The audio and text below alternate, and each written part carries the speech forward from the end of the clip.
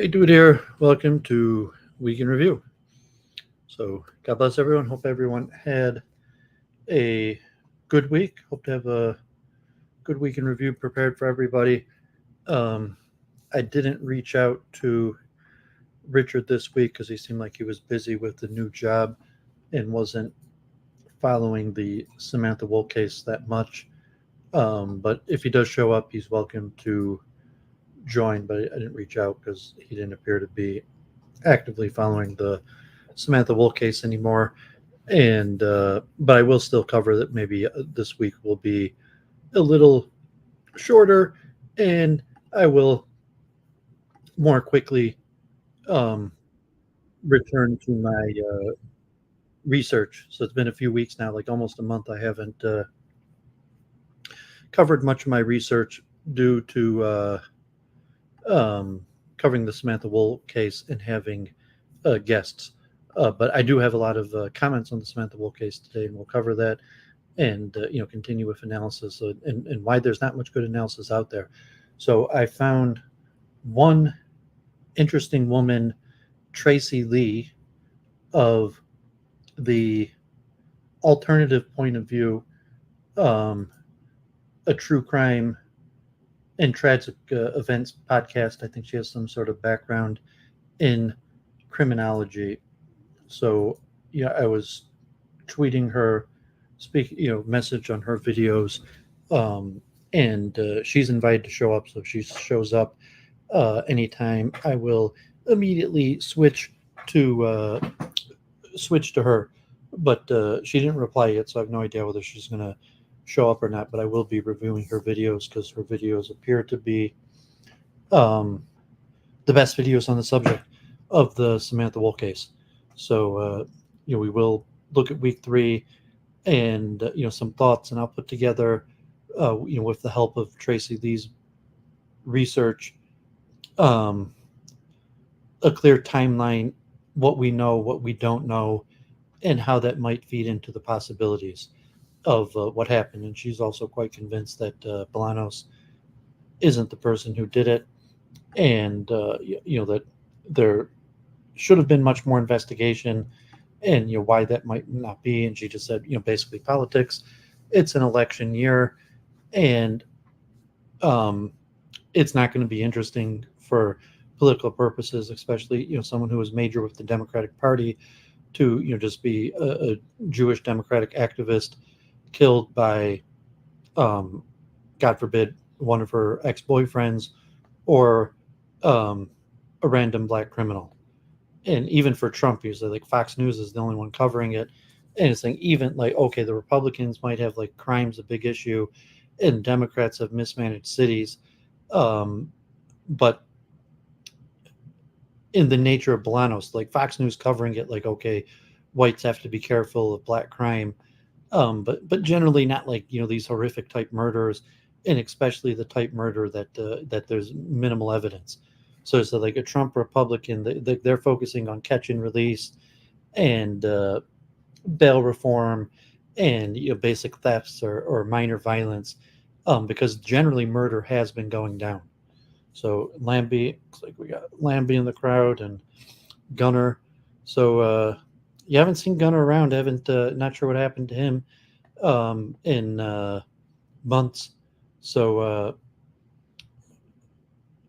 but be interesting. Like his take on Samantha Woll case, and most people aren't following it, but I'll be covering it. So I guess we'll jump straight into. Um,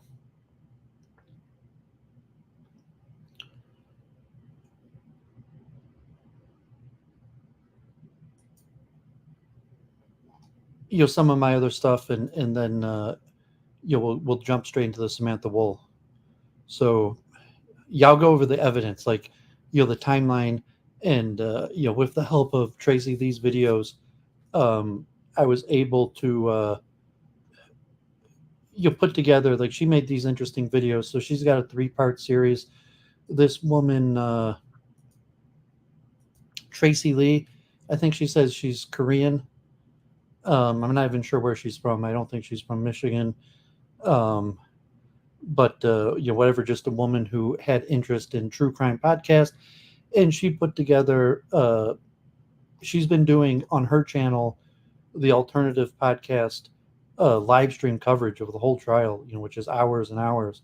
So she's got like tens of hours of coverage of the case, and then just the last few days, she started a series, Murder at Joliet Place, and Joliet Place is one of that's the name of the housing complex where she lived. And so her analysis actually helped me understand it quite a bit. And like when I go through like the witnesses, God forbid, there's been like 44 witnesses called already, and most of those witnesses have absolutely nothing to do with Bolanos at all, and saying like why is the case going this way. And so I'm going to talk, like I was on Luke Ford quite a few times this week. I'm going to talk about conspiracy theories also, and saying like sometimes conspiracy theories are true, and conspiracy. And Luke Ford talked to him a few times this week about different issues, narrative identity, and saying, well, conspiracy just means multiple people working together for some underhanded or non-mainstream purpose. So just say that like if that they didn't charge the boyfriend that confessed, or they didn't really look into mostly the Jewish community, because most of her ex-boyfriends come from the Jewish community, although it could be she also had non-Jewish ex-boyfriends, God forbid, and there wasn't that much cooperation with, it could also be a reason why there's not much news coverage, is because there's not much cooperation. Her family or friends are not speaking to the media, and various things. But I will cover that in depth. So let me share a few links. So the Science of Consciousness conferences already like 2 months ago, and they released the videos. I haven't had a chance to watch them, but thank God the Science of Consciousness conference has released the videos. So I've been busy with other things, and my philosophy of science, metaphysics series, and biographies. So I have that on my to-do list, but people should check that out. And I will come back to cover it in the eventually week in review. I will come back around to the Science of Consciousness is one of the main topics of the show, but it's got a little taken with other issues, and even like I'm also going to come back to the GATE, gifted and talented education, and of various things connected to cognitive architectures, and try to bring it back into science of consciousness, but also like the metaphysics. But that's a topic I've been missing for a while. The evidence seems very clear. Like, and I'll go through it. Why, even God forbid, like, why that they're trying to pin this on just a random black guy. It seems ridiculous, and that they, not really doing the full investigation. And I'll go through the evidence, and I think there's substantial reason to believe that she was killed around 120, not 420. And the whole 420 narrative, the whole purpose of that is basically to pin it on Michael Jackson-Bolanos. But it doesn't seem to accord with the facts. And if she was killed at 120, that more makes it more likely she was killed with somebody she knew that she purposely led into her house, which, God forbid, is going to limit it to a handful of names. And so just the nature of investigations, God forbid, is if the most likely suspects are a few people that are close to her, there's really no way to gain more evidence other than getting people to turn against each other or come forth against each other. And with she, tight-knit Jewish community, that might be very unlikely. Now I'll put the StreamYards in the chat. So let me just finish some of these links. So I found this interesting. Wendover. I usually watch Wendover, Asiametry, Cold Fusion, different things. But here was talking how big tech ruined farming.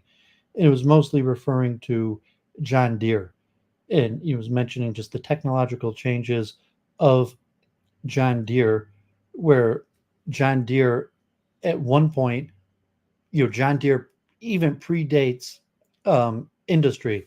Like John Deere goes so far back that it was just going back to like hoes or manual farm equipment or for horses. And then John Deere, my father's father worked for Caterpillar his whole life. But John Deere could be considered a competitor of Caterpillar, and it's probably similar across the board. But John Deere in the last few decades has pivoted from a farming company to a technology company. And so most farming equipment now these days um, has is highly robotic and information centric.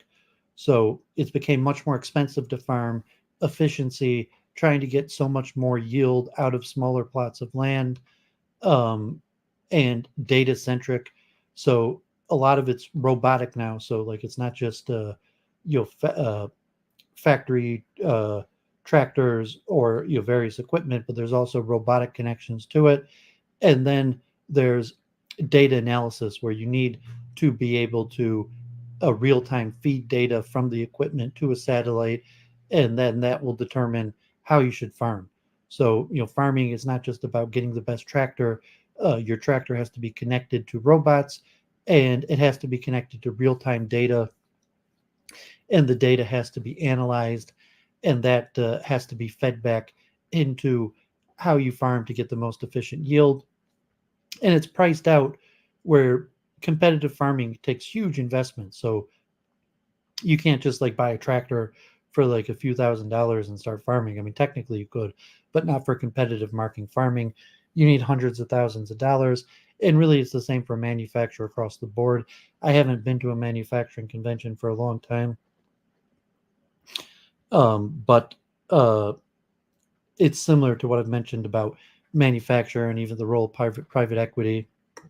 Um, but this isn't really focused on private equity, but just the increasing use of robotics and information technology within farming. So I found that interesting. Here was a chess interview with A. Wonder Liang, also on Lichess from variants known as Katask. He was a top variant player. As a young kid, he used to come to Detroit. So he lived in Chicago. Now he's a student at University of Chicago, and he was a young chess prodigy. And he used to come to play in major tournaments in Detroit. Often he would win them, and then he became like the youngest grandmaster in America. And he's played in the U.S. Championship multiple times, but he's also active variant player, Bug House World Champion, Crazy House World Champion, and also played other variants like Horde and various things. So here's an interview with the Perpetual podcast, Ben Johnson in Philadelphia from the Mastermind School. So it was a little bit interesting. Okay, so a few small articles. Jennifer, Church of Entropy, shared this article with me. It seemed kind of interesting. I'll read it out real quick. And she's been sending me a lot of information about AI. She made those slides the other day that I went through for the man who left OpenAI and somewhat like leaked their projection data. Basically saying that AGI is on the precipice, and within the next few years, you will have AGI,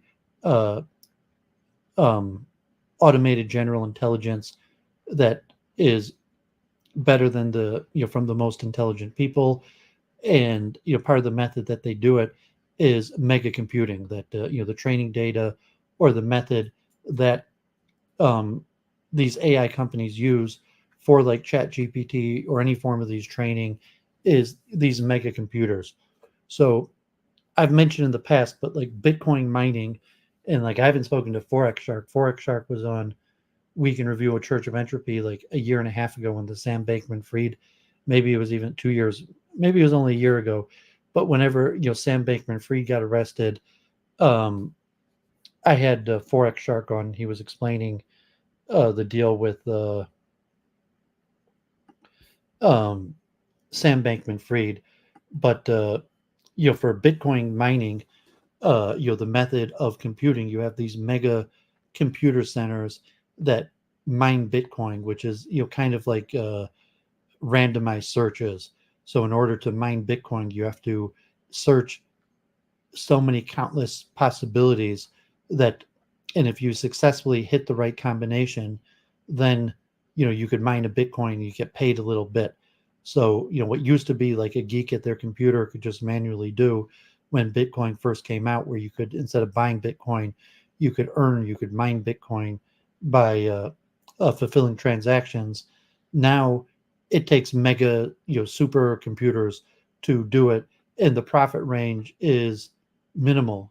So you could have multi-million dollar data center that might make millions of dollars, and the returns are diminishing. So like the amount that you have to invest to be able to successfully mine Bitcoin keeps on diminishing. So it has became, in some cases, more profitable to convert these Bitcoin mining companies into AI, and using the computer power to power new AI searches. And like a lot of these at first were in China, but a lot of these are now in America. And because they're very energy intensive, you found them like popping up in rural American places that have minimal zoning requirements for industrial zones and live right near power plants where they could get cheap energy. So it's just interesting. It makes sense. So Jennifer shared this uh, with me, and it makes sense. Yeah, I agree with you, Lambie, that like I never saw the utility too much of Bitcoin. Like I agree that like, okay, like the petrodollar, or just the paper dollar backed by the government is questionable. Maybe like blockchain technology, but yeah, I never saw that much of value in the Bitcoin. Like if you have a bunch of money, you could say diversifying it. So like if you're a mega multimillionaire or have savings, like I say, like, yeah, you might want some of it in Bitcoin. Or if like you're international, you fear the government's going to collapse for international trade. But it seems mostly for illegal activity. So I never really got that interested in Bitcoin, but I followed it because of a major news story. This seems more interesting. So let me read this real quick. It's not long. Why so many Bitcoin mining companies are pivoting to AI. As AI companies work furiously to improve the intelligence and usefulness of their products, their demand for cheap, plentiful energy has skyrocketed. This gold rush has been extremely profitable for an unlikely beneficiary, Bitcoin miners. In recent months, major Bitcoin mining companies have started to swap out some of their mining equipment in favor of rigs used to run and train AI systems. These companies believe that AI training could provide a safer and more consistent source of revenue than the volatile crypto industry. As so far, these pivots have been warmly received by investors, leading to the market cap of 14 major Bitcoin mining companies jumping in value around 22% or $4 billion since the beginning of June, JP Morgan reported on June 24th. This transition reflects several trends of the moment: the roaring hype cycle of AI, the dwindling access to power, and a tenacious Bitcoin mining landscape followed by Bitcoin halving. The AI boom has led to enormous demand for energy. Generative AI models like ChatGPT improve the brute computational might of data centers, which process massive data sets to find patterns and improve responses. But computing power is expensive, and for years wasn't a worthwhile investment for many data center operators. When I ran a data center and Bitcoin mining company looked into using their spaces for machine learning 4 years ago, there was just enough volume from the commercial perspective for it to make sense, says Ken Draper, Iran's chief commercial officer. But the gargantuan success of ChatGPT beginning in late 2022 changed the calculus, and other AI companies raced to train and run their own models in the hopes of outpacing OpenAI's flagship model. This requires a stupendous amount of energy. A ChatGPT query, for example, uses 10 times more energy than a standard Google query. This leaves AI companies on the hunt for direct access to inexpensive power sources, large tracts of land to hold warehouses filled with thousands of computers, and resources like water or giant fans to cool off their machines.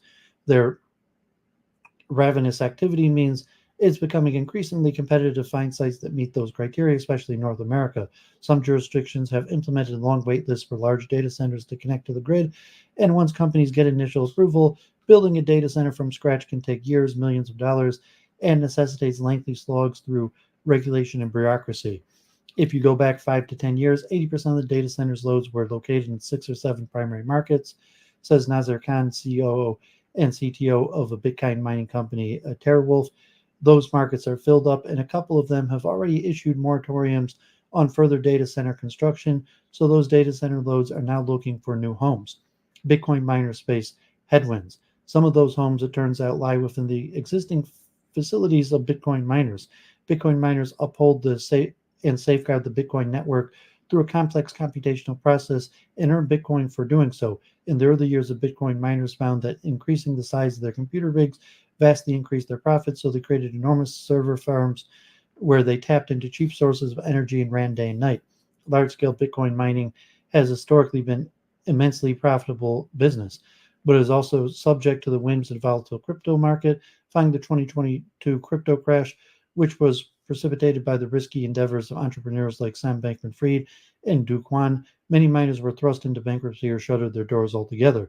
Mining companies who survived the crash reaped profits in 2023 and early 2024, but a new challenge emerged this April, a technical update to Bitcoin calling the halving, which slashed miners' reward in half. Bitcoin miners hoped that the halving would lead to a dramatic increase in the price of Bitcoin, as has happened in previous crypto cycles, to offset the reward decrease, but Bitcoin's price has stayed more or less even since April, squeezing bottom lines and forcing some miners to seek ways to diversify their business models.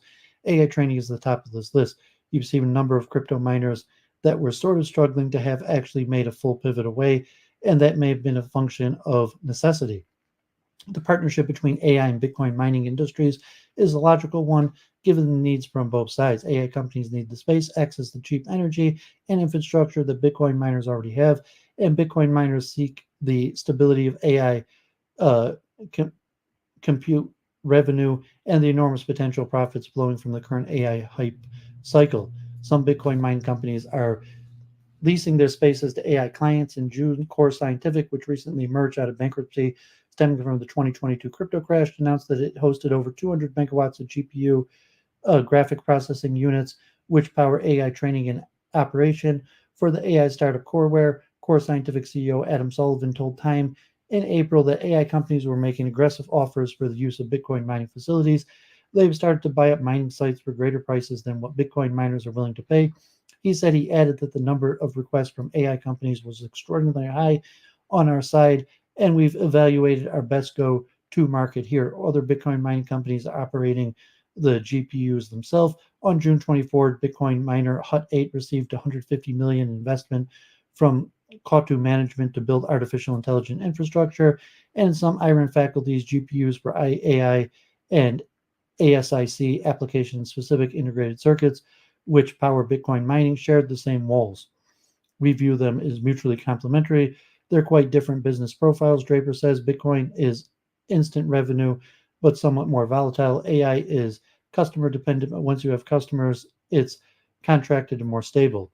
This increase in demand has climate repercussions. What Bitcoin miners operating in both industries, an enormous amount of energy is being used. Data centers use 10 to 50 times the energy of a typical commercial office building. The U.S. Department of Energy says a recent Goldman Sachs report predicted that data centers will use 8% of total U.S. power by 2030, up from 3% in 2022. The level of electricity growth hasn't been seen in a generation. Some Bitcoin companies like TeraWolf say they're focused on using green energy, but many of the new data centers overall being powered by fossil fuels. Some of the smaller renewables don't meet the demand for consistent high quality energy, and some of the high speed compute folks require. Khan says you're seeing utilities purposing to add more large scale, proposing to add more scale gas fired power plants, which we haven't seen for a number of years. It will take a portfolio of facilities, gas, nuclear, renewables to meet this need. All this activity is concerned climate activists. Bitcoin miners are diversifying into traditional data centers and AI, and obviously they use different machines, but still use voracious amounts of energy. said Mandy Darush, a deputy managing attorney for Earth Justice Clean Energy Program. That tremendous increase in energy demand has consequences for the grid, for the cost of electricity, and for the climate. So, yeah, pretty interesting there. When I was in University of Michigan, I was studying construction management, and the main field that I was thinking of going into, that I thought I could have a little bit of a niche, was in data center construction. So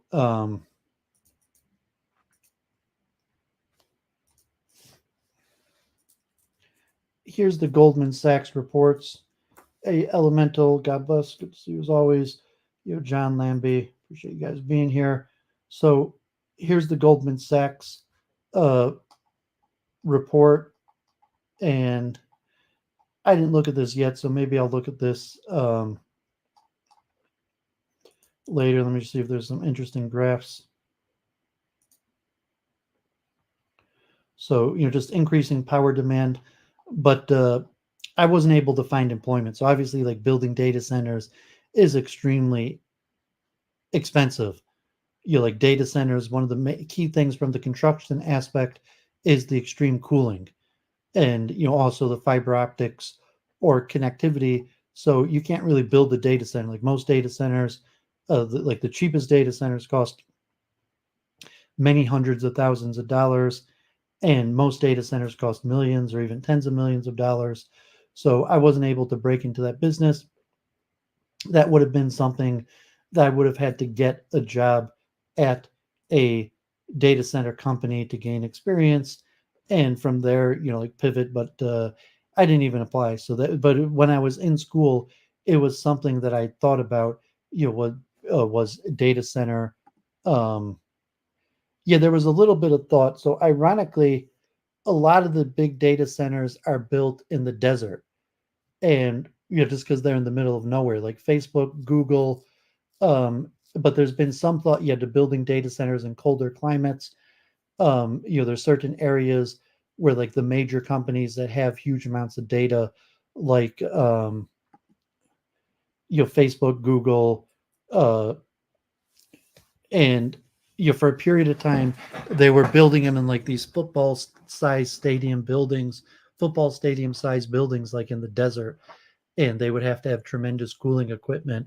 But for various other reasons besides for the cooling, and then there was a thought to build them in colder temperatures. But I also think that there's, although data could somewhat travel at the speed of light, you have the data distributed, so you have data centers actually close to you. Because although data does transfer relatively quickly and even possibly up to the speed of light, still,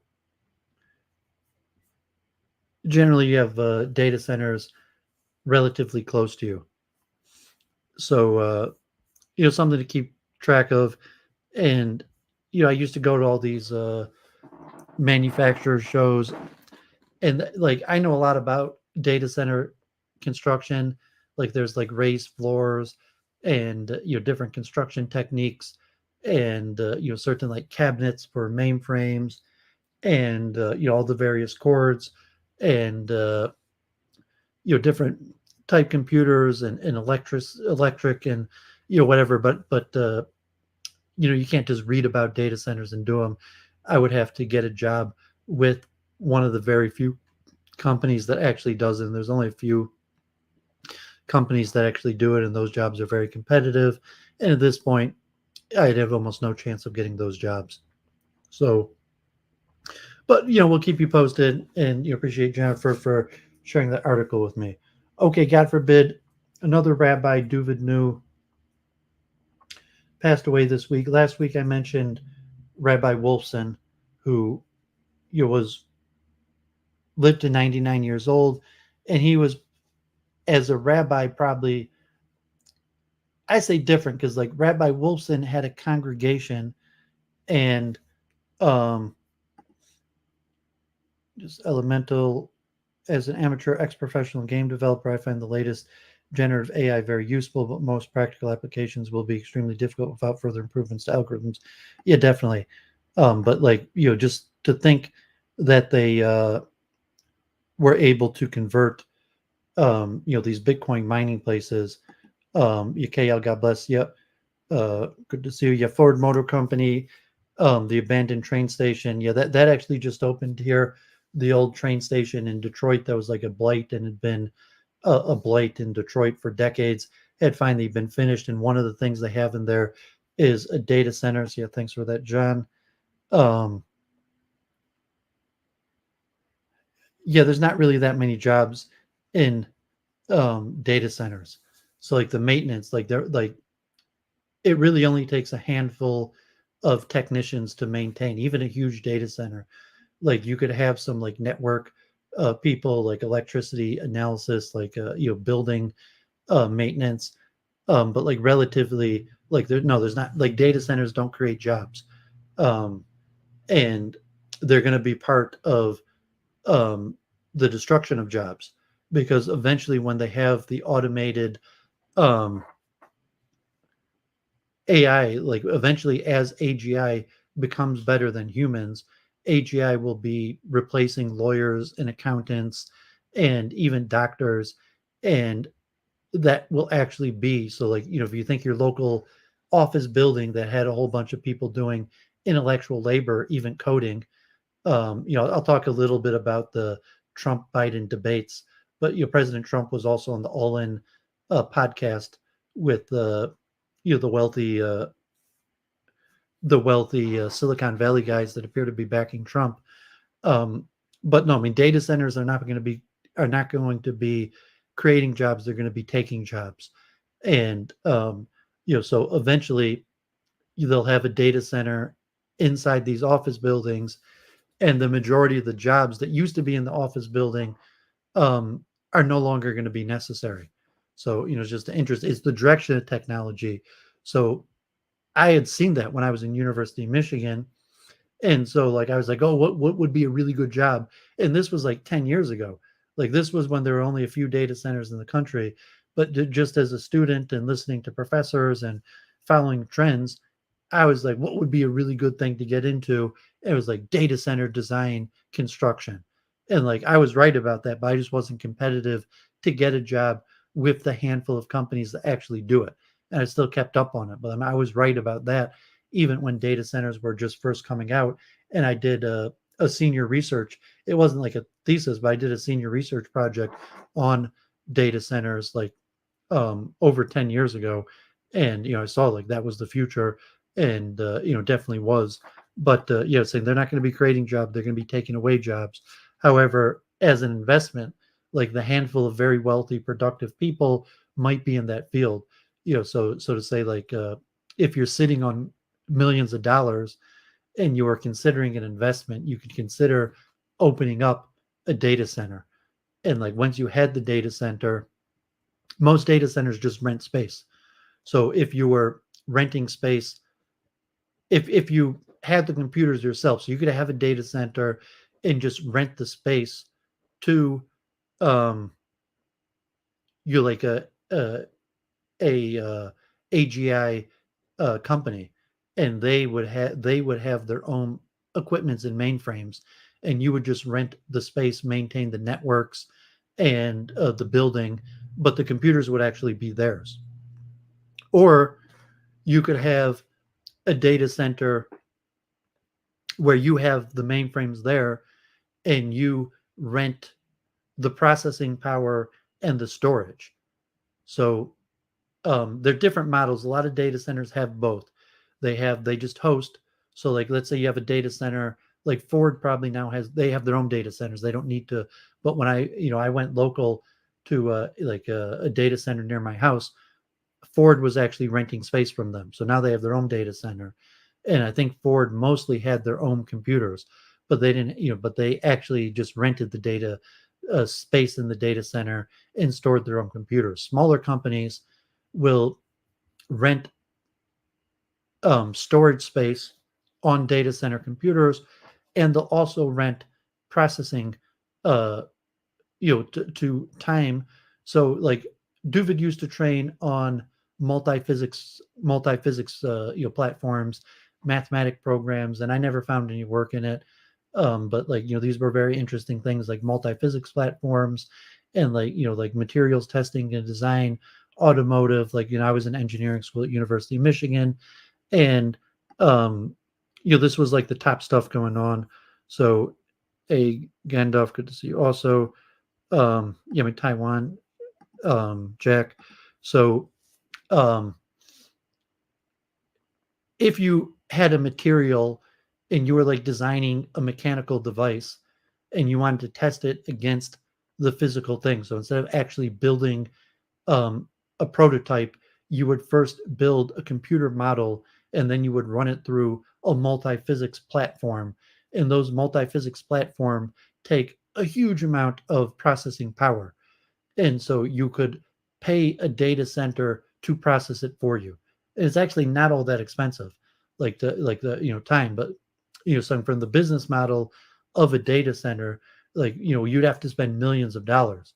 So like to build millions of dollars to build a data center, just like the exterior construction of the data center, to have the internet lines, the right electricity, the heating, ventilation, air conditioning, the network, the cabinets for the computers, and then actually to buy the various computers.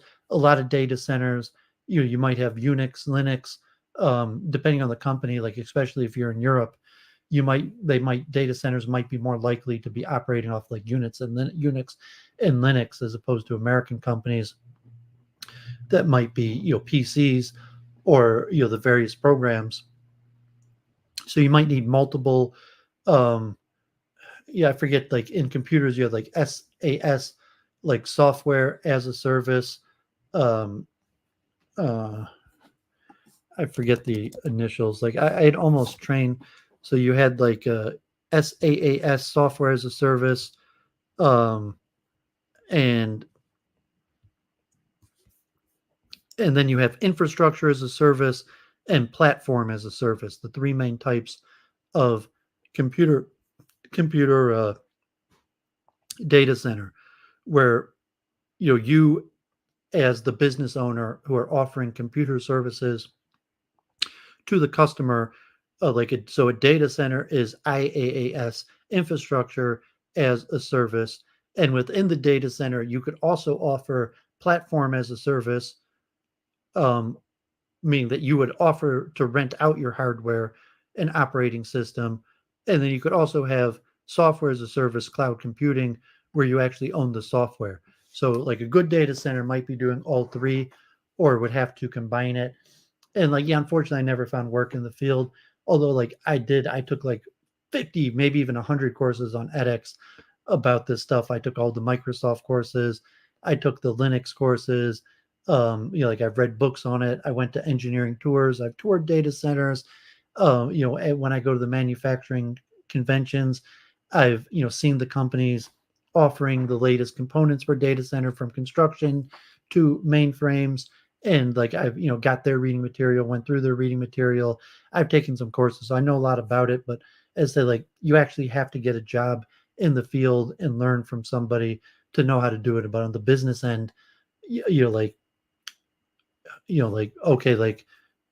Tinkle, good to see you. I would consider it. So locally, so I used to go to the Hindu temple, and I had considered with my Hare Krishna buddies investing in an apartment complex, maybe even like a 40, 80 unit apartment complex in an upper middle class neighborhood as an investment that would largely be rent out to Indian immigrants or temporary residents working in IT. That would have been an extremely good investment. And, maybe I would have got my parents to invest and a few investors, and we could have got a multi-million-dollar unit, put a few $100,000 down, and ran as a business a condominium complex targeted at Indians. And I wish I had done that. It'd be a lot of work to maintain it, and a lot of Perkei ethics of the father. The more possessions, the more worries. But if I'd been doing that, I could be making tens, hundreds of thousands of dollars of income monthly even, or, yearly, depending on my investment level. But, so when I was more active with the Hindu community, the Hare Krishnas weren't really business minded like that. Like Jews are more business minded like that, but like technically and monetary, I would have been better off, going with Indian partners than Jewish partners. But like the Hindus I knew, especially the Hare Krishnas, they weren't really like business minded. Like, oh, let's open up a data center. Let's, like a few rich people at the Hare Krishna temple open up a data center and make a bunch of money. But like, I wish they had been, and like, I wish I was running a data center right now. But like, like, okay, like if Gandalf and Lambie and John, you wanted to, you were in my area and wanted to open up a data center, and we each put up like a few $100,000, and then actually got the building, and then you had employees or ran the place. Like even now, that's an extreme. Like 10 years ago, that would have been a really good business idea. um Even now it's probably a good business idea, and it might be, like you might see, like I had seen that when I was a University of Michigan engineering student over 10 years ago, that like eventually there's going to be a data center on every main corner. And just like there's a gas station in every major intersection, in every main street, every commercial business center, there's going to be a data center. But it could be that it's economy of scales. And so interesting topic to mention. So yeah, Gandalf, were you in India recently, Gandalf? You're welcome to join the links in the chat if you were in India recently or you want to share some of your insights of your India trip. Um, yeah, when Jennifer was here, had a more tech audience, and like I don't mind talking about tech and data centers. But yeah, you're welcome to join if you want to talk about that. Or so let me just mention quickly one of the rabbis. So I mentioned Rabbi Wolfson. Rabbi Wolfson, was a huge influence on me, but it wasn't so much Rabbi Wolfson; it was his congregation. So although Rabbi Wolfson was a respected rabbi, he was a good rabbi, he was a scholar, he spoke. His power of personality was only minimal, but the main thing was he created this congregation of Emunah Yisrael, and like although he spoke on Shabbos, um, said he created an environment of that I could take my Judaism seriously. I could take my prayer, my learning seriously. And so, although I did drive Rabbi Wolfson, I spoke to Rabbi Wolfson a few times. I got blessings from him. I waited in line to say good Shabbos or shake his hand multiple times. I heard him speak hundreds of times. I definitely had association with Rabbi Wolfson. It was more the environment that he created, where he created this, synagogue that had really long prayer services and was open all day and had all sorts of people just sitting in there learning Torah, studying books. And I worked in the library.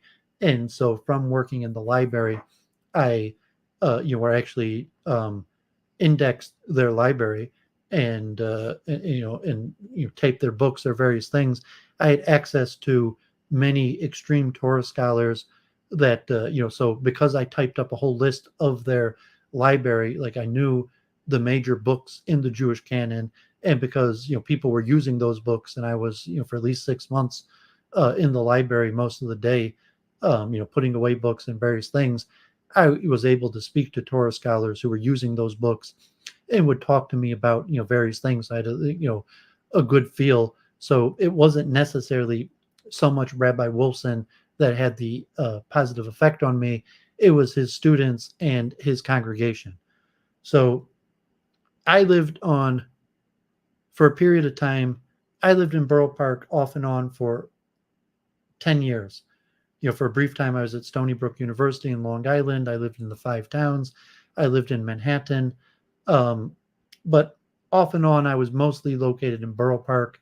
And, as I mentioned, like the Shimmy Bertrand, I was in his basement, rented his basement on 54th in between 15th and 16th Avenue.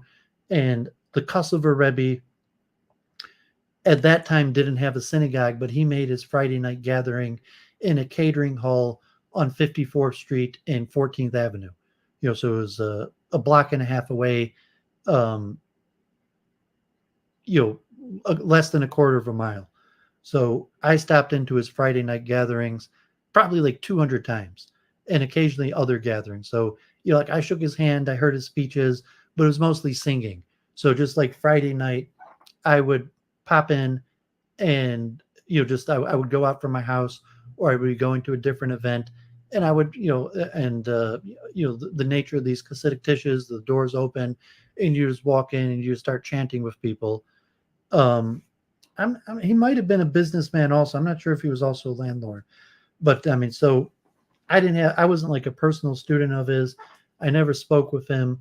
The nature of these rabbis or rebbes after the event, you line up and shake their hands. So like I shook this rabbi's hand probably like 100 times, and also like they hand out food.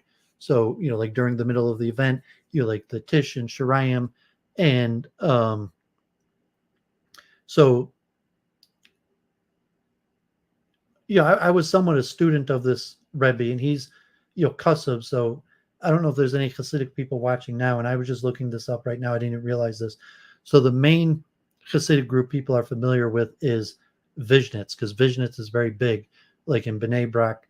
Vishnitz Rebbe is big politics, and in Muncie, Vishnitz has its own like section of town, Kiryat Vishnitz, and they have tens of thousands of Hasidim. But Kosover is actually the older. So the Vishnitz Rebbes are Hagers, like Sammy Hager. I don't know if Sammy Hager was, from Van Halen, was distantly related, possibly. But Vishnitz is actually a division of Kosover.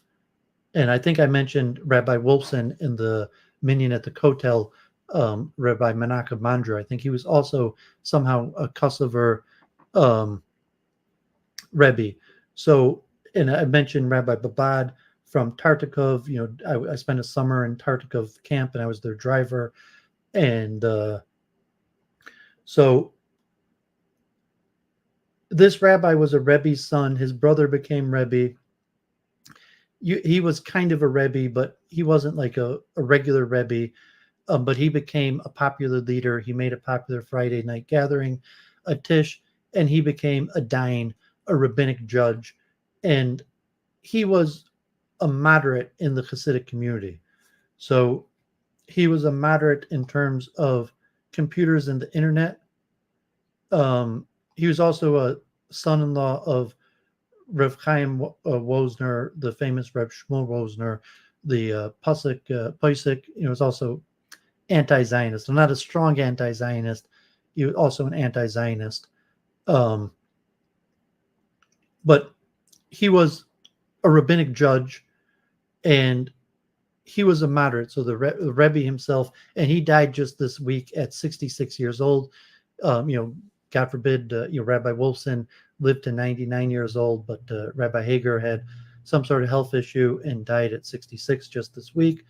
And, so it was in the news, and, like I knew him, so I just thought I'd mention it. So, like many Hasidic Rebbes, he went to Litvish yeshivas. He studied in Panovich, in Israel, and in Lakewood. So he was a Torah scholar, partially because he studied in Litvish yeshivas, not Hasidic yeshivas. And then he became a judge. And within the Hasidic community, I guess he was considered humble. He had he like a lot of singing and lively prayer. Tish, everybody welcome. And he also liked to study Kabbalah. But yeah, he was a moderate, as opposed to a lot of the people in the Haredi world that, so he, when there was a push to ban the internet or computers completely, he was like, okay, the internet's a problem, and you should have certain filters that prevent you from, seeing forbidden things, but like for business or educational purposes, possibly semi more moderate about things like college education, working, speaking English within the Hasidic community. So God bless, Reb Shraga Feivish Hager. May his memory protect us. Okay, so Doesn't look like Gondorf is joining. I haven't heard anything from Tracey. So if Tracey does show up, like I will go to her for the Samantha Woll coverage. And I've only got one more thing, then we're going to go straight to Samantha Woll. So here was the lecture actually by the Reform Synagogue near my house, Temple Bethel, and where I had my bar mitzvah. And this is from Deborah Dashmore, who was the head of Judaic Studies at University of Michigan. And she's been in New York. She's written a bunch of books. She's a well-regarded Jewish studies, Jewish historian. She's written over like 10 books. And she was speaking about migration patterns in the Michigan Jewish community. And she's mentioning something interesting. See, I mean, because we're going to be talking about the Samantha Woll case, that the catalyst for most Jewish migration in Detroit is not wanting to live next to blacks. And like she just, in the talk, and she takes questions to discuss whether it's racism or safety or housing prices or education. But saying basically what happens is,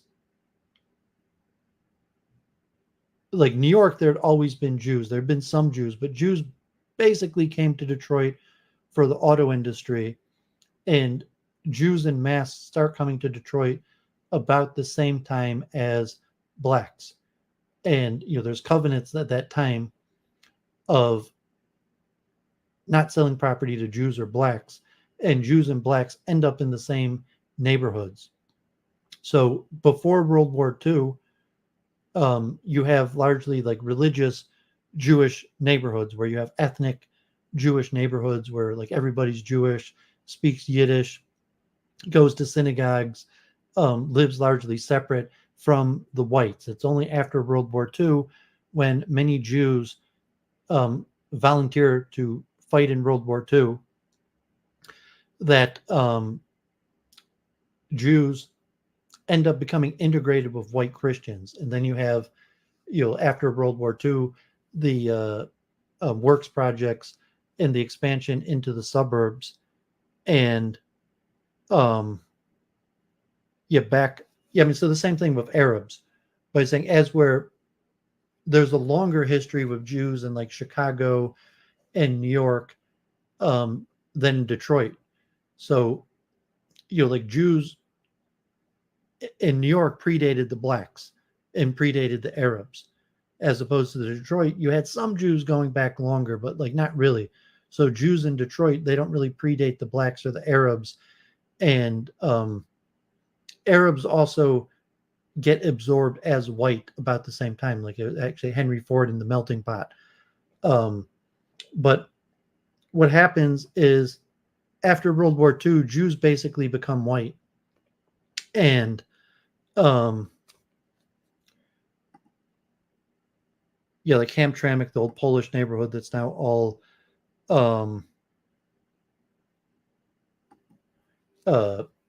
mostly Yemeni, the Arab Muslim city council. So Jews end up moving out of neighborhoods, and because there's more discrimination against blacks than there is against Jews, you had like redlining, and against Jews there was only yellow lining. So it was much more difficult for blacks. But what happens, and it's really not just Detroit, it's really like this everywhere across the country. I've mentioned this in the past, but she covers it in depth here in Detroit in this lecture. Blacks follow the movement pattern of Jews, that Jews start in a small ethnic Jewish neighborhood, and for various reasons they end up moving out of the ethnic Jewish neighborhood. And these times it's largely due to white flight.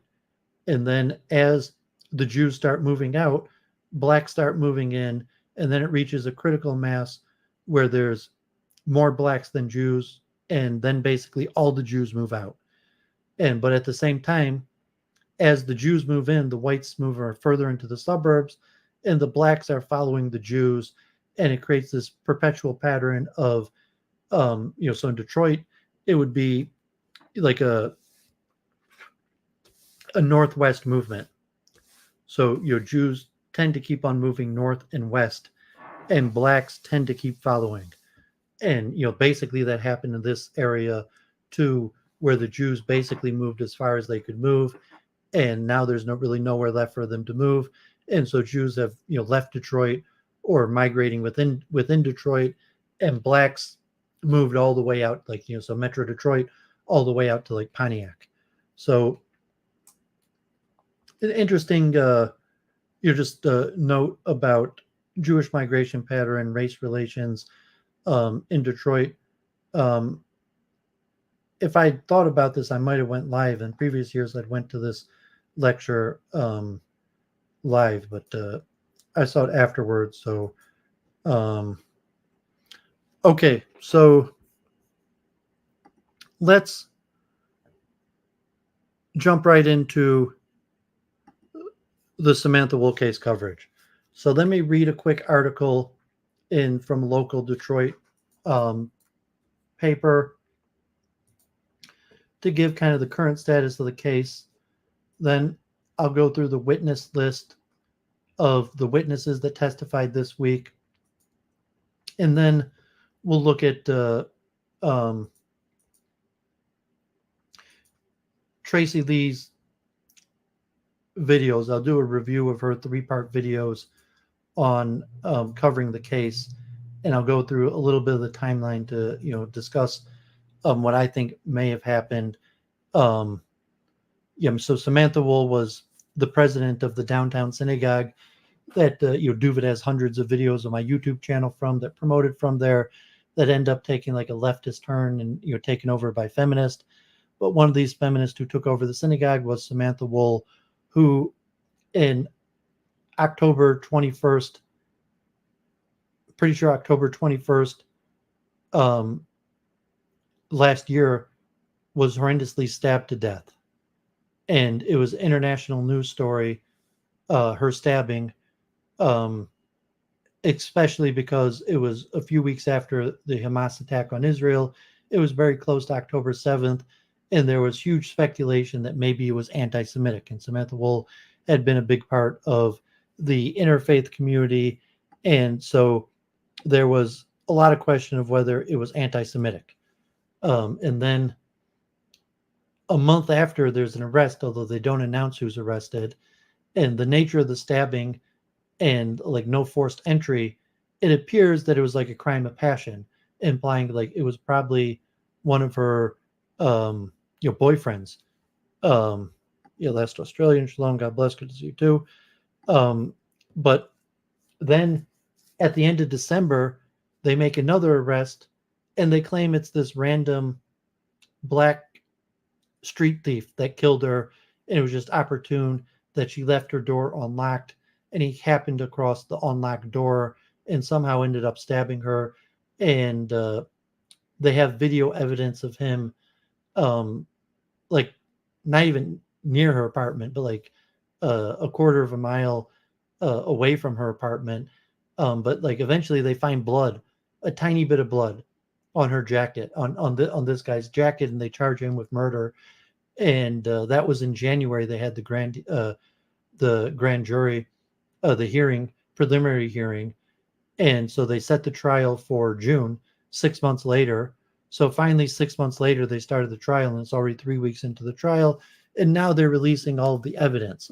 And so from seeing the evidence, Duvid is extremely suspect that Bolanos, the black man, is not the person who killed her, and is kind of being set up and pinned upon because there was a lot of pressure to solve the case. And the most likely culprit is, in fact, a Jew-on-Jew crime of a jealous ex-boyfriend. And so there's a lot of details about the case, and I'm going to go into details. So, no, there's no claim. No one claims that Bolanos, that the crime had anything to do with anti-Semitism. According to the prosecution's narrative, it was just a home invasion that went wrong. And it was just opportune. He didn't even, she just left her door unlocked, and he just got lucky, so to say, to come across her unlocked door. And I think there's a lot of holes in the story, and I don't think it's him. But let me read the case details, just a little overview of where the case is up to now. Prosecutors introduced blood surveillance evidence in Samantha Woll murder trial. Prosecutors have called numerous witnesses in the case so far, including lead investigators, cell data, and forensics experts, and some of Woll's friends, neighbors, and ex-partners. The third week of the trial for the man accused of killing Detroit synagogue leader Samantha Woll, and Samantha Woll was a friend of Duvid. I never dated her. I was never close with her outside of synagogue, but I prayed with her at synagogue, and they used to have a meal in synagogue after. So, I prayed with her, I had Shabbos meals with her at least 50 times, spoke with her tens of hours, although always within a group. So I never had any, personal one-on-one time with her. It was always as per larger events. And then she was also a major player in Michigan Democratic politics, where she, was becoming a leader in the Michigan Democratic Party, an advisor, campaign manager for major Democratic candidates. Okay, yeah, Malthus, shalom, God bless, thanks for tuning in. Okay, so the third week of trial, the man accused of Detroit synagogue leader Samantha Woll wrapped up on Thursday, following lengthy testimony from multiple forensic experts and law enforcement officials. Michael Jackson-Bolanos, 29, of Detroit, has been charged with first-degree murder, felony murder, home invasion, and lying to police officers in relation to Woll's fatal stabbing outside her Lafayette Park home last fall. Prosecutors have called numerous witnesses throughout her trial, including lead investigators in the case, cellular data and forensic analysts, friends and neighbors of Woll, and two of her ex-partners, both of whom were reportedly ruled out as suspects by police. On Thursday, these three forensic scientists from the Michigan State Police Forensic Lab testified about DNA and blood evidence recovered from both Woll's home and the home where Jackson-Bolanos resided at the time. Tony Grusser, an expert in bodily fluid identification with the Michigan State Police Forensic Lab, said during her testimony a black North Face jacket found in the suspect's home tested positive for possible presence of blood, noting that the stain was not visible to the naked eye and had to be chemically tested to confirm its presence. A gray backpack found cut in half in the suspect's vehicle also showed very strong support of having Woll's DNA profile, according to testimony from Michigan State Police DNA analyst Erica Anderson.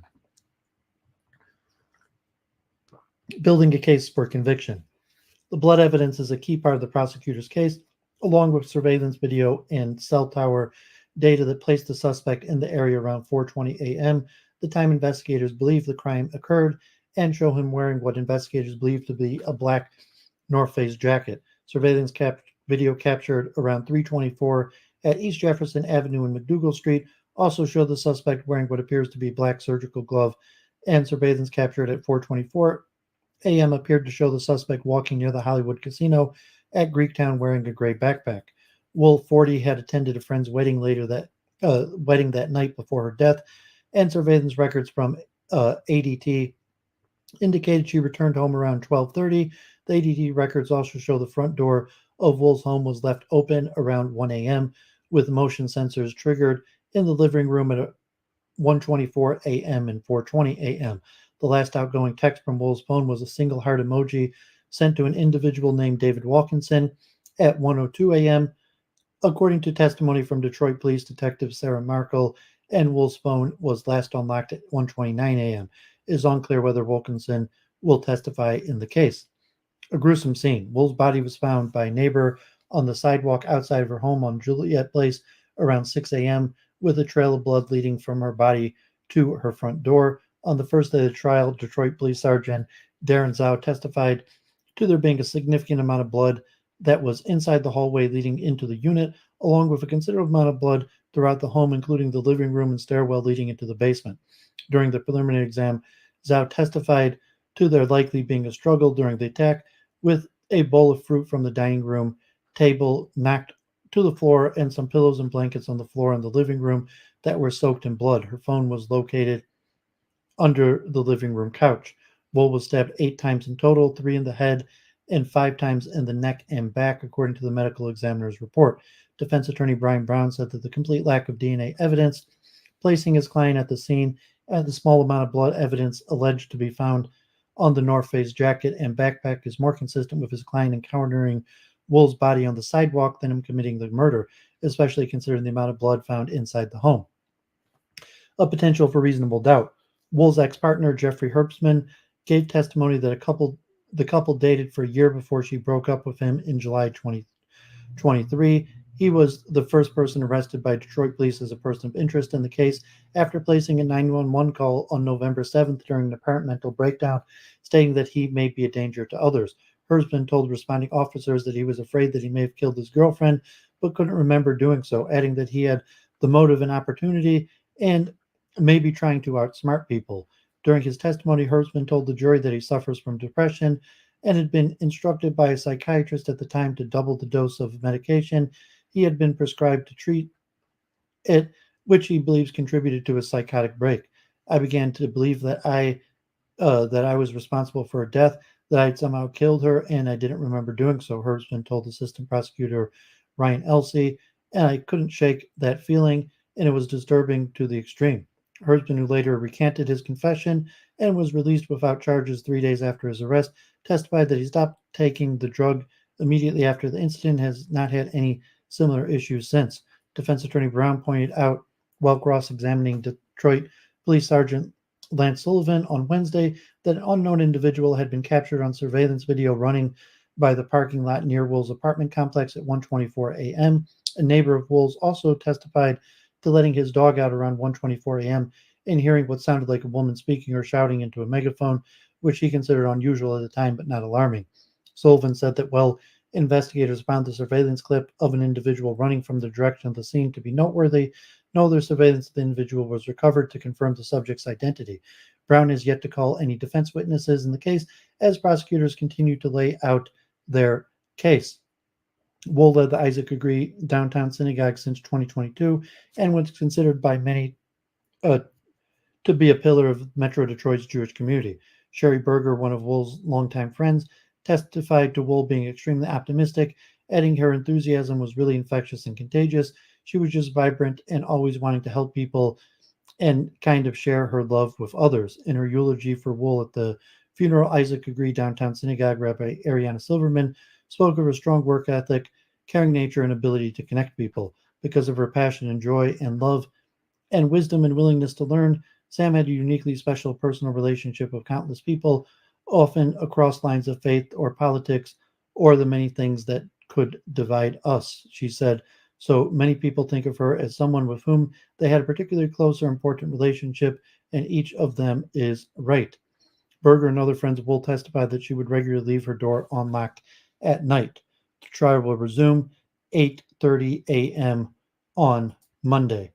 So that article is a nice recap. So the trial started on June 11th, 3 weeks ago from last week, Monday, when they did jury selection. And so far, they've already called 46 witnesses. And the prosecution, for whatever reason, is doing a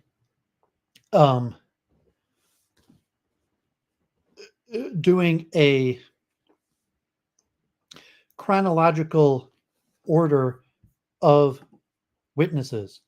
So the prosecution is calling witnesses chronologically in the order of the investigation, which, God forbid, really seems nonsensical. So it's already been 3 weeks. They've already called 46 witnesses, and there's not that much evidence against Bolanos. Really, the only evidence against Bolanos is the blood, the tiny bit of blood that they found on allegedly the jacket he was wearing that night and the backpack he was carrying, that is identified with high certainty to be Samantha Woll's. And that's basically the only evidence, besides for surveillance data from his cell phone and some security cameras putting him in the general vicinity of her apartment, although it doesn't actually put him in her apartment. There's no actual evidence that he ever was at her apartment or even within a block of her apartment. Eventually, they're going to show the police interrogation, so they haven't even gotten to it. It's already been 3 weeks, and they haven't showed the interrogation. Supposedly, there's 4 different police interrogations and he says different things each time. And possibly during one of those times, he might mention that he saw a body and touched it, and that could explain the blood. So I would say that even if there were no alternatives, because there's, looking at this case right now, I don't think it's Bolanos. And I think there's a lot of questions like, okay, God forbid the guy Jeff who confessed, and jealous ex-boyfriend. A few of the other boyfriends look very suspect. There's the guy Walkinson who still hasn't testified, that was possibly a lover that was supposed to be coming over that night. And so there's just a lot of unknowns to like, well, why are they charging Bolanos? And it's like, okay, the blood is somewhat strong evidence, but if it's just like, well, if you just take his story, like, yeah, he was in the area, maybe he was breaking into cars, and he saw the body, he touched the body, he had no idea what it was. He didn't even know if the person was dead or injured or not. And that's how he got the little bit of blood on him. To charge him with the murder seems like a big stretch. And, then we have to look into the narrative that if he did kill her, how is it even possible? And like, so the evidence, the time frame, what you have against him, and then like some sort of plausible scenario that if he was breaking into cars or just looking for cars that were left unlocked and stealing things from cars, there's no evidence that he was breaking into houses. There's no evidence that he was checking for unlocked doors to houses. But then you're saying he just got lucky and happened to come across her door that was maybe open. So we didn't even know that it was open. I mean, the alarm company's claiming that it was at least ajar, but that, he would have just been walking and happened per luck to came across her apartment, came in, and then somehow breaking into her apartment would have led to a stabbing attack. And then the time frame that we'll talk about the time frame in a minute, that would also be extremely implausible, and various things. So just look at, the more I look at the case, the more I'm sure that this guy Bolanos didn't do it. And so I'm more interested in figuring out who did do it. And so I'm sitting through, this is actually the first case in my whole life in two speed where I've watched the full case, and God forbid, it's just been Monday through Thursday, or they cancel a few days. So it's been 11 days of like 4 to 6 hours a day of trial. And I've watched every witness, like in two speed, and a lot of the analysis. So the first time in my whole life I've ever watched a court case. As I'd mentioned, like in the past, I'd watched parts of, like Trayvon Martin or Ahmaud Arbery, Kyle Rittenhouse, major cases, but I just watched like the testimony. So, like Kyle Rittenhouse, I just watched Rittenhouse or maybe like one of the people he shot's testimony, or recaps. I didn't really, watch, all, or the Ahmaud Arbery. I watched a few tiny parts of it. I didn't watch the whole thing. So this, I've watched the whole thing all the way through, all of the witnesses, because I want to know what happened. And I don't think it was Bolanos. So this week they had court from Monday to Thursday. And as I said, they're already up to witness 46. If they just presented, whatever reason the prosecution, I'm presuming because they have a weak case, but whatever reason the prosecution is doing a chronological order of the testimony, and if they just presented the evidence against Bolanos, it probably could have been like a week. The prosecution wouldn't have taken more like than a week. But, in this case, they've already taken over 3 weeks, and it looks like the prosecution themselves is going to take 2 more weeks. And, even some of it was like, God forbid, like borderline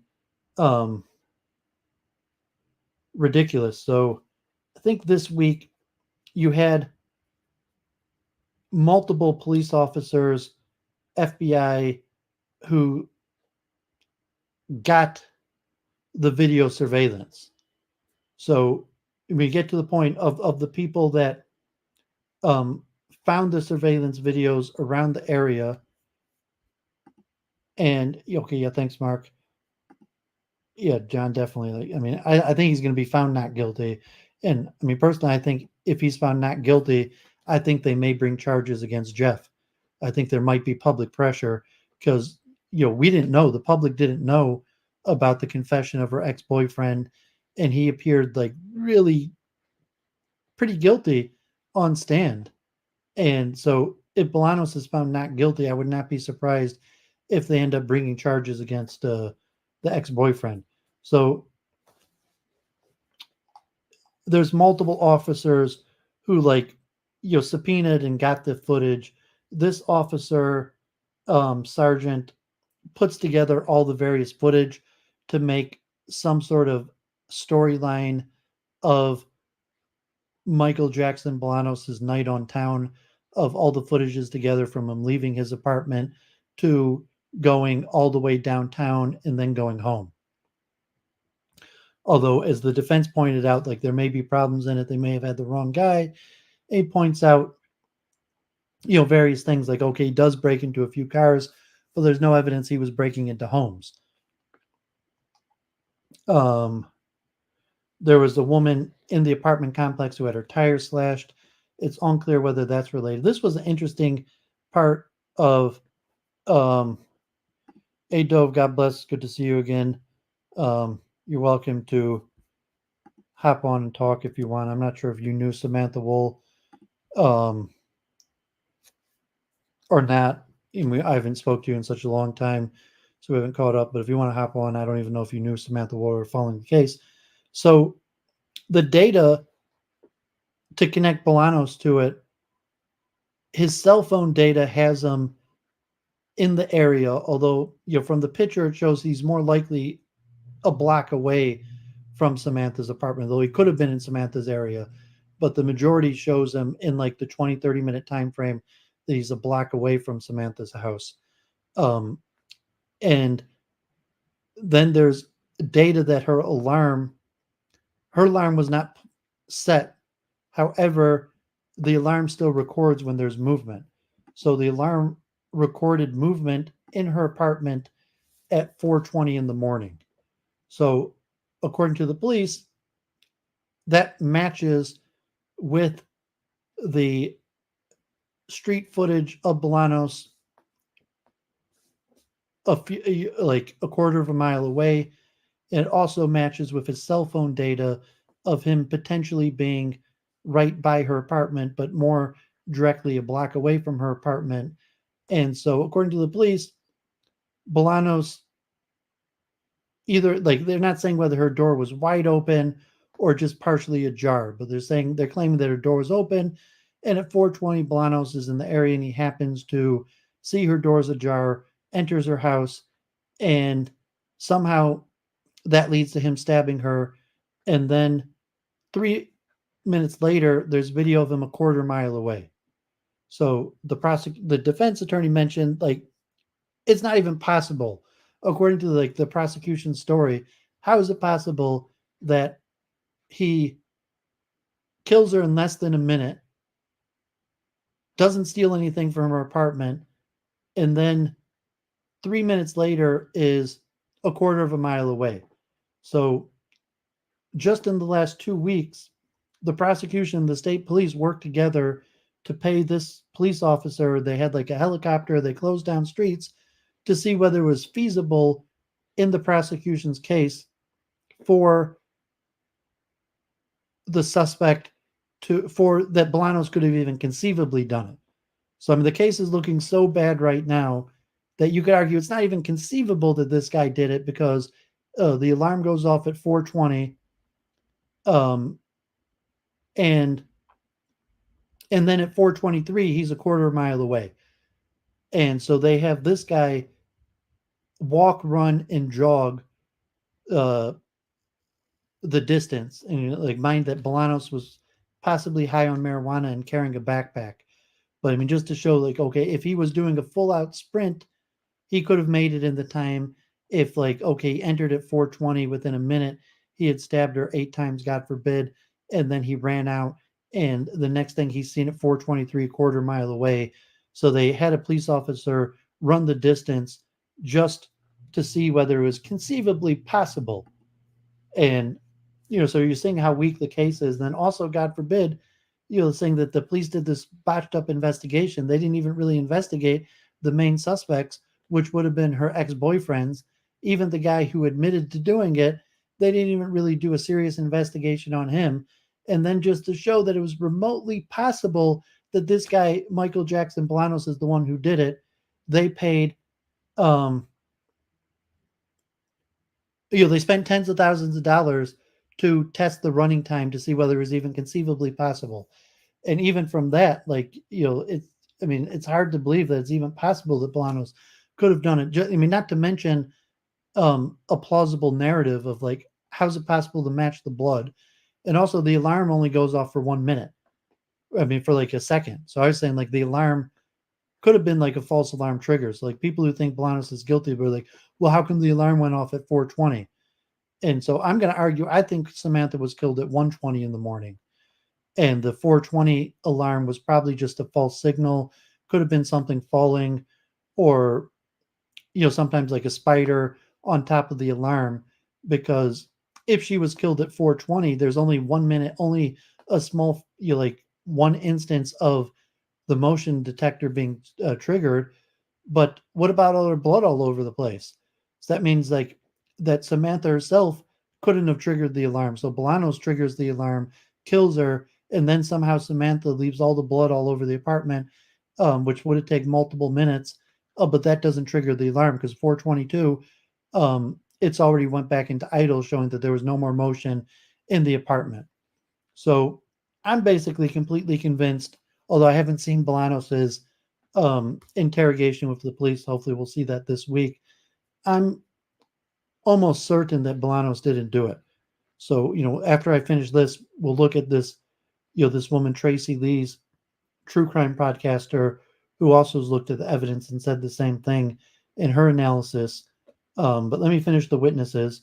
So then the state police officer that arrested Bolanos, Mark Smith, so is saying that they have on video a guy running away from right near her apartment at 1:24, and her neighbor hears a scream at 1:20.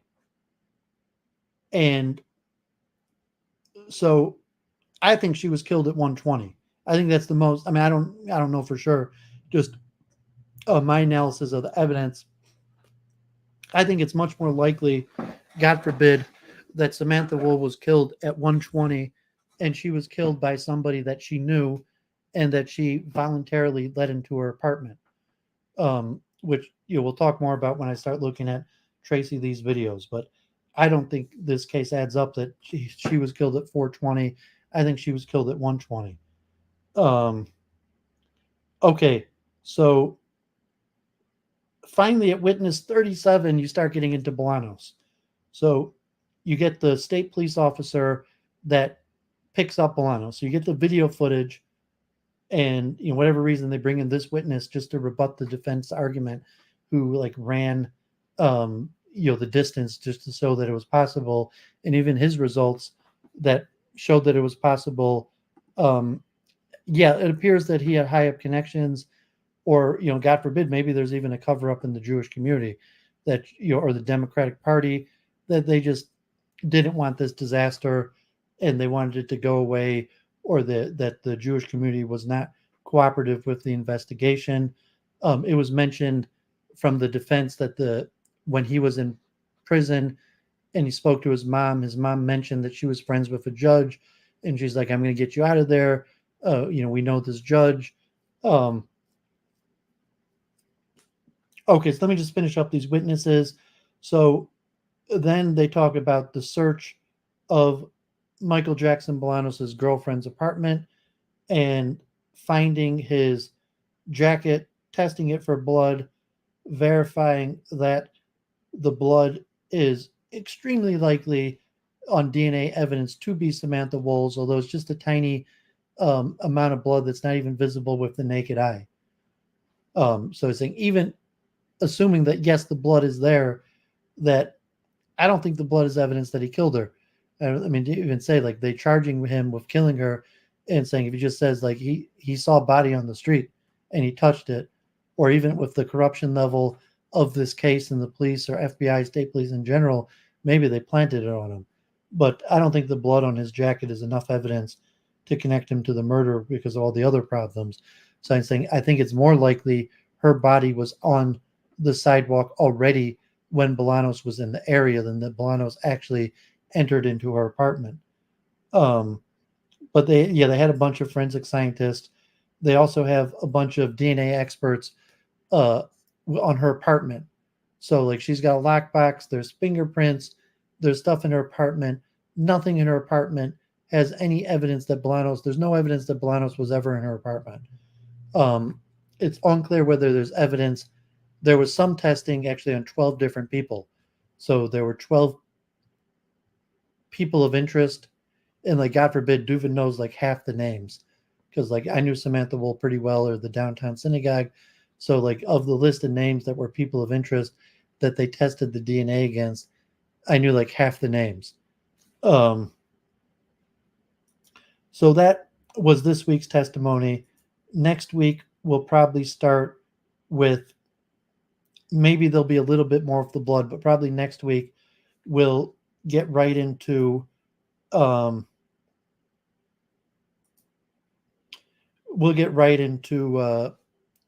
possibly Bolanos's interrogation with the police, and then maybe David Wilkinson will testify. And I mean, he's key testimony because he was the last person to speak to Samantha Woll, and it's likely that he was supposed to come over that night, or maybe that he even did come over that night. We don't even know that information yet. So that'll be extremely important testimony if Wilkinson testifies. And if he doesn't, there'll be big questions left. Okay, so this woman, Tracey Lee, who just happens to be doing coverage of this case. I don't know if she lives in Michigan. She's just a true crime podcaster. And, so she's mentioning at the beginning, before she starts her series, that this was the biggest news story in the whole world. This was international news. Every major paper was reporting about this when it happened. And there was huge questions of whether it was anti-Semitism. And here a reporter is asking White House Press Secretary Karine Jean-Pierre about Samantha Woll and if the president is aware. And the press secretary says that President Biden is aware of the Samantha Woll murder case, and sends out prayers or help and support and anything possible. So the president didn't actually make a comment on the case. However, the press secretary said even President Biden was aware of Samantha Woll's murder. It was mentioned on almost every major news station, CNN, international news. Every newspaper for like a week was carrying the story. When the first suspect was arrested, it was making national news. By the time the second suspect, Bolanos, was arrested, already 2 months later, there were a few national stories, but it basically dropped off. And now that Michael Jackson-Bolanos has been on trial for 3 weeks now, there's been almost zero national coverage. No court TV, no national mention, no analysis. The only people covering it are local Detroit papers, and even the local Detroit coverage has been minimal. And the only place carrying the case live is Fox News. So I'm saying Fox News, likely you'll think like, okay, a black man killed a white woman, and that's the type case that Fox News would carry. So, she just mentions like, what's going on? And then she says, it's national news. And she's saying from her analysis, she's, agreeing with Duvid that she doesn't think that Bolanos is the right guy, and that there probably is a cover-up, and they did a weak investigation. So she does a 3-part video, and she's going to do more, and she's still covering the case. So this is her channel, the alternate point of view. So if anyone's following the case, I recommend watching her so far 3-part series on the case about 3 hours. And the first one, she gives an introduction to the case, and she goes over Jeff Herbstman's testimony. And she points out all sorts of problematic inconsistencies with the case. And I invited her, like, I tweeted, we had a Twitter conversation last night and today, and I invited her to join, but she may, it's Sunday, who knows what she's doing, and she may not have seen it, but, she does show up. So the first part, she covers her ex-boyfriend's testimony and all the problems with it. And, she said, okay, like, obviously there's not enough evidence to show that he did it. But it's saying that there's a lot of suspect, there's a lot of, so to say, faulty police work. So just that the police cleared him and are using him as, so the question, why, how is he possibly a witness for the prosecution?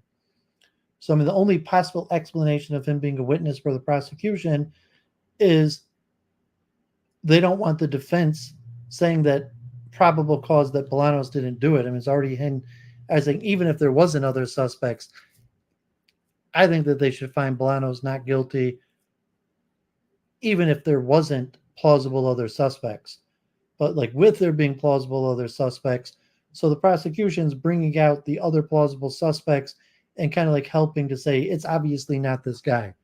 But like, I don't think they help because he had kind of like a guilty, nervous type personality. And from what I saw in the case, a lot of the people watching the case do in fact think he's the guy who did it. But the evidence against him is minimal besides his own confession and him kind of being, maybe like a weird, creepy ex-boyfriend, a drug addict.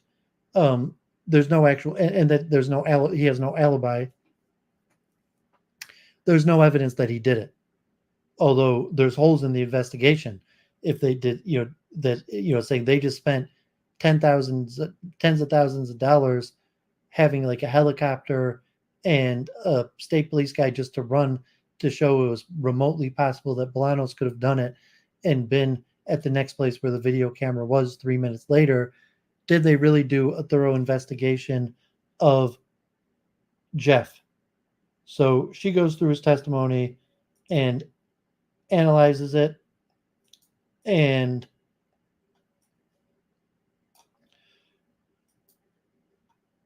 part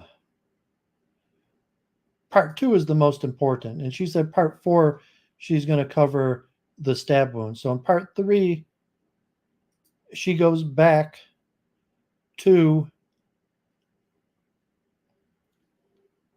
the original press conference that the police gave. So this is what I was saying, like, because I remember the only information, and according to the original police press conference, they're making it look like there was no break-in and that the person who did it was likely someone she voluntarily let in, someone that she knew. They said positively it wasn't a hate crime.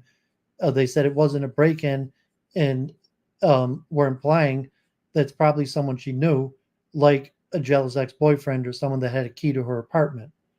And so just going back, so she shows that interview back from October 23rd. Then she shows inconsistencies with the neighbors. So like the time of death and saying, how long does it take a body to turn blue? And just kind of like the callousness of her neighbors.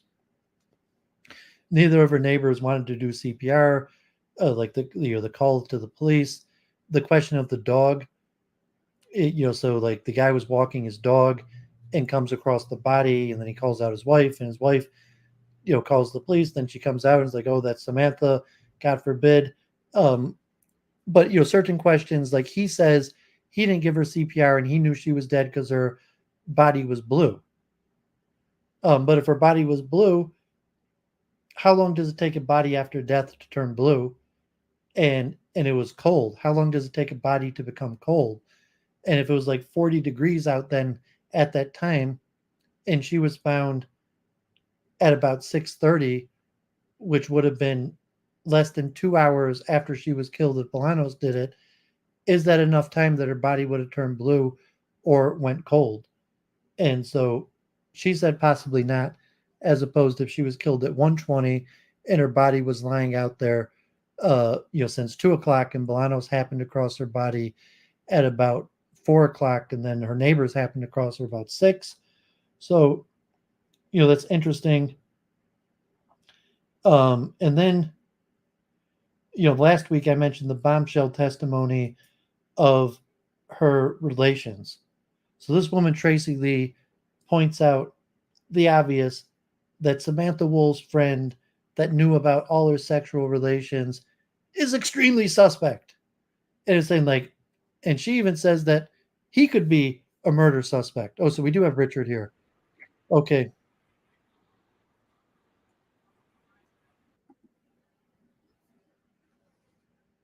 Is that you, Richard? Well, it looks like a fake. God forbid it looked like a fake. Hopefully I didn't get porn bombed. I didn't send Richard the invite this week because I saw that he wasn't following the case, and he said last week he got a new job. It looked like someone tried to join under Richard's account, but it wasn't actually him. Although I hope, but if Richard, you are watching, you're welcome to join. The links in the chat. Although it looks like, God forbid. So yeah, Tracey Lee points out the obvious, that this guy is extremely suspect, and even the investigation, just that he talks to the police, and the first thing he does to the police is tell all of her dirty sexual material to the police.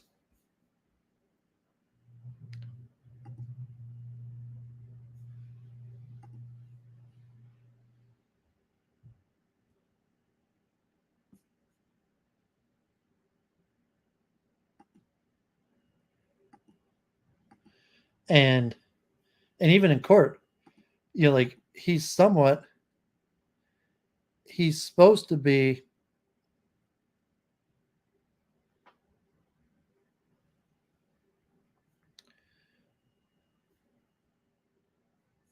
Samantha's friend. And I don't know that you, Jack. Kill niggers. Oh, I got another, God forbid, a bomb trying to get my stream attacked, reported. God forbid. Okay, so hopefully that doesn't affect the stream, or take it down if that, God forbid. Unfortunate. What can you do? So, although, unfortunately that could cause the stream to get taken down. Although I doubt it. It was just a tiny corner, unclear. But it's unfortunate. So she's mentioned this guy is kind of shady. Why is he coming up in front of the jury, just forwarding and in front of her parents, in front of her friends, telling everybody about all of her sexual relations? It was the only reason I know about any of this is because of his testimony. And saying okay, he probably was Samantha's friend. He spoke at her funeral, but just Tracey Lee kind of points out the positive. This guy is highly suspect. Why is he throwing Samantha Woll under the bus in front of her family, in front of public TV? Is he a jealous ex-boyfriend too? So, and so Tracey Lee mentions even this guy looks like a possible suspect. So I didn't mention that last week, but I can say God forbid, that is suspect. So she's mentioned this was the last video, and so she's speculating that whoever did it was probably premeditated and was probably someone who knew her, and so she's going to analyze Samantha's boyfriends, and God forbid, maybe she'll probably be covering the trial tomorrow. Maybe I'll join her trial, and her trial coverage and talk with her about it. But like, yeah, I mean, she made some interesting points, and but this was the most important because a lot of the question, she found some interesting information. She put together the timeline of when she came home, and I'm thinking that most likely Samantha was, God forbid, probably killed at 1:20, not 4:20. And that's from my watching it and looking at the evidence. So she found pictures of the apartment. Well, this isn't Samantha's layout, but she was able to find from a real estate page pictures of the apartment. So if you're looking, like 1364, which I guess was her address, and I understood she's her family, her estate has already sold the apartment. But like if Bolanos was breaking into cars, I mean, it's unlikely the door was just completely open. And for even the police to say, like, okay, she left the door completely open. I mean, they don't have any evidence of that. The alarm said the door was open, but the door would have been open even if this door was only ajar like a quarter of an inch. So, if you're looking, it was dark late at night.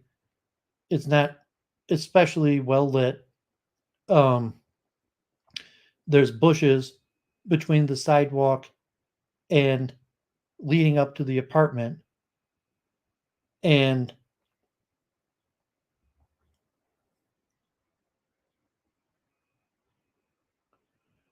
what's the chance that Bolanos would have been able to see that the door was open? Or then if you're claiming that like he checked every single door, so you say like, oh, Bolanos was a thief and he was going door to door to check every single door just to see if it was open. And like, I mean, that's a huge speculation. You're charging this guy with murder, and you're gonna say you're claiming that either the door was open enough that he was able to see the door was open a little bit, and just thinking like if the door's open a little bit, there's probably somebody there. Like if the door was open a little bit, would you think like, okay, like I'm going to break in and try to steal something, or you think like probably somebody's home? Um, but so she's found some pictures. So just looking at it, I guess this isn't how she had the apartment set up, but she would have been sleeping on like a couch in this room, and it's a pretty nice apartment. There's a kitchen, um, the upstairs bedroom. So here is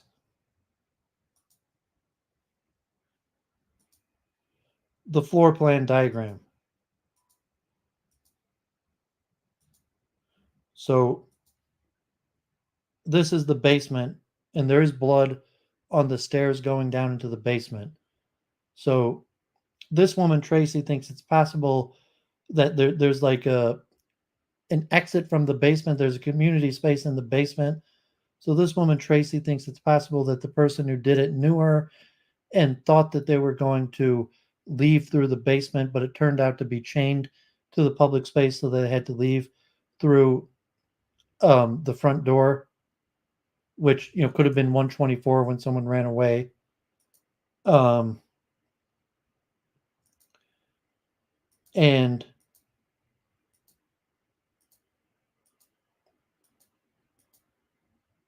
the second floor has bedrooms, so there'd be a staircase going to the second floor and to the basement. This is the front door.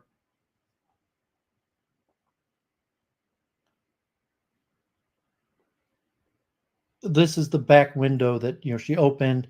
Her couch, I'm not sure if it was against like a wall, so if she was asleep on the couch, she would have been like asleep in this main space here. And so it's not clear where the alarm picks up. So at 4:20 the alarm picks up for just a very small period of time. And then there's blood most of the blood is here by the doorway, and it could be that the alarm doesn't pick up near the doorway. It picks up in the main space. So it's not clear. They haven't made a diagram or clarified exactly where the alarm picks up, and it doesn't. And they haven't done a clear diagram of where the blood is. But from what I understand, there's blood all over. It's everywhere. So presumably, I would guess from the evidence, saying that her neighbor hears yelling at 1:20. The last time she checks her phone is 1:29. There's major movement in her apartment about 1:24, and it goes idle. It's unclear when the movement in her apartment stops. But I would guess from what we know that she gets home about 12:30, that she's probably killed about 1:20. And like, okay, God forbid, oh, this woman, Tracey, your next one's going to talk about the wounds on her body. But it's possible that she was hit first.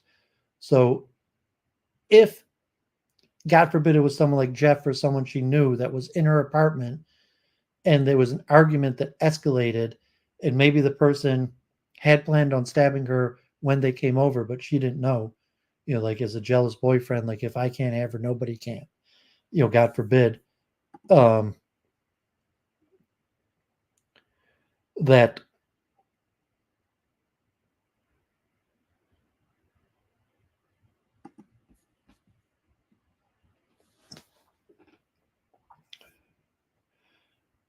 she could, I mean, a few possibilities. She could have had somebody there she could have came home with somebody.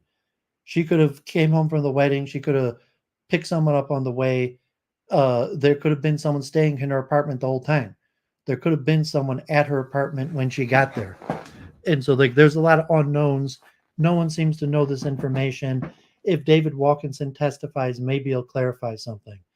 But if she had had someone in the apartment, there's some sort of confrontation. The confrontation leads to an argument. The argument starts with a physical attack, like fists hitting her in the face, God forbid. She has bruises on her face. She screams. And then after the scream, the person starts stabbing her. And as Tracey said, maybe the person thought they were going to leave through the basement, but the basement door was locked, and they leave out the front door. There's a person running away from near the apartment at 1:24. That could have been the person who killed her. And corresponding with the motion in her apartment. And then she tries to log on her phone at 1:29. So she's able to open her phone but not use it. So it's possible that, she's stabbed about 1:20 to 1:24. She's, God forbid, really bad shape. She's fumbling around. She's bleeding all over the place. She makes it to her phone, tries to open it unsuccessfully. The phone gets somehow under her couch. Like if it was Bolanos, how does her phone get under her couch? And then she passes out near the door where the majority of the blood is. What I mean, God forbid she was stabbed, what she would have been thinking, who knows? And eventually, at some point, she makes it outside, and whatever reason, as opposed to knocking on her neighbor's door, she ends up across the street on the sidewalk, where she bleeds out mostly inside her apartment, but then she bleeds out the rest on the sidewalk, and she's out there for about 4 hours from maybe like 1:45,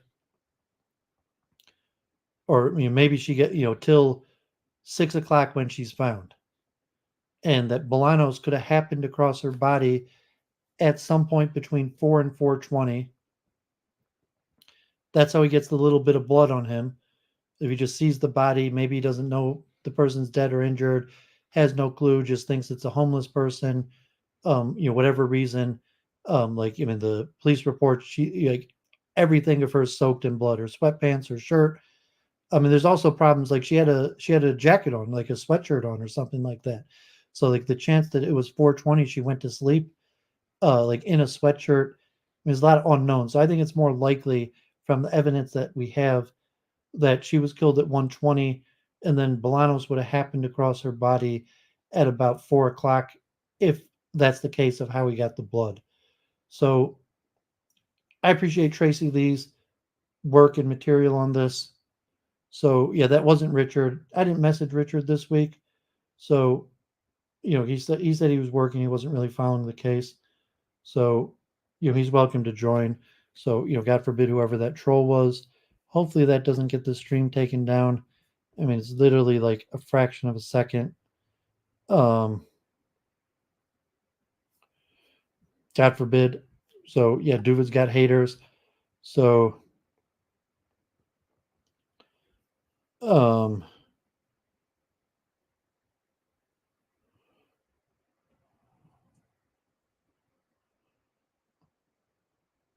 there's one of the same guy who was all upset at me for being a rabbi, saying, is it counter-Semitic? Is it from the Bolanos trial? Is it whatever? So I haven't had one of those porn bombs or whatever for a long time. So God forbid. That was really short. I don't think I'm going to remove it. It was just a tiny thing on the screen.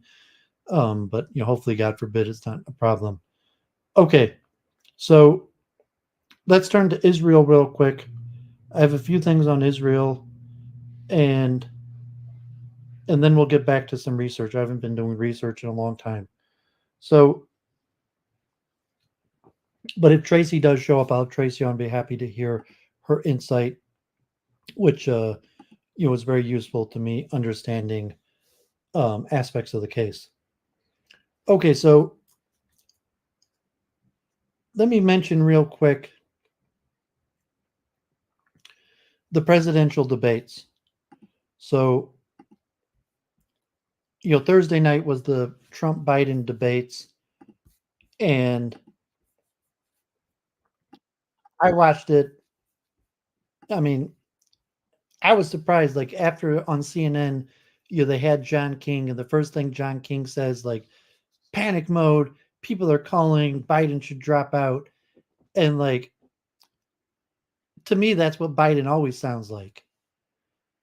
So like the Biden is like old man with like possible dementia or cognitive decline. I didn't think he sounded especially bad in the debate. Like to me, that's how he always sounds. But the immediate media enters into immediate panic mode afterwards, like becoming completely clear to people that Biden's not fit for the job. He's got cognitive decline, and he might lose to Trump. Not God forbid, not because he has cognitive decline and not fit for the job, but because he might lose to Trump. And so I mean, just God forbid, like Duvid libertarian, Duvid's down on America. Duvid thinks, God forbid, the state of America is disaster. Like I'm not sure we're going to survive this election. But just watching the debate, the debate was pretty much a disaster. Probably all the questions for Biden were pre-scripted. Some of his attacks, like Trump, whether it was his strategy or Trump just being Trump, he doesn't even answer most of the questions, which maybe makes sense. Like Trump saying, this is rigged, this is nonsense. Why do you have us here, in front of no crowd answering these stupid questions from, clearly anti-Trump hosts, Tapper and Bash. And so Trump is like not even really respecting the process, and he's just jumping and speaking about whatever he wants to speak about, not answering the questions. And whether that was his strategy in the first place, I'm not sure. Whether that strategy makes sense. Like I could see a logic to it from Trump's perspective, because like Trump does media interviews all the time. Trump all in podcast. Trump is talking to the media hours every day. So if you really want Trump's answers about these questions, do you really need the debate? To have a bunch of answers on small questions when he's doing interviews all the time. It really should be arguing with Biden about more consequential issues. So it could be that was Trump's strategy the whole time. But We don't know that for sure. So um, there's not much. There's not much like I didn't learn anything at all from the debate. God forbid, like I didn't learn anything at all. Um, there was nothing particularly interesting, informative. Like okay, like Biden threw out some heavy accusations. Trump was actually more reserved. Like the worst president, the golf thing, various things. Like it was kind of petty, and just like both of these guys are completely incompetent and unqualified. Both of them don't appreciate the enormity of the situation. Both of these people are like narcissistic egomaniacs, and the debate just showed the disaster of a situation America is in: declining empire, incompetence, reverse splint effect, so on and so on. Um, Questions like the deficit, like it showed me no confidence in either side. But like obviously Biden least less confidence. So like Trump, his personality defects, on full display. Um, but like yeah, most people know Trump's personality defects, which are significant. But I guess a lot of people, and like I said, um, to me, like that's what Biden always looks like. So the people are like, they didn't realize like Biden is not fit for the job. He's too old. Like I don't know what they've been seeing the last few years. So if they just saw it now at this debate, like they've been blind the last few years because I just saw the same Biden. Um, but just saying like the dude's 82 years old, and like it's a serious health issue. It's a serious issue for America to have someone that old. That just even if he wasn't obviously visibly having the effects of cognitive decline. Okay, like my parents are in their early 70s, and like both of them have signs of cognitive decline. Like Duvid's 45, God forbid 46, and I feel like I have like I get more tired more easily. I'm not sure if I have cognitive decline, but I'm not as quick as I used to be. But like certainly like like Trump and Biden clearly have both cognitive decline, and Biden's cognitive decline, like he's at like nursing home level cognitive decline. Like Biden is like already like I take care of my mom. My dad's in pretty good shape, but like I do a lot of things for my dad. My dad almost always did things for himself, but like I do a lot of things for my dad, and I do like countless things for my mom. I do like almost every day. I go to my mom. I do her dishes. I do the garbage. I open up packages. I lifting, moving things. Um, I go to the drugstore, the post office. I mean, I do countless things for my parents, and they're 10 years younger than Biden. And just say it's like, of course, he's 82. He's severe cognitive decline. This is ridiculous. Like there's no way he could successfully run America at that age. And to pretend otherwise is just like clown world. Um, so just watching the news, it's like hard to even watch this.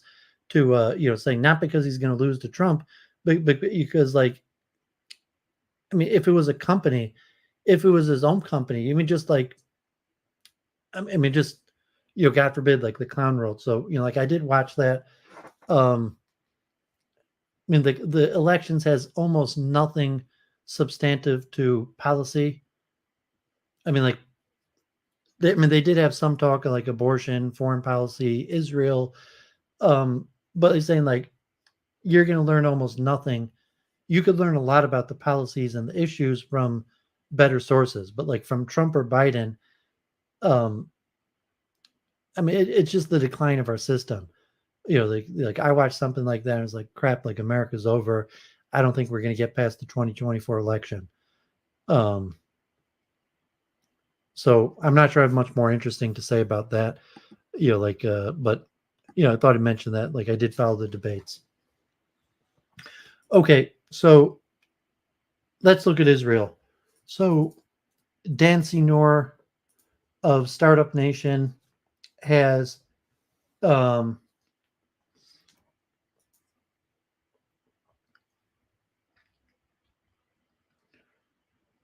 um,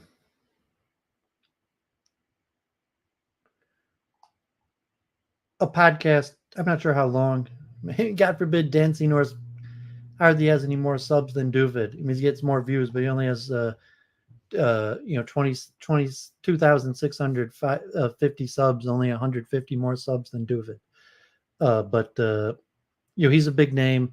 He was head of the Council of Foreign Relations. Like Dan Senor was like one of the head of the Council of Foreign Relations, popular author. He was Romney's campaign manager.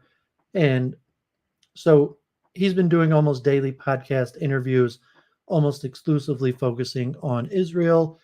And this week he interviewed Ronan Bergman, um, historian, popular author who wrote the book on like Israel's assassinations and has authored for the New York Times the series of reviews, critical reviews of Israel's operation on October 7th.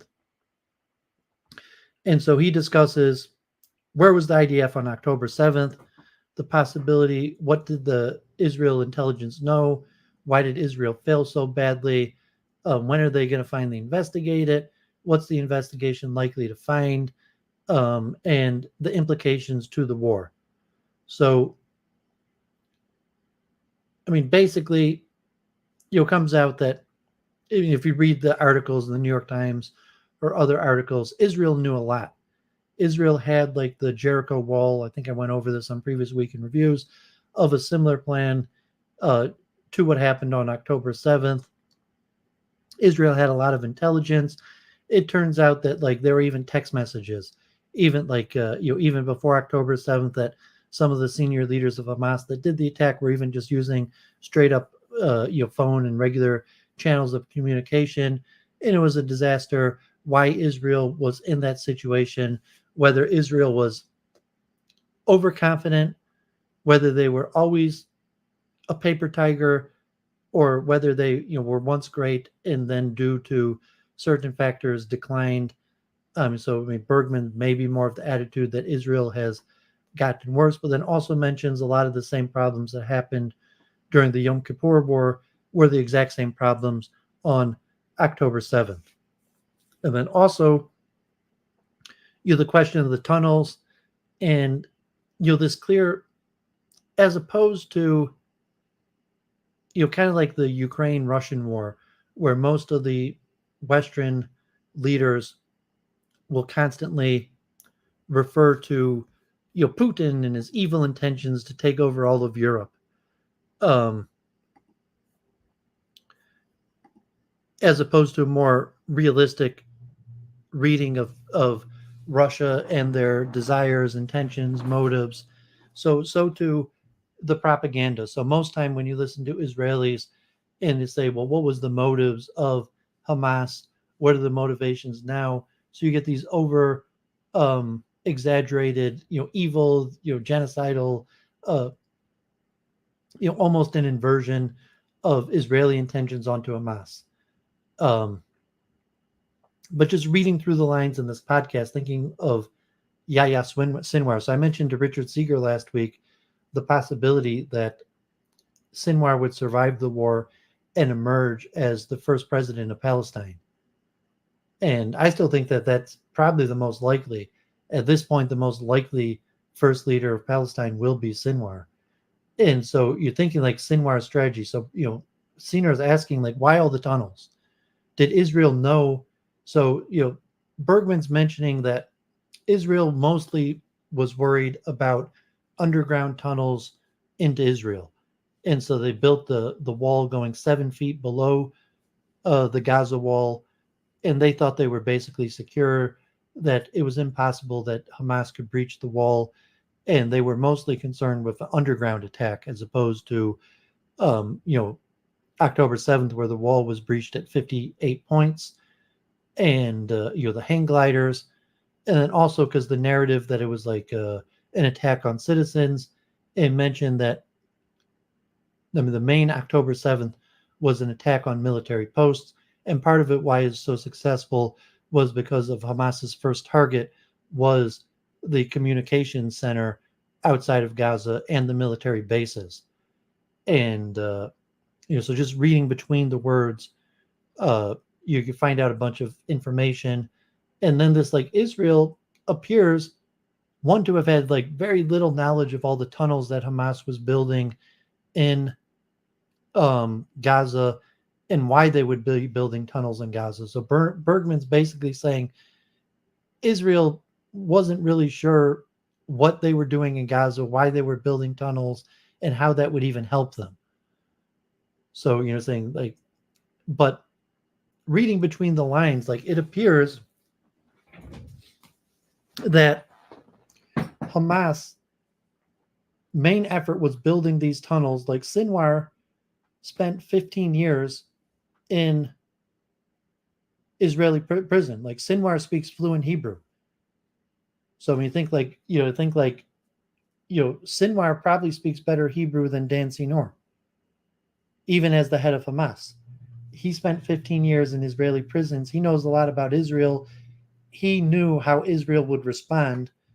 And if Sinwar was the mastermind behind October 7th and the tunnels and the long-term strategy, is saying most likely they planned for this long-term onslaught of Israel that might be multiple years, that might even involve the United States, that might even involve, I mean, it still could, God forbid, but the thought that the United States would even help in the war against Hamas, and all the weapons and the tunnels were built because they knew that Israel was eventually going to try an ethnic cleansing, genocide, God forbid, and that's why they built these tunnel networks. So Bergman or Sinor doesn't say that because, like, obviously Israel, wouldn't do it. They wouldn't even want to open the window that would. But I think you're reading between the lines of this interview and saying, like, yeah, Sinwar masterminded the attack, and he, probably not just him, but probably most people in Gaza figured eventually Israel's going to come in and try to kill them, try to ethnically cleanse them, and their only chance at survival is this massive tunnel network in Gaza. So that was some interesting, interesting podcast. I've listened to quite a few of his podcasts recently, just for information.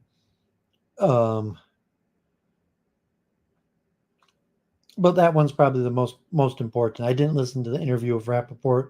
I never listened to him. God forbid. I think I saw that movie he was in when I was a kid, like Higher Education, where he plays a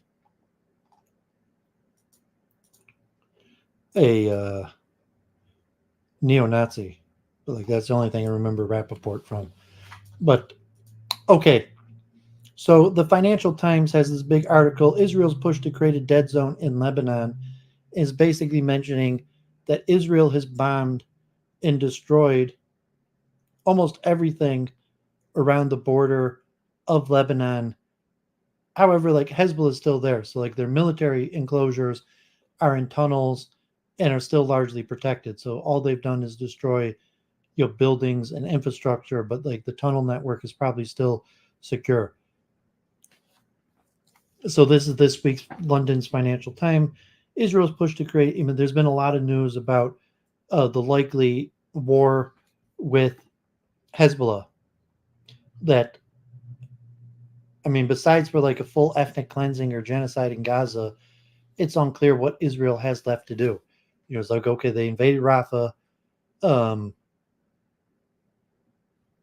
According to their goals, like at what point do they declare victory? And saying, well, it's like I said from the beginning, until they put boots on the ground and do a full ground invasion, eventually they're just going to have to pull out and Hamas is going to retake control. So they could do a perpetual occupation, military occupation, dropping bombs, having civilians in temporary shelters until they pull out, where Hamas retakes control of all of Gaza. And it's looking like we're getting to that point where Hamas and Israel will reach a ceasefire, and Hamas will retake control of Gaza. And if they're forced into a two-state solution, like God forbid, the most likely president of the next state of Israel is going to be Sinwar. So Israel's been focusing on Hezbollah in the north, And because still Israel has withdrawn close to 100,000 people from northern parts, there's still major bombing going back and forth. And Israel wants to eliminate the threat of Hezbollah once and for all, which seems extremely unlikely. But the increase in rhetoric, the increase in bombings on both sides. So let's just take a little look at the current state of things, and then we'll talk about the Haredi Draft, the other big news in Israel, and then we could get back to some research. Israel's push to create a dead zone in Lebanon. As Hezbollah and Israel trade cross-border fire, radar data and interviews show attacks have ravaged a 5-kilometer wide strip of land.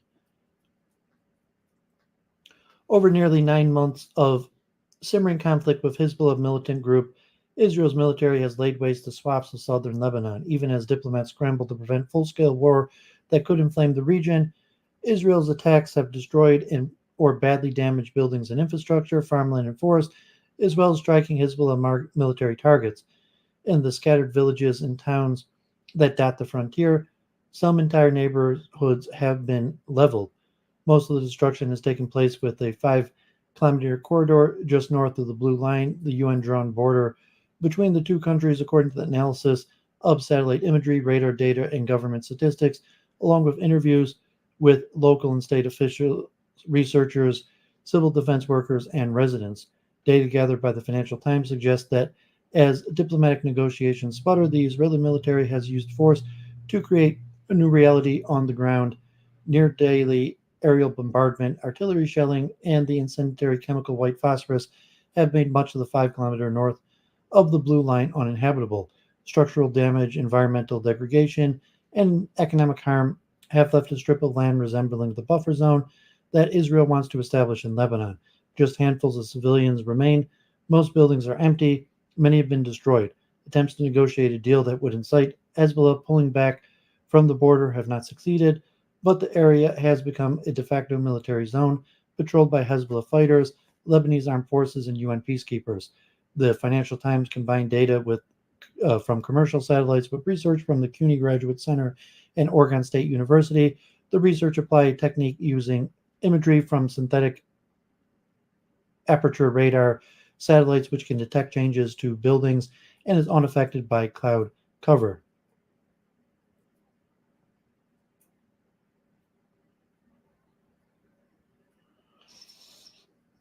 So this is just satellite data of damage in Lebanon. Buildings are marked. Homes and other buildings in yellow were identified damage as of May 27th. So just a huge mass of damage, although not nearly as bad as Gaza. In Eitan el-Chab, near the border, shows clusters of destruction. The town center has been hit hard since October 8th, the day Hezbollah began firing into northern Israel in solidarity with Hamas and drew Israeli military forces away from Gaza, that triggering continued tit-for-tat hostilities. In Lebanon, says Mohammed Sroor, the mayor of Eitan el-Chab, it's systematic destruction. They're destroying the infrastructure to make it impossible for you to return and live here, he said. More than 95,000 people have been forcibly displaced in Lebanon itself. According to the UN, Israel strikes have killed more than 90 civilians and 300 Hezbollah fighters. According to the FT tally, more militants than died in a brutal month-long war in 2006. Hezbollah's attacks on northern Israel have killed more than 24 soldiers and civilians and displaced about 60,000 people, according to the Israeli government disclosures and the Financial Times count. Diplomatic negotiations spearheaded by the U.S. remain gridlocked. Israel's demanding Hezbollah pull its forces, included the elite Radwan unit, back from the border, but the militant group insists it will not agree a deal until there's a ceasefire in Gaza. So this map, the whole northern border, the Golan Heights, clusters of 10 or more damaged buildings are dots all across the border. Hezbollah is still carrying on daily operations against Israeli targets. In practice, pulling its fighters back would be virtually inconceivable, said analysis, diplomats, Lebanese officials, and people familiar with Hezbollah's thinking. Iran-backed Hezbollah is not only Lebanon's most powerful military and political force, but also controls the South, where it has been deeply embedded in communities for decades. Asking us to withdraw from the South is like asking a fish not to swim in the sea, said a Hezbollah fighter who asked not to be named. Fears have risen in recent weeks of full-blown war between Hezbollah and Israel, with increasingly bellicose rhetoric from both camps. The militant group last week issued drone footage on sites deep in Israel, while Israel has assassinated high-ranking Hezbollah commanders. A senior Lebanese official said the question was whether diplomacy and the de facto buffer zone would be enough to stave off a wider war, or will they want to expand the war and attempt their foolish plan of trying to eliminate Hezbollah entirely, the official said. Oh, yeah, if that's you, Tracey, you're welcome to join right now. I'm just reading an article. I went over your videos in the case what I was going to go. But if you're around and want to hop on, please do. I was talking about the war in Israel right now. But if you're around, I'll turn right to you. A senior Lebanese official said the question of whether diplomacy and the de facto buffer zone would be enough to stave off a wider war, or will they want to expand the war and attempt their foolish plan to try to eliminate Hezbollah entirely? Responding to the question, the senior Israeli military official said that this isn't a buffer zone. We just want Hezbollah punched back. We don't have an issue with UN peacekeeping troops, Lebanese armed forces, or Lebanese civilians staying there, but we have to clean out the area of Hezbollah's presence. They pose a direct threat to Israeli homes via sniper fire, anti-tank guided missiles, cross-border attacks, and other means. This is a tactical need to provide security for Israeli residents. In the border village of Nakora last month, collapsed concrete, mangled, correlated iron, and broken furniture were all that remained of two civilian homes. Smoke lingered from overnight Israeli strikes. Several rows of houses have been leveled in recent months. The hometown burial of two Hezbollah fighters killed in combat gave many residents the opportunity to return briefly and check on their homes, since funerals are seen as a window in which Israel will not launch strikes. Our beautiful village is now a ghost town. Such a resident who did not want to be identified. He silently cried at the sight of his children's toys in the rubble of his home. Every village within a 10-kilometer radius of here is the same. Every day the destruction is getting worse, said Hassan Sheikh, mayor of the town of Kfar Kila. After visiting from Beirut, where he has been since November, he said there are neighborhoods that look like Gaza.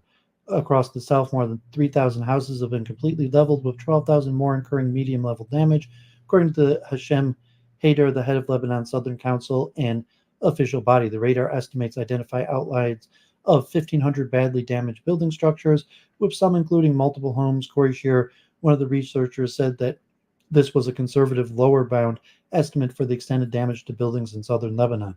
Hager said that the Israeli campaign had left civilian infrastructure in disrepair, including water pumps, reservoirs, electricity networks, solar panels, and roads. The damage is massive. Hager said the type of weaponry that's being used is different from what we saw in 2006. Before, when a house was bombed, the damage would be confined to the house and the immediate surroundings. Now the entire neighborhoods that are being affected by one bombing. So, yeah, so if Tracey, if you're still at work, I stream usually like 5 hours till midnight. I read articles, I cover the war in Israel, and then I do research. So if you want to join like another hour, you could also join in an hour. So, I'm more than happy to have you whenever you're available, even in the next few hours. I usually Sunday night stream for a few hours, sometimes have guests if they're around. I have already covered my coverage of the Samantha Woll case. But anytime that you're available, we'll go straight into, your coverage of that. So, appreciate it. Or, if you get home and you're tired and don't have time, that's fine. Also, we could talk a different time, but, I'll be streaming probably till at least midnight. Israeli strikes began creeping into urban centers earlier this year, said officials and residents. Israel said it exclusively targets Hezbollah positions, including burning down brush near the border from which says Hezbollah launches operations. Every third home in South Lebanon is used by Hezbollah for weapon storage, training, firing positions, and meeting points for a possible cross-border attack, said the senior Israeli military official. Hader, along with more than a dozen local officials and residents, said residential homes were worst affected, including many with no militant links. 8 residents and officials separately told FT of using brief pauses in fighting to run home to retrieve belongings, only to have their homes hit by Israeli strikes within hours of leaving. This was seen by residents as a threat, effectively warning them to stay away. Sheikh the mayor Farkila said his sister had not visited her home for several weeks, but returned during the April's Eid holiday to retrieve belongings. The Israelis didn't like this, so the house was hit and totally destroyed some 2 hours after she left it. In Nakora, the FT saw the immediate aftermath of 2 strikes. Fighters told FT that Hezbollah members had been sheltering in an abandoned civilian home and storing weapons in another across the street. Both homes were targeted on May 20. Nearby entire rows of houses had been destroyed.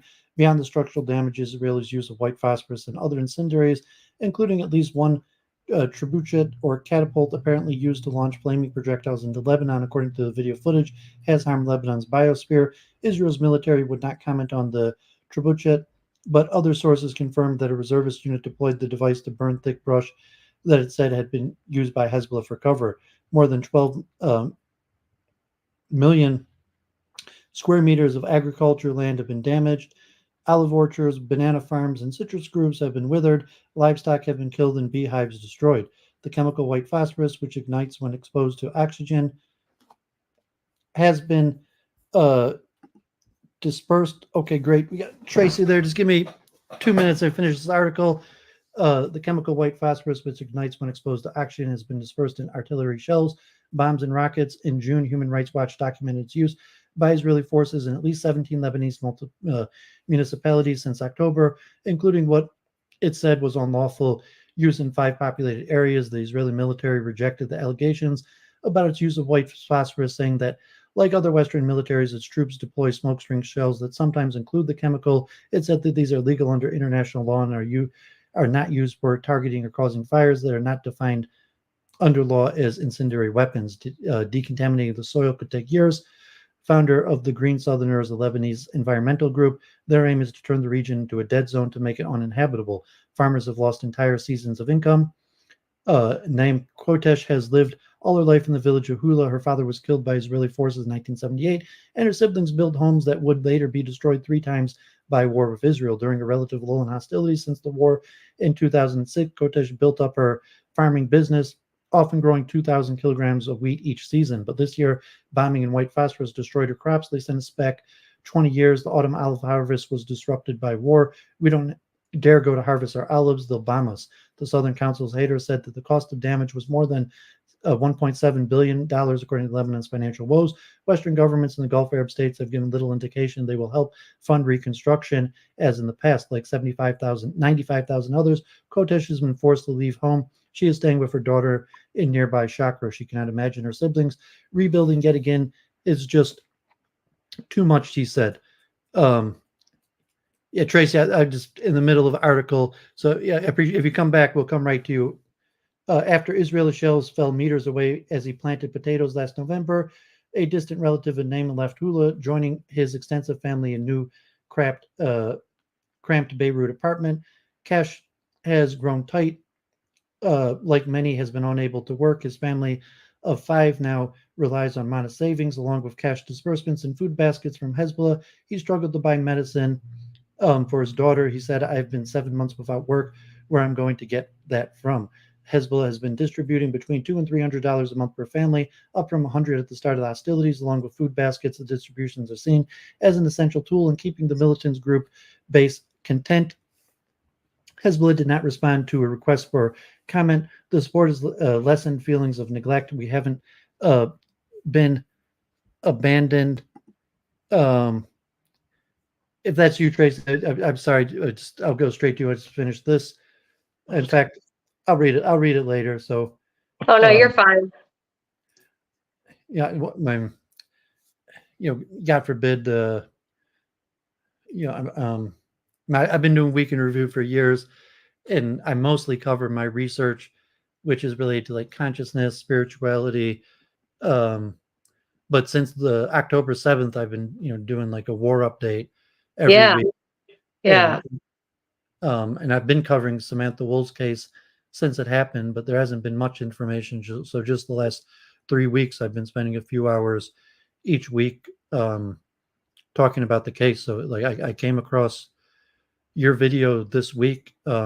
Maybe last week I saw you were live streaming the trial, and I clicked in.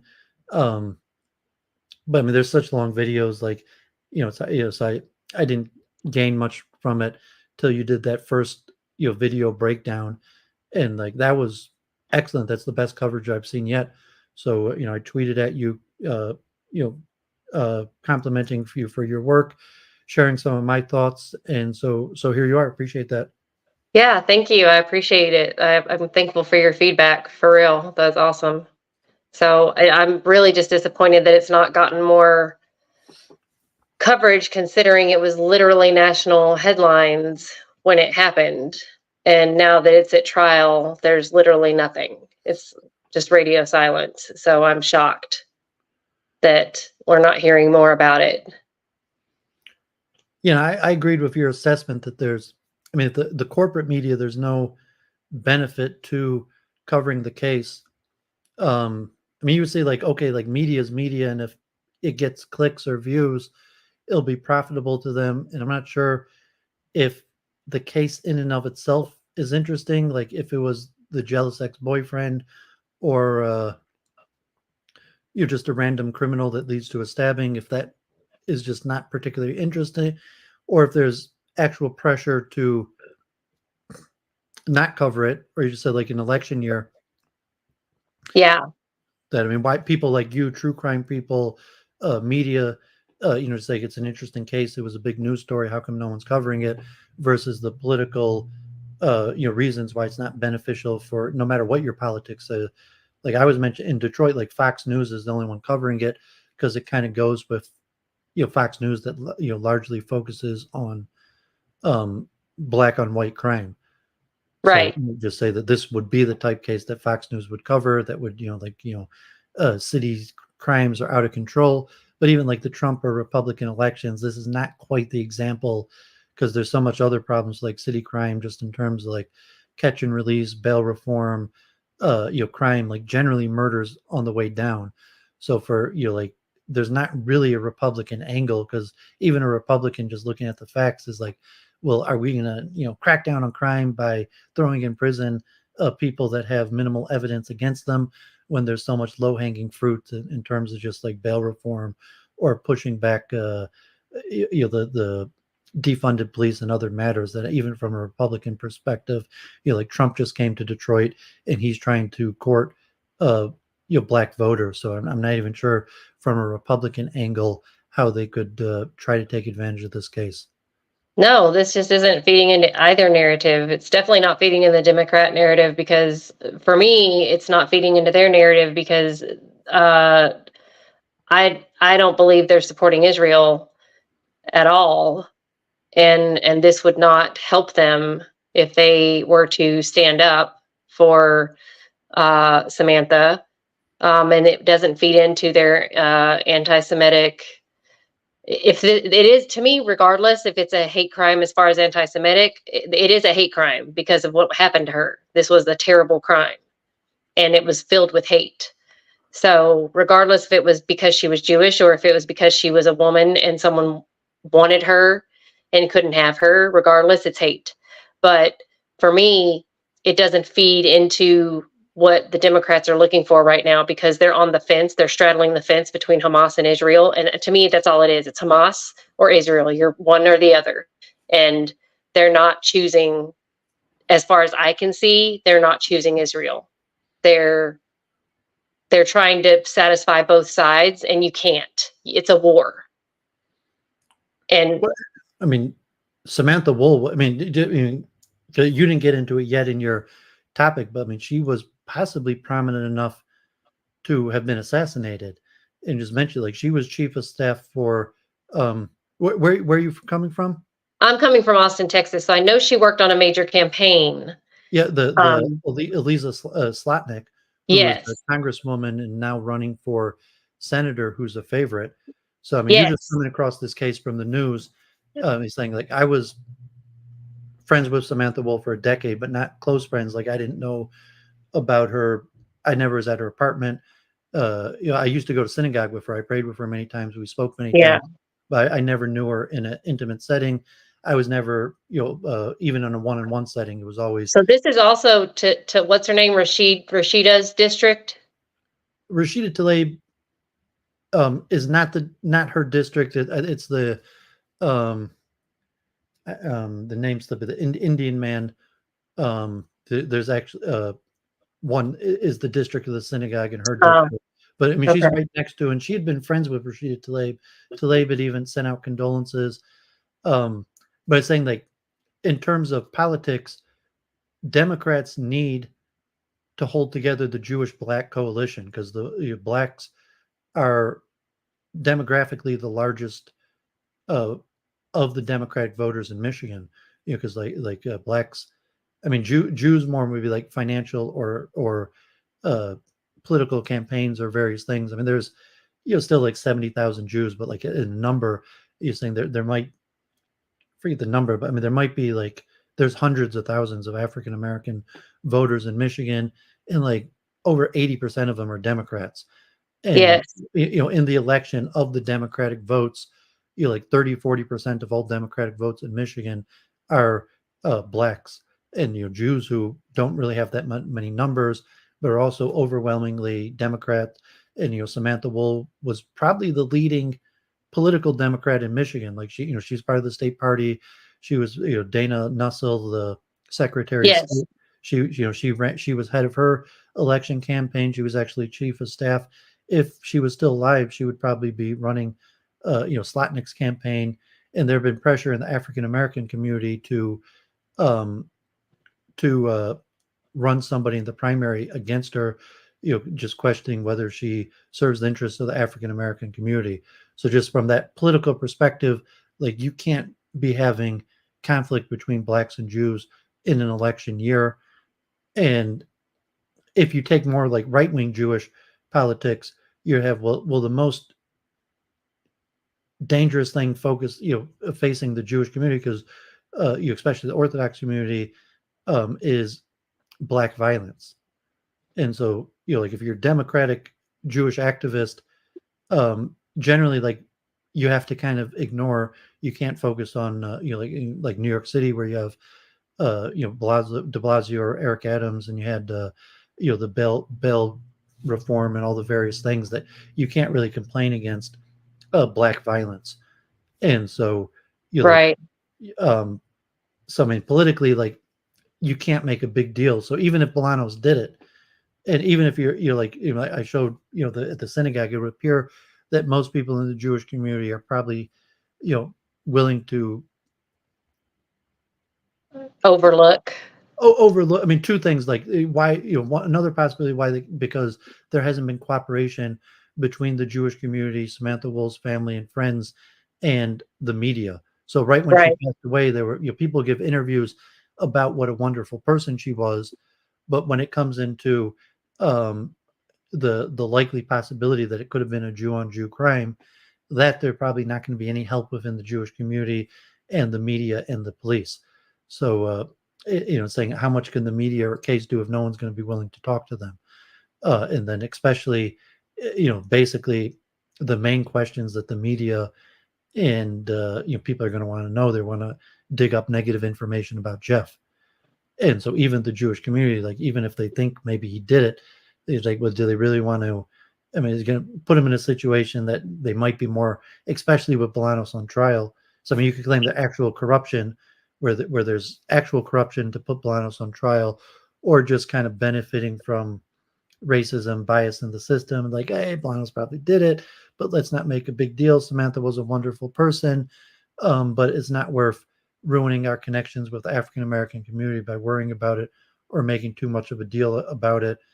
I mean, it's really unclear. Like, just to explain, like the first question you asked, how come no one's talking about this? How come the media is not making a big deal out of it? So I mean, that's just some of my insight on why that might be. Oh yeah, it's just like in the Asian community, like the Asians don't talk to every. It's strange how people immigrate to America, but the communities stay with their own communities. They don't go outside their own communities very often, when things happen. They stay pretty close knit. there was big news like 2 years ago, 3 years ago, where, I mean, God forbid, it was also mostly black on Asian crime.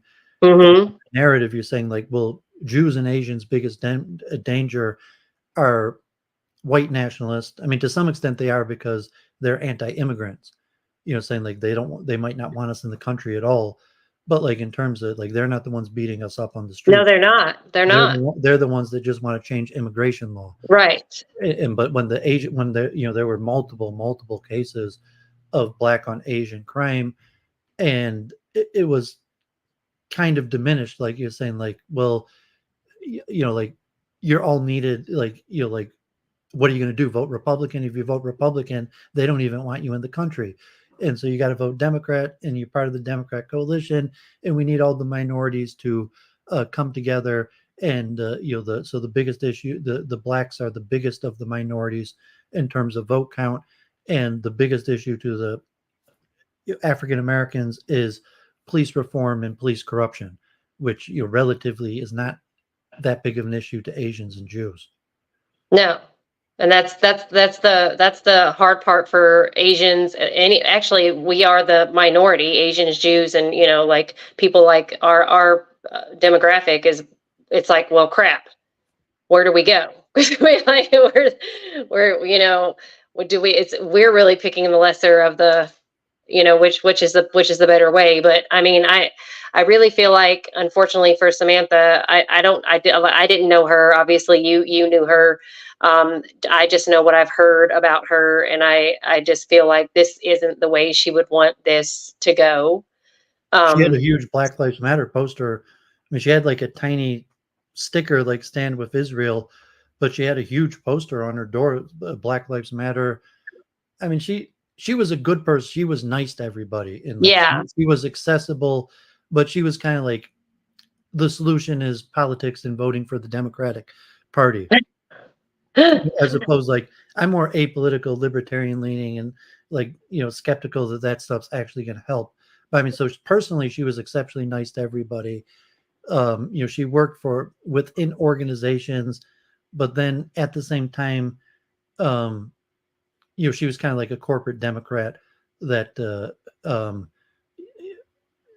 you could be like, and most of her work was not necessarily with the Black community, with the Muslim community or Democrats, abortion, and even like Black Lives Matters a little bit, but there is internal dispute among the Democrat of what's the best interest. And she also, like the Downtown Synagogue just raised millions of dollars, and they took money from large foundations that are taking part in gentrification.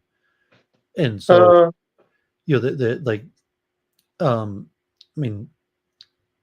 so the remote possibility that she could have been assassinated, like I mean, that if it's not Bolanos and it's not one of her ex-boyfriends, then you say like, well, could it have been a political assassination that will never be solved? Then you're getting pretty far into conspiracy theory. But I would leave that door open. I would actually make that, say, okay, could it have been even like a rabid anti-Semite? Like, I mean, she wasn't. I mean, she was semi-pro-Israel, but she was very liberal, part of a liberal synagogue, and like as far on the. I mean, she was still Zionist, but she was like as far on the left as you could be in the Zionist community. That he's saying like she wouldn't appear to be. I would say it's more likely like like a pro-life, or some sort of if she was assassinated, that would have been anti-Semitic. I mean, still remotely possible, but saying like, considering her leading role in the Democratic Party, you'd also have to rule out the possibility like like an abortion activist or something else. Yeah, I thought about that too, because that's definitely a hot button, which I wish it wasn't. That to me just needs to go away, but whatever, it's just is what it is. But yeah, she did definitely have some. What? I mean, because she was the campaign manager for Dana Nessel, who Yes. is, to some extent, extremely controversial. President Trump, even, directly attacked her, the head of the Michigan, political party, like the word, like the three witches, referring to a woman, Dana Benson, who was Secretary of State, who made the voting easier for mail-in ballots, and Governor Whitmer, who also had like some sort of kidnapping plot against her. But I mean, just say that okay, she's not, I mean, she's just the campaign manager for Dana Nessel. But like, Whitmer had a kidnapping plot against her. Was she big enough in the Democratic Party that you say this could have nothing to do with her being Jewish or her boyfriends? It could have something to do with Democratic politics. And you say, okay, it wasn't necessarily like a right-wing hater, or could it be a power play within the Democratic Party also? And like, I mean, so there's a lot of possibilities that it may never be solved, but that's why I like your research, because saying like, I don't think Bolanos did it, even if there wasn't other suspects, even if like there was no ex-boyfriends at all, like she had no ex-boyfriends, and all you had was Bolanos and the evidence against him, I would still be thinking like he's probably innocent. There's nothing that puts him in the apartment, but like with all the other possibilities, to say like certainly it's probably not him. No, I mean, even looking at the timeline, I'm looking at the timeline. Like, they literally put together a video, which to me is inadmissible, because even in the Kyle Rittenhouse case, they tried to put in a video that was overpixelated because they zoomed in on it. And that's what they did in this case also. They put together a video that was man-made. They put in video, and it was overpixelated to basically show this is the person inside this video. You can't see them because they're too far away, so we're putting in a bigger version of the picture here so you can see that there's a person there. You can't tell that that's even him in half the video, as Brian Brown pointed out in one of the videos, where he's like, so he could get there in 20 seconds from this corner to this street. And then he shows him there's another guy walking at the same time. So he's like, oh, good catch. Yeah. So that shows you that you can't, you're basically, it's just like when we edit our videos on YouTube, which I rarely do, but when you do edit videos on YouTube, you're copy splicing, splitting, cutting, you're doing all these things to make it look right. And that's exactly what they did. They took his data from the cell phone towers, cut it into the video. And if you look at the time frame from when she was home, from 124, when the last motion or what have you happened, to 420, something happened between that time. And Bolanos was supposedly walking along all downtown the entire time. So there's no way he was in her apartment at that time. And also just with the time frame that it would have taken her to bleed out, as the ME said, that's bothering me so much. There was no major arteries hit.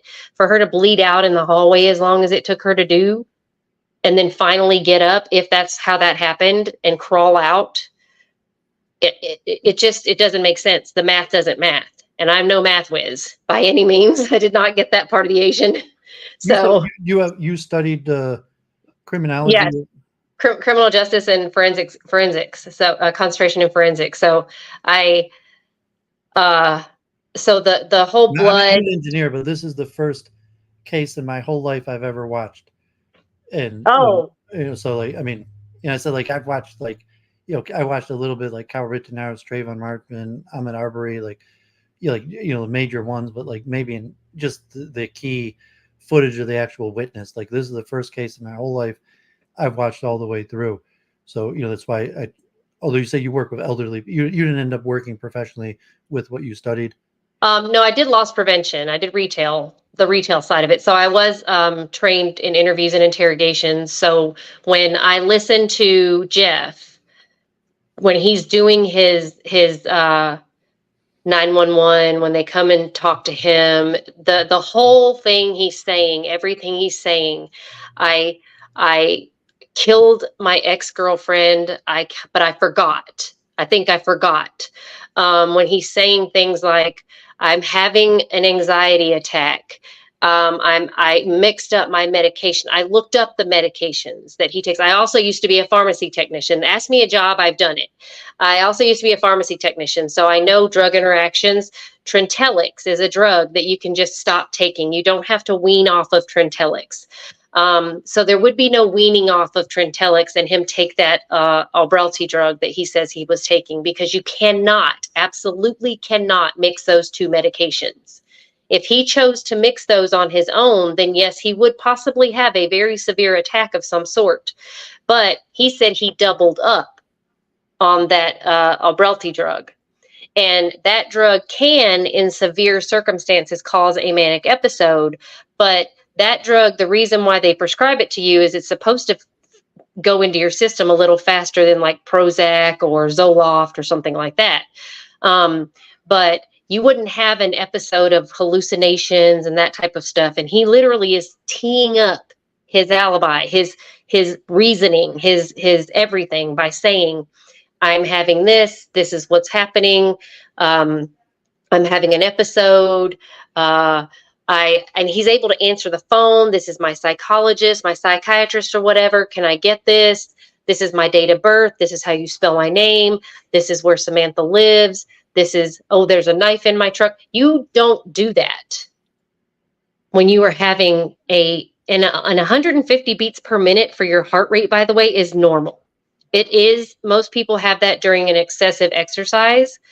So he was causing himself to breathe like he sounded like he was a crazed turkey gobbling when he was on the ground. But that is him just acting like a fool. But he was completely relaxed when they were like, what hospital do you want to go to? And he's like, oh, which one should I go to? That's not a dude having a manic episode. Well, I know I prayed with Jeff like 50 times. Like, I wasn't particularly close with him. I don't even think I ever really spoke with him, but we prayed together. And I mentioned before he took the stand, I had no idea that they were dating. Like when the case in January at the preliminaries, they mentioned that the first person arrested was her ex-boyfriend. I was like, I'm going to know who it is. Like, cause like, you know, like presumably Samantha was dating a Jewish guy, and I'm going to know who it is. And also the guy who was supposed to have been there that night, David Watkins, I also know him reasonably well. Although I wasn't friends with either one, but you know, Nolan prayed in synagogue. And say like Jeff's personality is common among a lot of Jews. You know, sometimes we call like the Jew spaz, where he's, you know, very kind of like quiet and polite, but like occasionally could like trigger and have an outburst. And like, so I remember in synagogue, and I was mentioning local friend who streamed with me the last few weeks, who had been following the case, that he's probably, whether he's guilty or not, he's going to look bad on the stand because he's a nervous, guilty type personality. And I said, like, even a lot of Jews in general like that. You mentioned like, what are you so scared about? What are you so nervous? Like, I'm Jewish, I'm always nervous. I'm not sure, like, that's just a stereotype, but there's some respect, like I'm always nervous and worried, like, we got like stomach problems, like we worry. But it's like Jeff specifically, he had that kind of like spaz type personality where you're usually very polite and quiet, but like occasionally he could kind of like spaz out, where it's like you can't do this, or like just in synagogue about synagogue ritual minutia, where just like out of nowhere, like usually just in the corner quiet, but like out of nowhere occasionally would like like spaz out over ritual minutia. And it's saying that's, but I'm saying like a quarter of Jews in synagogue are like that. So that's not, not necessarily, to say, but whether that could have been the type spaz out that could have, led to murder. And I assume that, like, God forbid, if it was the jealous ex-boyfriend, it's not because the person was intrinsically violent or anything wrong with them. It's just the nature that any man, whether violent or not, God forbid, could kill his girlfriend or wife if they're cheating on him. It's, something about the male psyche, fragile male ego, or then even like to put it into like you've been doing true crime for a few years, like podcasting. For a couple of years, yeah. But I've been into true crime forever. Even to put into, God forbid, like an incel murder, all like to say like saying like, okay, like he did everything right. He was nice, he was polite, he dated her, he took her out, he treated her properly, and like like maybe she never even had relations with him.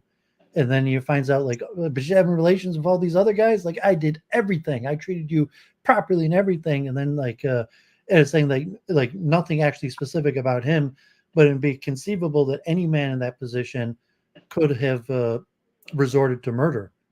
Anyone can be a killer, honestly. Yeah, I mean, Anyone.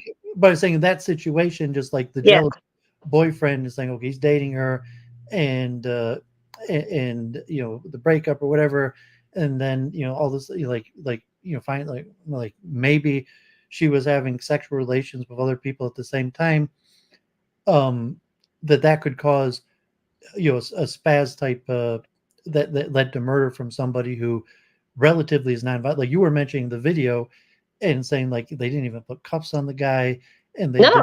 didn't. I mean, he's a data scientist. Like, I mean, I could see that. Like, and he's not a particularly big guy. Maybe, I mean, I don't remember. Maybe he's like 5'8", 160 pounds. I mean, he might have a mild athletic build, but I mean that the police just wouldn't have looked at him as a threat. Like, I mean, okay, he's confessed to murder. I caught but the shoplifters for a living. I had 16-year-olds in handcuffs. They didn't care.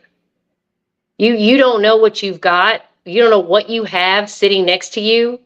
If you don't know, cops always handcuff because you don't know what you have until you run that person, you get their background. You don't know. I sat in my office with a rapist till the cops got there and they put him in handcuffs and they ran him, and he had just got out of prison for rape. So they always put you in handcuffs. The fact that they were so like, oh, are you okay? Do you need anything? I'm like, what the heck is happening right now? This guy just admitted to killing someone. But he didn't call to turn himself in for a crime. He called because he was having a panic attack. And then when he got here, when they got there, he admitted to a crime. But I'm saying he's a type polite guy. Like he's a please and thank you, yes ma'am, type personality. That, I mean, you could be that and a criminal. So I'm saying like just because he's a please, yes sir, thank you personality doesn't mean that he couldn't have flipped out and killed her. But oh no, it's like Ted Bundy. He was like the same way. Well, I would, God forbid, I don't think that he was a. No. I mean, very likely, if Jeff is the guy who did it, it might be the only crime he's really committed his whole life. It's the crazy part about this entire situation is it could be anyone. Like there are times when watching Jeff on the stand, I'm like, I don't know. I don't know if it could be him, if he really could possibly have had, a break.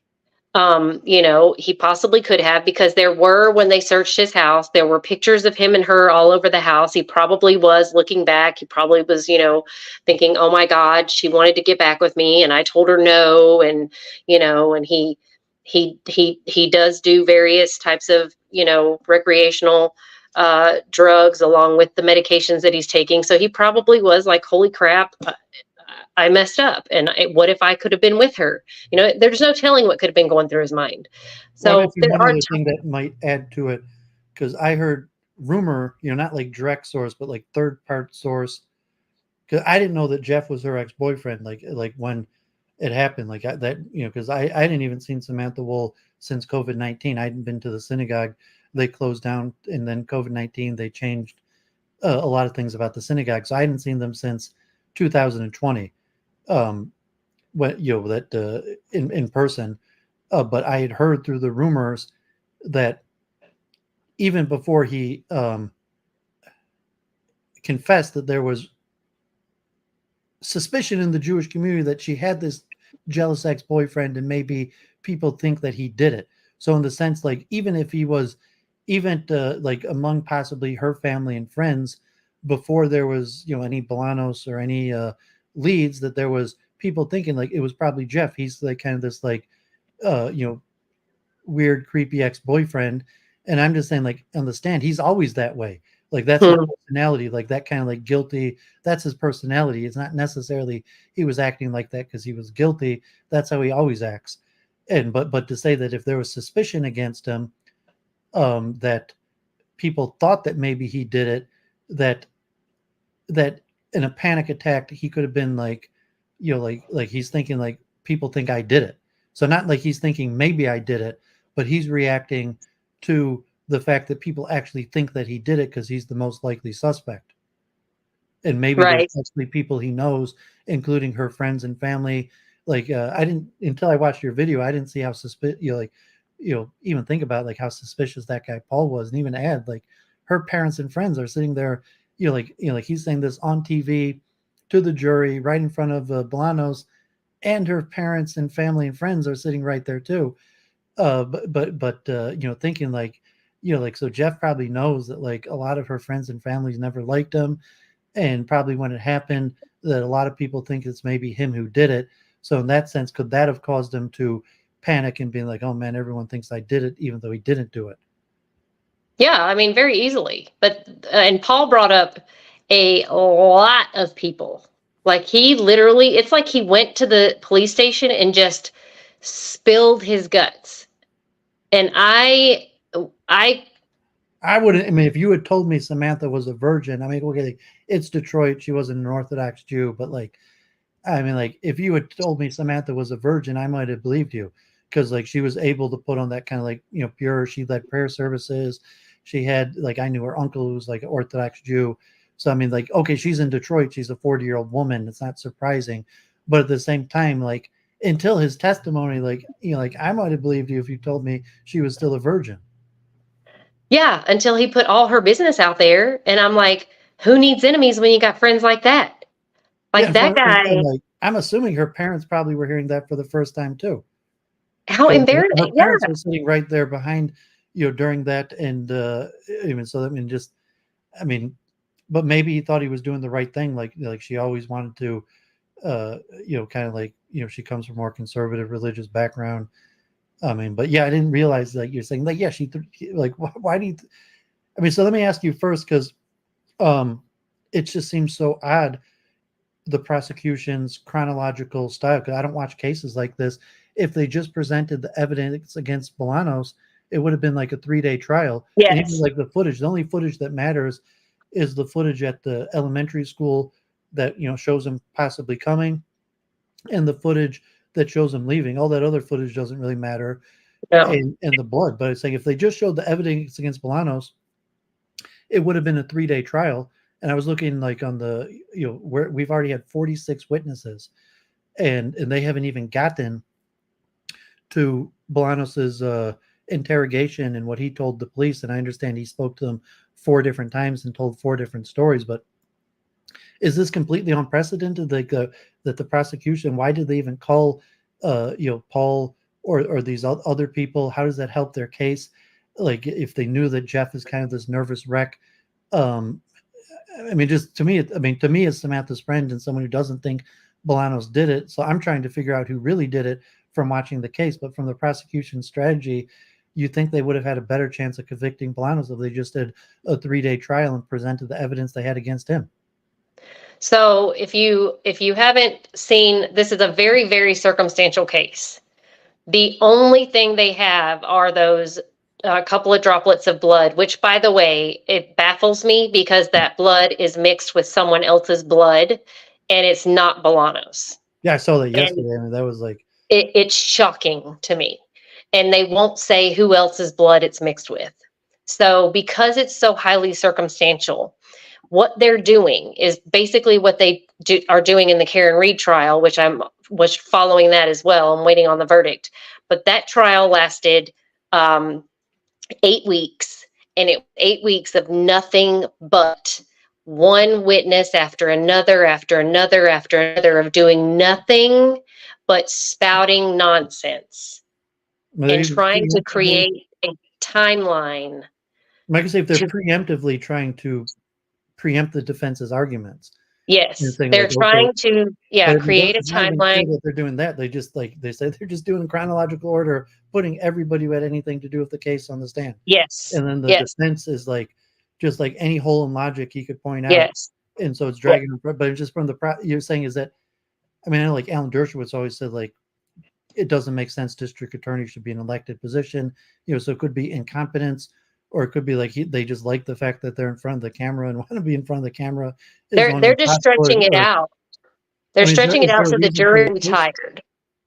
Or just to confuse the jury. You're saying if they just confuse the jury, make them exhausted, exhaust them with all of this rigmarole, and they'll forget that there's not enough evidence to prove Bolanos innocent, and they'll be tired, and they're hoping to wear the jury down, and that the last thing that the jury will hear, that's what they're wanting, is the last thing for the jury to hear is that Bolanos was at the scene. It fits in their time frame. They're going to try and make it all nice and neat at the end. They're showing all these witnesses because they're trying to say, look, we had the FBI, we had the state troopers, we had the Detroit police, we had all of these professionals involved in this case. Everyone, all hands on deck. So you can't say that we had all of these professionals and we don't have our guy. So if they make this trial drag out, by the time it goes to jury deliberations, the jury is going to be like, dude, let's get out of here. We don't want to deliberate for long. We got to go. I literally watched a show last night where one of the jurors on a case where they were 10-2 for a guy to be guilty, and two jurors were holdouts, and she said at the end, the trial had gone on for so many weeks and they were so tired, and she finally just said, you know what, fine, screw it, I give in. And it was a purely circumstantial case, and she said the only thing they couldn't understand and get what the problem was, immunity.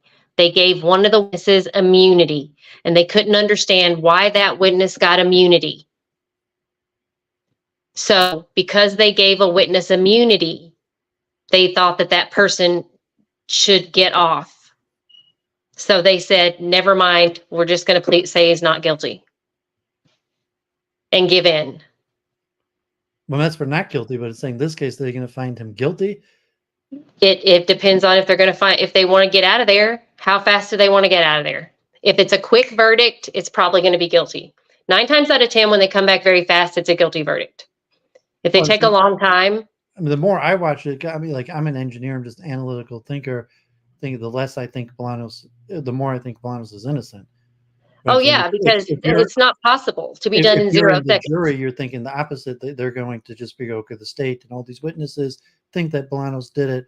You got like 50 witnesses, and so like you're just like a trust in authority that they're going to not analytically think about it, and just like, well, 50 people think he's, like they brought in 70 witnesses, he's probably guilty. Yep. You're hoping, because it's not just the amount of witnesses, it's the amount of time it's taking out of their lives, and then they have to deliberate, and then they're going to be like, I don't want to be here anymore. I'm ready to go home. Did you see that state trooper who like ran the distance? Yes. And it was like, so like I saw that in like, okay, so the question I'm thinking like after the case started, just because the defense attorney mentioned one statement, that probably cost them tens of thousands of dollars. They closed down street. They had to have multiple people there. They had a helicopter, and so they're spending tens of thousands of dollars just to try to counter an argument that the defense made. Yeah, and he got 3-hour notice to do it. And it's like, I mean, what sense does that make? I'm saying, like, how much they investigate, just like, I mean, they really want to pin it on this guy Bolanos, that they're still spending huge resources dependent on this guy. And I was looking at it, like, I don't even think mentioned that he was also carrying a backpack, and just looking through the evidence, and like for the alarm data, it appears like there was only a tiny bit of movement at 420. Yeah, like she's crawling on the floor movement, and then it goes off. So it's not just Bolanos entering, that whatever Samantha did after she was stabbed, that also had to have happened with no alarm movement. So if he came in and left in a minute, then whatever Samantha did after she was stabbed, God forbid, couldn't have triggered the alarm. Right. It just makes the 420 time, like, let alone he has to be at the next location 3 minutes later. And like the police officer, like, okay, like he would have had to been at least a very fast jog or run. And he had a backpack. Yeah, but he wasn't running. Yeah, I mean, so it just seems like impossible. Like, it literally is impossible that he could have done it. Yeah, that's what. I mean, with the alarm data that, like, and okay, like the one thing I haven't seen is a clear. I mean, okay, thank God for your research. However, you found the pictures in the diagram, but a diagram of where the alarm picks up. So, but I would just assume that like it's impossible because she, there's blood everywhere. So that like she was certainly like, it would have took her a few minutes to get the blood all over the place before she gets outside. But the alarm only shows movement for less than a minute. So I mean, Yeah. it's literally impossible that Bolanos did it. Yeah, That's impossible. I'm reading the case. It's not even like probable cause. It's not even like, but it like from looking at it, it's like it's literally impossible that he did it. Yeah, and steal nothing. He took nothing. He just went in and decided, oh, I'm just gonna stab this person 8 Yeah, times. even if you investigate the case, like I mean, what I first in January is like I was just trying to picture in my head how does a home invasion lead to a stabbing, and so so I thought two possibilities. One thing, was she expecting this guy David, and she left the door unlocked because she was expecting him, and then the possibility, like if it was Bolanos, that maybe she thought it was David, and like okay, she falls asleep on the couch waiting for David. He doesn't show, and then the door opens, and she thinks it's David, and maybe she like goes up to like give him a hug because she thinks it's him, and then he freaks out and like stabs her. But he would have had to have the knife ready, like, Mm-hmm. and it's saying like it's hard to imagine unless he was something. Maybe that's what they're trying to show with like the tire, like like he deflated the tire. He probably walked into the house with the knife in his hand. But like just for the scenario that it literally seems impossible that Bolanos could have done it. Yeah, but I also, can't, were can you there come up with any? one scenario in your mind of how that could? I mean, even not regarding the alarm and the time frame errors, but just how does this wrong home invasion lead to the stabbing? It doesn't. But not only that, there's no rubber found in any of her wounds. So the tire slashing has absolutely nothing to do with anything. That is a total just joke. I don't even know why they brought that up because that has nothing to do with anything. But there's no rubber found in any of her wounds. There's no rubber found on any of the knives they tested. So I don't know why they're talking about he slashed those tires because also there's no camera to show that that he slashed those tires. And I feel like it's got to be someone she knew. Someone had to be in the house with her. I do agree partially with your maybe someone was hugging her and stabbed her from behind, like behind, because she did have the wounds in the back of her head and the back of her neck. And Did you have then those pictures? Because I was watching, they didn't show the pictures on Fox News, but you said next episode you were going to cover the. yeah, I have pictures of her wounds, her stab wounds. So Were they publicly available, or was there I some? took pictures on my computer screen because they did show them for a split second. So I took pictures really fast. So I have pictures of where she was exactly stabbed at on a diagram. And so she was stabbed like she could have been being hugged and stabbed from behind, or she could have been asleep on the sofa and stabbed in the back of the head first. I feel like whatever the wounds were, she was stabbed in the head first, is what I feel like. I'm not positive, but I think that's what happened first. What, I mean, didn't she also have bruises? Yes, she had bruises in her face. So I'm not sure I'm not sure if maybe the face, she could have fallen, when she was, because when you're on Ambien, you're very woozy. You really don't know what hit you. You don't know what happened. So I don't know if those are from someone punching her or if maybe she fell into the living room table or After she was stabbed? Yeah. If she fell trying to. It's possible that it was a argument that escalated. I mean, because like the neighbor like appears to have changed his story from originally thinking maybe he heard Samantha yelling to of just hurting something that clearly wasn't her yelling. And it's like we only saw that small clip of the neighbor clearly contradicting himself, but like it could be that the testimony the next day appears to him saying that he heard a yell that he thought might have been Samantha's at 1:20. Yeah, but we don't know because it's Detroit. And so then, yeah, I mean, but I mean, just the indication of a possibility. And then there's the video of someone running away at 1:24. Yes. Okay, it's also Detroit, but like, I mean, saying how likely is that person 1:24 running away the one who did it? That to me is very telling. And I wish they would have done some more research, because for me, there has to be a camera somewhere that caught that person somewhere. Yeah, I And mean, it just seems, and then like they put it on Bolanos, who is just remotely possible. And the more I look at it, it's even impossible he did it. But then you're saying like there's someone clearly running away at 124, and so the question, main thing, like, okay, so there's two aspects. There's this case that, the injustice, and saying like, yes, Samantha Woll was a social justice warrior. She was the exact type person that would have, theoretically worked to protect people like Bolanos from falsely being imprisoned or cases going against him. So I mean, there's at this point, it's just the question of whether Bolanos is falsely found guilty for her murder, and then beyond that, presumably, you say if the system works and he is found not guilty, then there's the open question of who actually did it. or will they keep looking? And so I don't know if there would be public outcry if there, because DA is an elected position, if there could be public outcry enough to try Jeff after, if he's found not guilty, if they could actually bring charges against Jeff.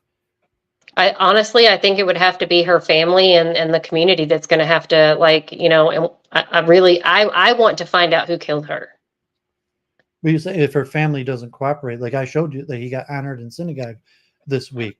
So if they I know, I saw him holding the Torah, and I was like, oh my gosh. If they find Bolanos not guilty, and like the community's like, well, Bolanos probably did it, but there just wasn't enough evidence. Like, or if there's always going to be, like in the larger people following the case, or true crime people, that like Jeff is going to be the most likely suspect. But if like her family and friends and community be like, nah, I don't think Jeff did it, and they're going to welcome him back into the community.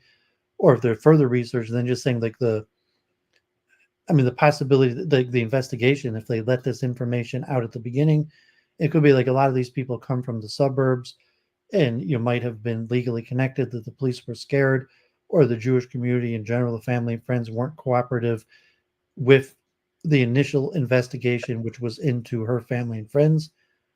Saying like, at the beginning, it's like, this was probably anti-Semitic, like it wasn't her family and friends. Mm-hmm. The police are saying like, no, like, we know these investigations and the style murder and the evidence. It's unfortunately, it's likely one of her family or one of her friends, most, someone who knew her, that she would have allowed into her apartment, who did it. Right. But if the Jewish community just didn't buy that and wasn't willing to cooperate, my mom loves like Perry Mason, but it's like a case like that. Like I almost thought while I was watching that, like that Brown was going to crack like Jeff and be like, "Did you kill Samantha Woll?" And he was going to it almost felt like that was about to happen. Especially he was like, "You got me," but it didn't. But like the old TV shows like Murder She Wrote or Matlock, yeah, basically like he just annoys the person until they start making mistakes. So like, if the police, like, really all they could do is keep on annoying Samantha's family and friends until someone starts giving up information and start turning people against each other, and until someone starts slipping out information. And could be in the Jewish community that won't happen, that if the police were investigating Jeff or someone else, that no one's going to give information, no one's going to turn against another. And but is that somewhat accurate, like Matlock or Murder She Wrote, that, or even Law and Order, that really all they could do is just keep on annoying her family and friends and questioning them until something slips? I just can't believe that there's not any physical evidence. I say what I do think lately, even since when I was back in forensics in college, the DNA is not as to me as reliable as data. Data will get you every time, and I think everyone knows that. And I think for Jeff to have such a weak alibi, to say I sat there listening to a podcast. What podcast? What podcast did you listen to for 2 hours? He could name the record. He didn't tell you what podcast he was listening to. And as far as we know, there's no activity on his phone the whole night.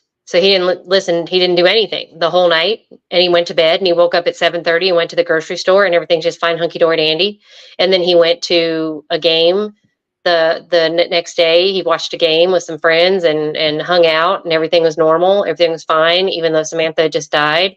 And I'm not very sure. So you can tell me, because obviously you're Jewish. So what the heck? The autopsy happened super fast. Is this normal? Is this how you guys, like, do you have to have the funeral that fast? And I mean, okay, they're Reform, secular, and among the Orthodox. Yes, the burial is supposed to happen the next day, and there's actually been court cases preventing an autopsy. So among the very Orthodox, they often don't even allow an autopsy, even if it gets in a way of the investigation. The person will be buried the next day. And like, I used to be more Orthodox than Hasidic, and I knew police liaisons, and that's one of the things that they would do. And it's actually been court cases. In there was a case of Orthodox man who was like in Oregon, like hiking, and they found his body, and they just procedurally wanted to do an autopsy, and it went to court like immediately to prevent the autopsy.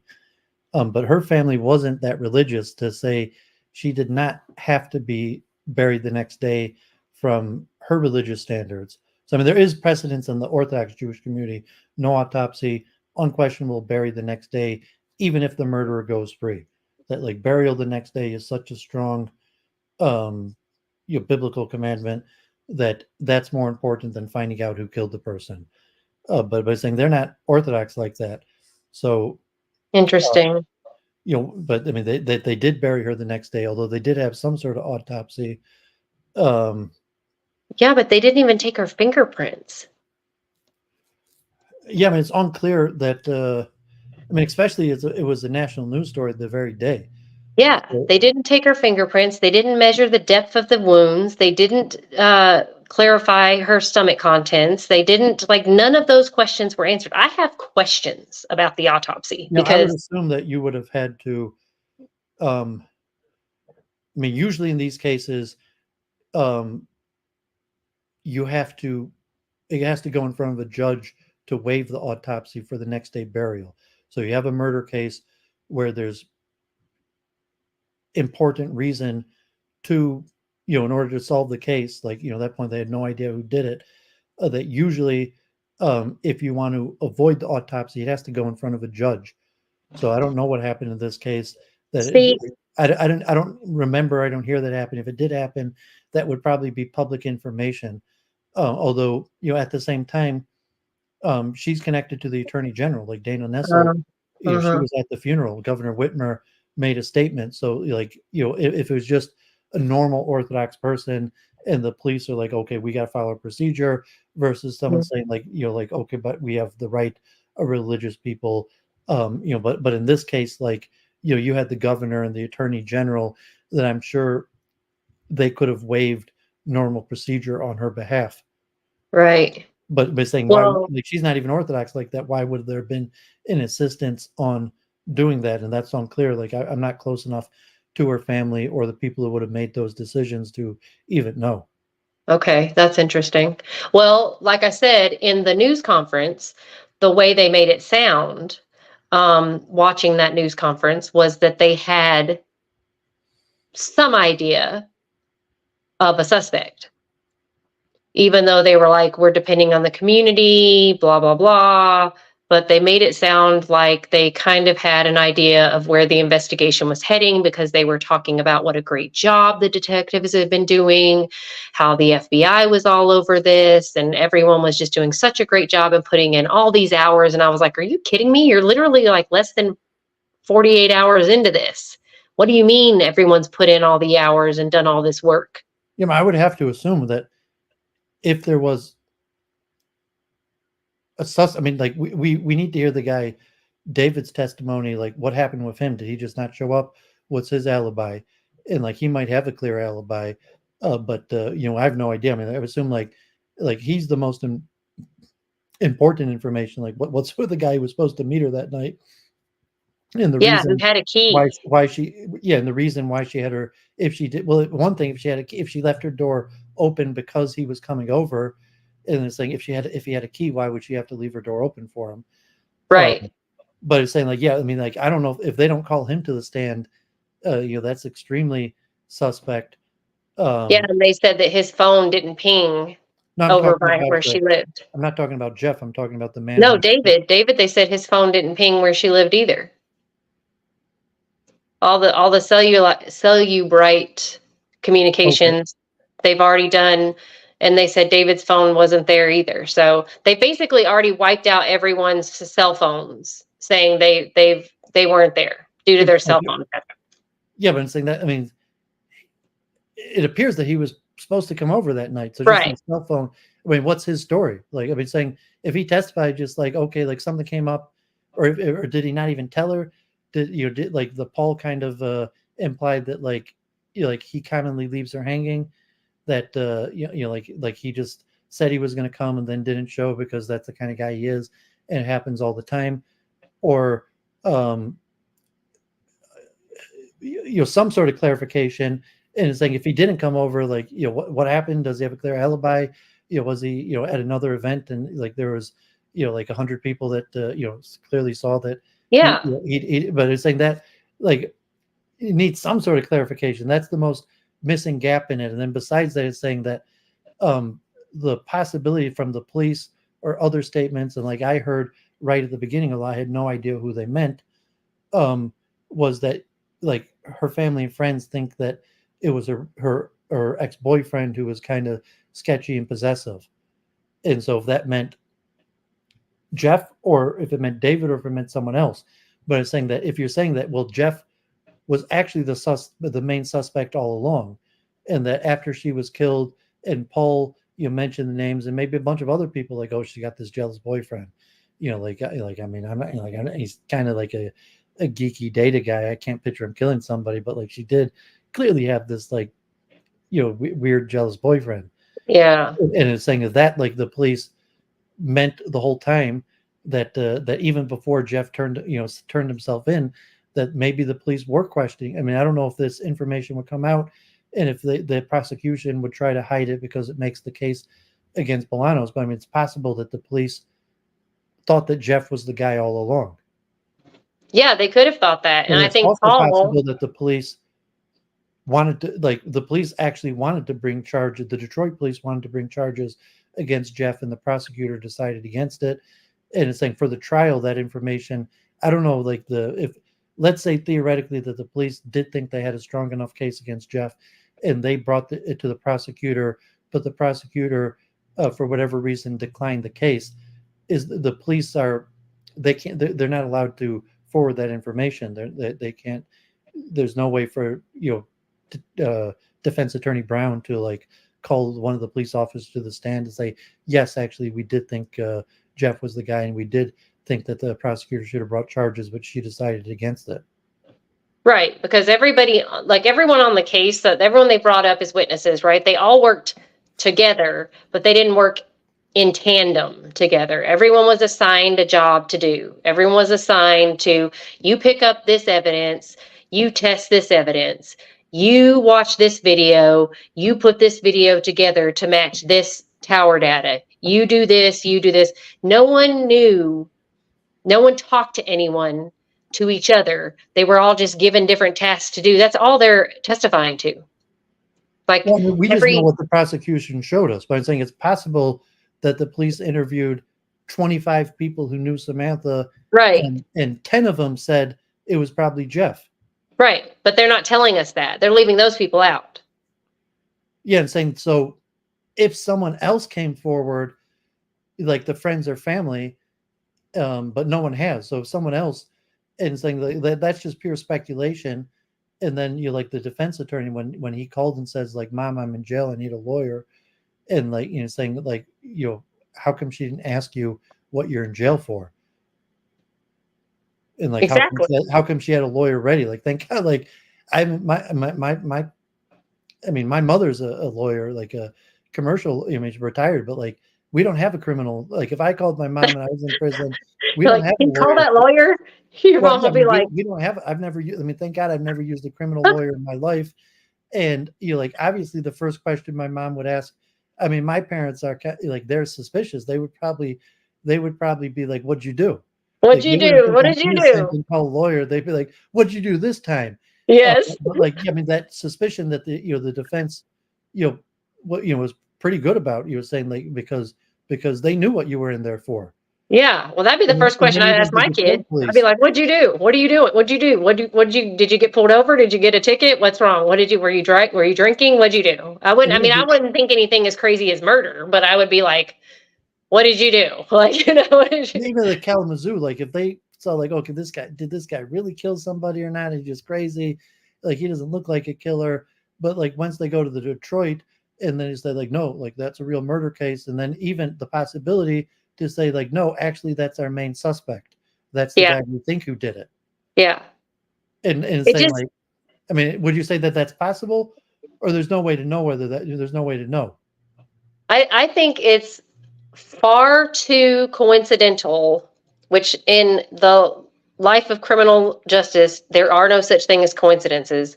So I think it's just far too strange that he happens to go to Kalamazoo. He happens to have a nervous breakdown. He happens to confess to killing Samantha, and he happens to have his parents have a lawyer on speed dial, and he happens to go home. And I don't think that that's not a setup at all. I don't think that he didn't confess this in Detroit for a reason. I don't think that he happened to be on a trip for business in Kalamazoo when he's been working from home all of the time. I just don't think, I think it's very strange and odd that he happened to be on a business trip in Kalamazoo and he happened to choose Kalamazoo to set up this entire story that he was having a manic anxiety attack.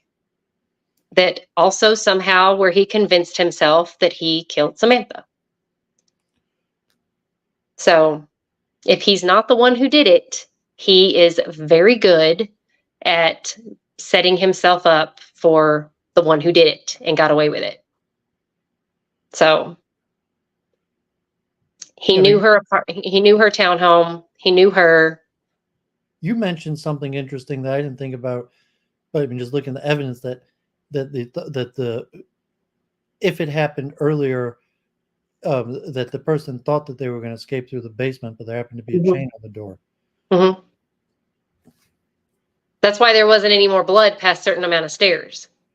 They went down so it was the person who killed her who they knew her townhouse. They knew it. They knew. He said on the stand she never set her alarm.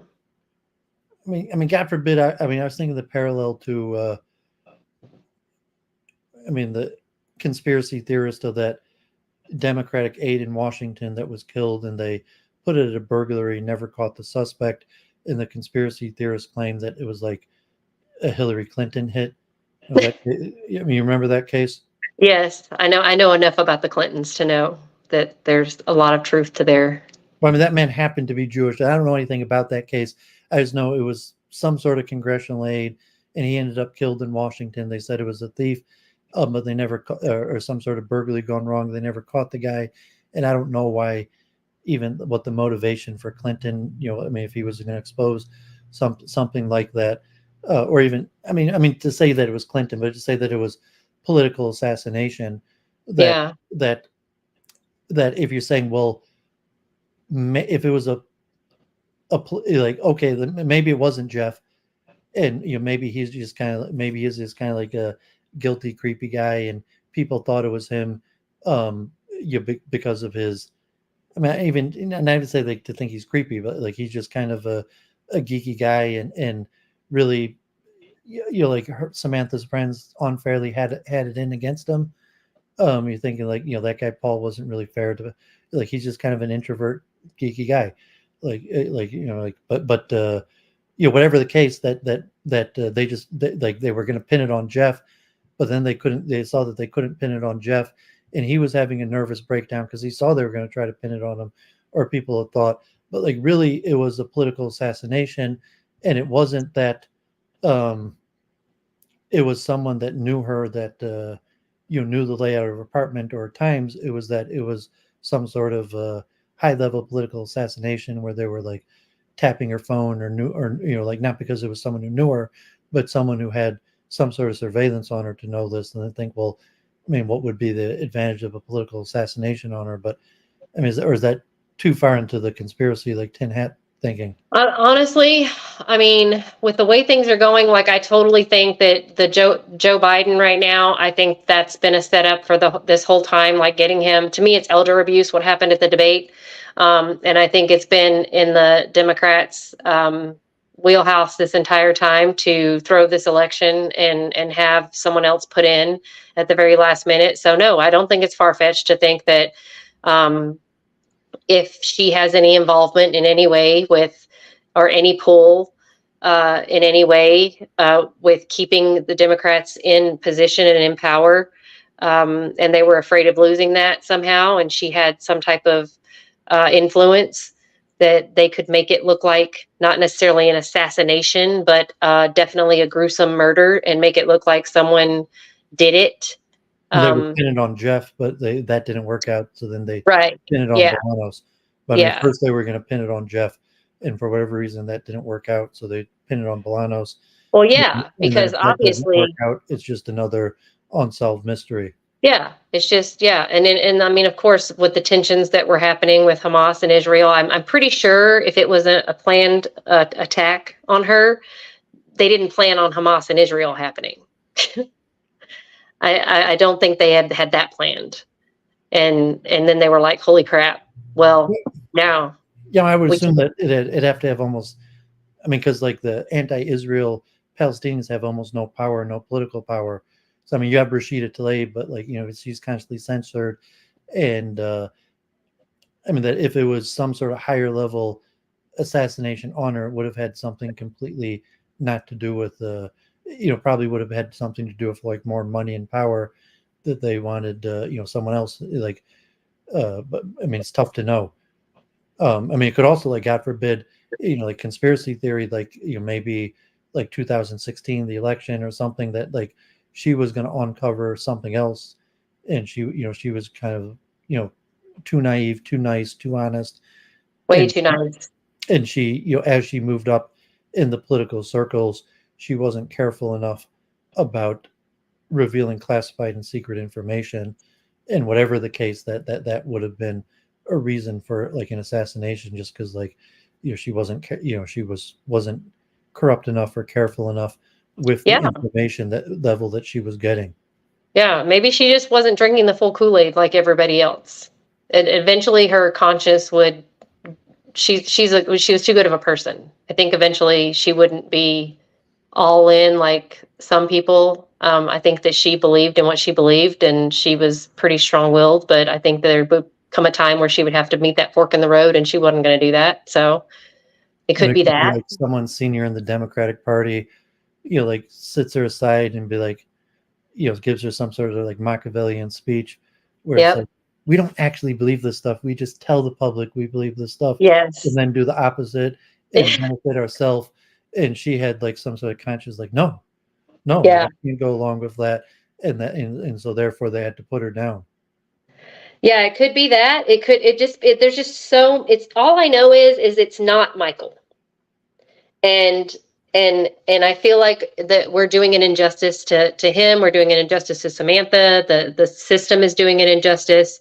I feel like I don't want it to get to a point where it gets to the jury and the jury's like, I just want to go home.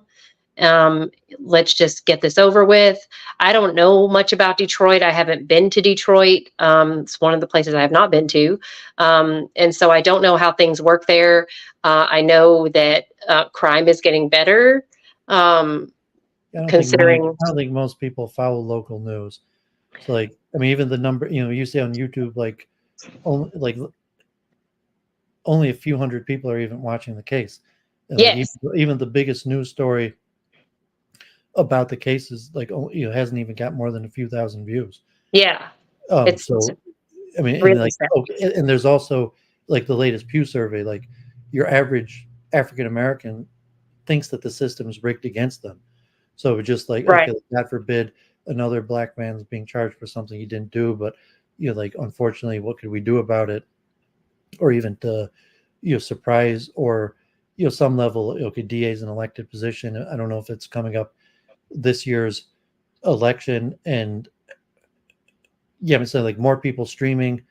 God forbid, like someone tried to porn bomb me earlier on the stream. You put the stream when you stream, you put the StreamYard link in your chat. I'm on my phone right now. I mean, when So you do the coverage of the stream, do you just put the link in the chat? mhm. So I'm not sure if God forbid, like the porn bomb, where someone took the link and entered, and they actually put the name of like a friend who comes often, and then when I put them on, they like quickly went to like something obscene, and Oh, like they quickly took it off. But like either I have to like do the YouTube editor, which like causes the video to go down for like 40 hours just to like delete that for a second, or I risk that I could get a strike on my channel. This video could be taken down. But it's like I mean, I've been streaming long enough that I don't know if that's ever happened to you. If you've ever been, I mean, God forbid, porn bomb, or even like no, God, I hope not. I mean, it could just by saying it's a method to ruin your channel. I mean, you had a previous channel that was taken down or had Yeah, issues. yeah, Did it get yeah. a strike? No, I just didn't have enough like real I subs. They were like bots. Everything was botted. I don't know. The algorithm was all messed up, and the SEO. I had someone working on my channel, and now this time I just decided to do it by myself, and I just Okay. restarted it. Yeah, So I hope. I mean, but it's remotely possible. Like this video could get removed because of that, and like it was just a fraction of a second, and it was just a tiny box on the side of the screen. yeah, But I'm just saying, like, well, who did that? Why did they do that? Could be one of 100 reasons of any people. Even saying like, okay, because like me and you, I'm searching YouTube, like there's less than like 5 people talking about this case. Like that's how I came across you, because like literally, like I searched Samantha Woll, like it was literally just me and you, and there's yeah, one other person that seemed to be streaming it also, that also thought, but by saying that they could try to destroy your channels from some sort of um case to hide it, but we're saying we're trying to get. So I don't know how would you say just hit more people in the public. There's a Facebook group, Solve Samantha Woll's Murder, and there's a few people that are just completely insistent that Bolanos did it, and just keep on, like, well, how do you explain that the alarm went off at 4:20? How do you explain the blood? And like so like but actually like I say, there's a few like friends of Bolanos that have been coming in and said like like no, he's not the kind of guy who would have done this. So I've actually seen a few people that know Bolanos that oh, have that's good. that have spoken up, because I don't actually know the guy. I mean, just say like like I mean, I just think the evidence doesn't add up. But I mean, to actually know someone who knows him and say like, no, like he's not, like, I mean, say like Jeff, I say like, I mean, Jeff, I wouldn't say Jeff, like not the kind of guy who would have done this, but if he was a jealous boyfriend, God forbid, but I'd say like, oh, just a random, even if Bolanos was breaking into cars, that, he's just, like, there's no way he did this. There's someone who knew him. It's like, he's not the kind, like, besides even the evidence doesn't add up, some character witness. And I don't know if the defense, what their plan is going to be, but yes, I'm looking at this, like you, like I want to know who really did it. And so like two things, like, yeah, I want to make sure that Bolanos isn't falsely found guilty, and from everything I've seen, it's clearly not him. Although you're the one with the background in that, I'm just using basic analytical skills. And then if he is hopefully found not guilty, uh what happens next? And saying, but you got to be okay, the system's pretty bad, like you're saying, like it's an upward battle, like it's even though the case is so bad, you still think it's pretty likely they might find Bolanos guilty. I'm afraid that they might, and I'm afraid that if they don't find him guilty, that they're not going to pursue this. And you say that's It's more her friends and family. That and okay, if there's public outcry, but it's not. It's really the main thing is going to be Samantha's friends and family that would force that. Yeah, or it'd have to be an independent investigation because I feel like it's going to take like once this case is finally over, then I'm going to like reach out to get as much of the case file that I can because there is a Freedom of Information Act, so you can ask for all the records, everything once the case is done. I mean, the judge could technically seal it, but is that rare? Yeah, but hopefully I can get, because that obviously they won't show any of the stuff on TV. The judge is kind of not nice about the camera being in the courtroom. She does not like that. So, but hopefully we'll be able to put a different eye on it. And I mean, I want to solve it. I don't want to just like keep talking about this case. I want to actually figure out who did this. I got to put my phone on the charger or it's going to die. Well, I mean, how do you move? I mean, as far as I'm looking at it, like the only thing I see coming is possibly Wilkinson's testimony or statement, and the interrogation of videos of Bolanos, but I don't see much more information coming. I mean, do you see more information coming, or do you say just from the information that? I mean, I would like they to release see all of the videos, like I said, like the neighbor. Did the neighbor? They just released a few seconds, but will they release that full video at some point? I would like to see all the video. I want to see all the video. Who else was in the area? I want to see again with the neighbor, what kind of dog? How big was the dog? Was the dog off leash, on leash? Was the dog walking around on the sidewalk? Where was the dog? I just want to. The dog's bothering me because. Yeah, I mean, you assume the dog would like sniff or even lick the body. Yeah, right. Like, how far away was the dog from Samantha? And I mean, and I don't buy that neither one of them possibly could have stepped in the sidewalk area, where the blood could have been. I don't buy for a second that neither one of them, because why didn't he call 911? But Why did she call? Is all of that under freedom of information? So saying anyone that the police interrogated, that there's video, is all of that available under freedom of information? Yeah, you can get interrogation videos, you can get records, you can get body cam footage, you can get all of that stuff. So you can just request it. Is that something that you do? Yeah, anyone can do it. I mean, is that something you actually plan on doing? You're covering this case. Yes. I'm gonna request everything that I can request and everything they'll give me. Is that free or just you have to postage, or is there a fee? Sometimes there's a fee, and then it just also depends on if they'll give it to you. But there is a Freedom of Information Act where you can just contact the department and get the entire police report. You can get images, body cam footage. I mean, that's how most of these, like some of these YouTube channels only do interviews and interrogation videos, and that's how they get them. They just get the whole interview and interrogation from the police department. Is that something that you have to wait for the trial, or is there a reason you couldn't do that now already?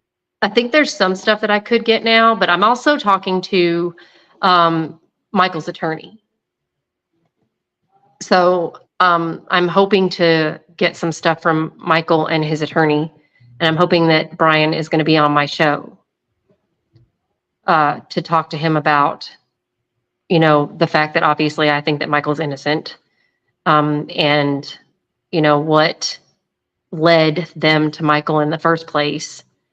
And I have a lot of questions, like, how is it possible that her body was already cold to the touch when it takes, so many hours for your body temperature to fall, even though I know it was like in the 40s that night.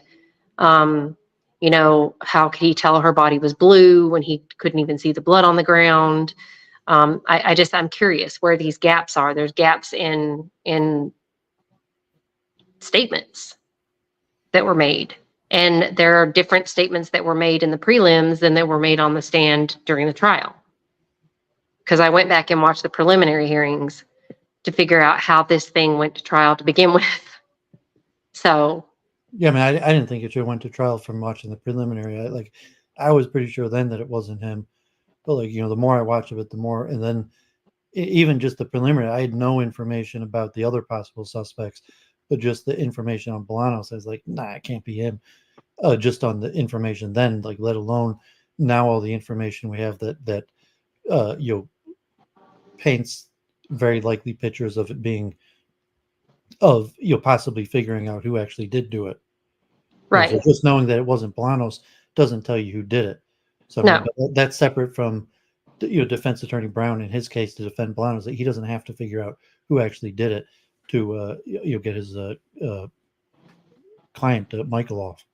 No, he doesn't. But I definitely want to figure out who did it.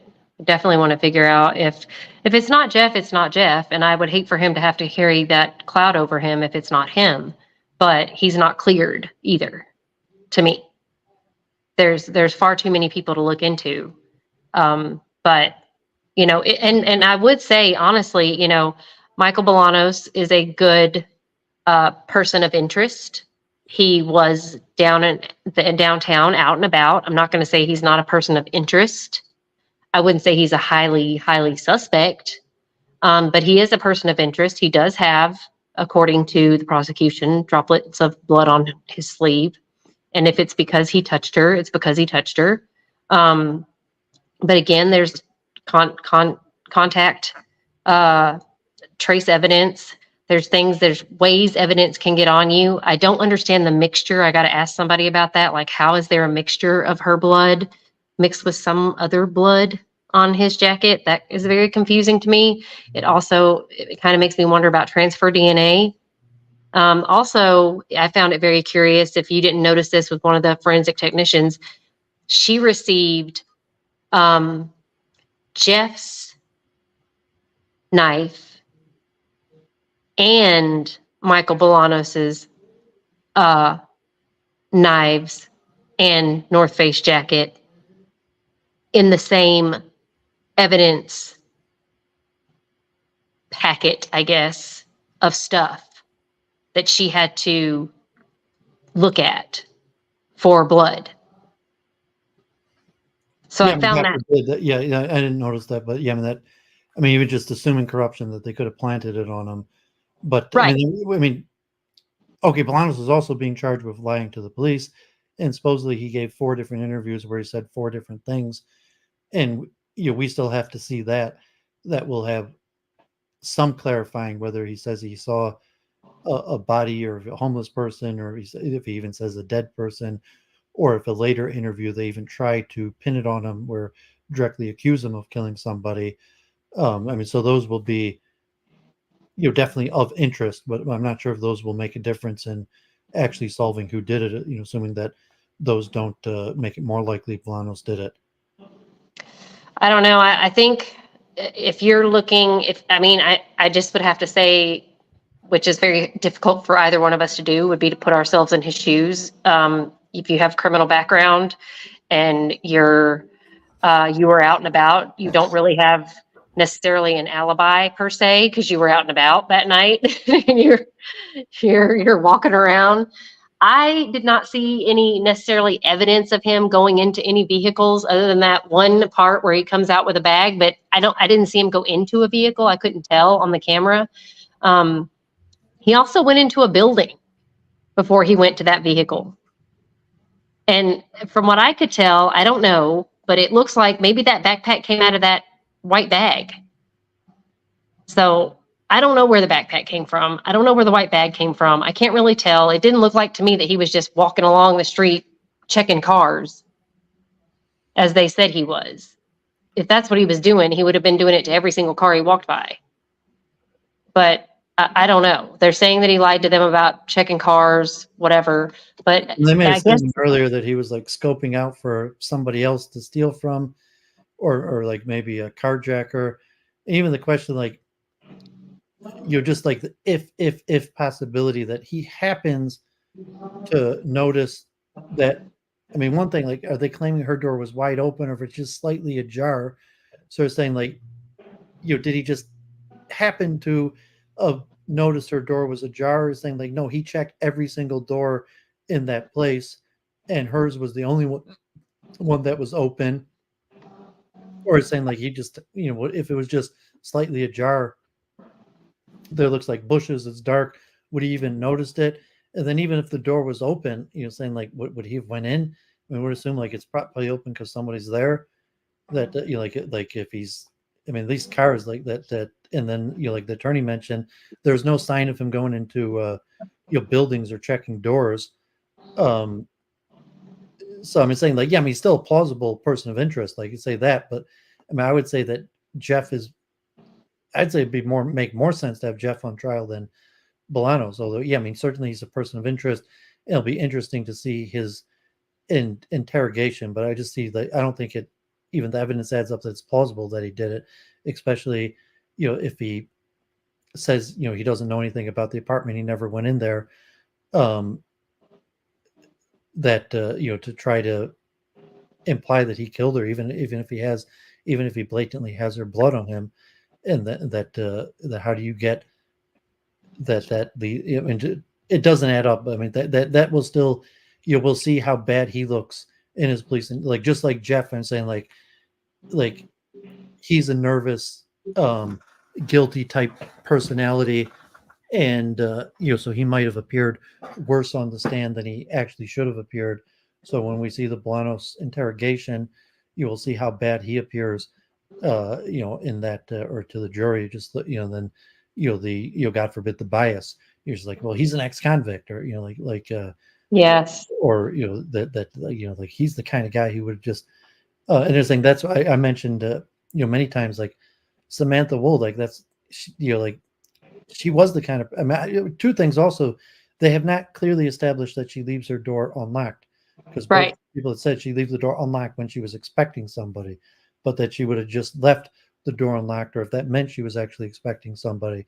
But I'm just saying, she was the kind of person who believed in Detroit, and like she was against the Fox News narrative and the prosecution's open narrative, like, this is why you lock your door at night, because there's there's thief that will kill you for $2, and like, Yeah. in humanity, and it's saying, like, yeah, she's To a fault. well, I mean, she's kind of like, she was the kind of person, but I'm saying she would have fed Bolanos or talked to him. Yes. Saying, like, how would he stab her? Like, even if you're breaking in, she was the kind of person, they'd be like, if she left the door open, someone's in there, like, she probably would have given him, like, like, let me feed you, let me hear your story, to something that he would have, stabbed her. And just like she was 100% against the Fox News narrative that, was the prosecution's narrative, to just like, yeah, you don't close your door one night, some thief might come in and kill you. Yeah. Like, okay, even in Detroit too, the crime statistics, like, okay, murder's going down in Detroit, but like saying, like, black on white crime is pretty low, and like black on white woman crime is like, I don't even know if there's a case a year of a black man who kills a white woman in Detroit. Yeah. I mean, so, okay, like, God forbid, I mean, like, James Craig, the former chief of police in Detroit, who was political, and he, he mentioned the case, like, he loved talking to the media, and he said he would have given a lot more information, when he was interviewed in December before they even brought Bolanos. He said if it was him, he would have fed a lot more information to the public. But he always said most murders are gun violence, and they're conflict that gets escalated. So, like, like, okay, there is, some robberies, and there is a lot of murder, but like 90% of the murders in Detroit are conflicts that get escalated into gun violence. And it's saying there's no evidence at all that Detroit is the type place where, like, white women get killed. And like, Right. I think there was a case like 2 years ago, that was the last case in Detroit where, like, a white woman was killed in Detroit. And so, just to paint that type picture where we're like, of course, like, Blanos was going through cars. Of course, like, he would have just, saw an open door and went in. If it didn't work, he would have killed her.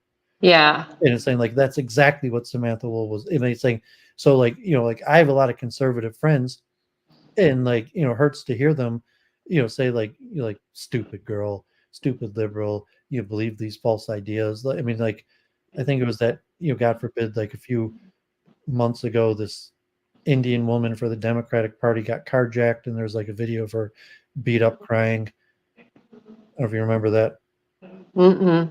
I mean, just like, but it's saying like, so like the Fox News Republicans, like, stupid woman, like, of course that was going to happen to you the whole time, your stupid politics. It can happen to anyone. It doesn't matter. I'm saying it could, but I'm saying like, I mean, that Samantha Woll, Yeah. okay, she was very trustworthy in believing, but saying like Samantha Woll wouldn't have, like I said, like it would have went to everything she believed and fought in, that this would have happened to her like that. And it's saying like, if you're a conservative, or like like you say, well, it's a fitting end to it, because it just shows like, like dumb liberal, God forbid. But like I do hear that sentiment sometimes, even in the chat. I've heard, even friends of mine said that, God forbid. But so I'm saying like the memory of Samantha Woll, that like that's not what she believed, and like Right. and I don't know about her parents, her friends, her family. I was surprised. Like, I mean, I don't know myself. I can't imagine my parents. I mean, like her parents are. I mean, she comes from a wealthy family, professionals, or like like I think her sisters, like brother-in-law's doctors, or father's like I think even her mother's a doctor. I'm surprised that they're in court there every day, or almost every day. I can't. Like, I mean, God forbid something like that would happen to me. I can't imagine my parents would take a month off to go to court and sit there every day. But maybe they would. They would. It's, oh my gosh. And then, like, what do her parents think? Do her parents think that Bolanos did it, and saying, okay, like if the synagogue is going to like thinking like, okay, like they're just going to bring Jeff back into the congregation, or like, and so yeah, I mean, if defense attorney Brown does an interview, speaks to you, I don't know how normal, like Detroit, like that's not like, we don't have like a media culture like that, where there's like usually cases like this.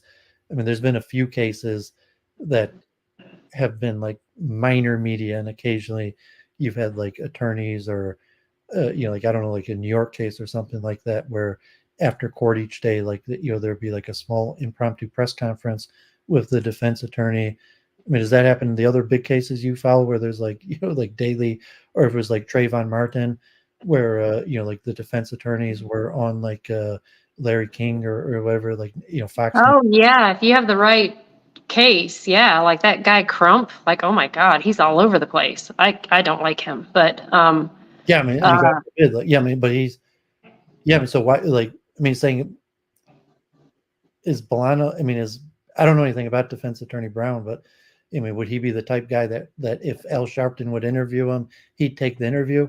I don't know. I feel like he's very laser focused on defending Michael right now.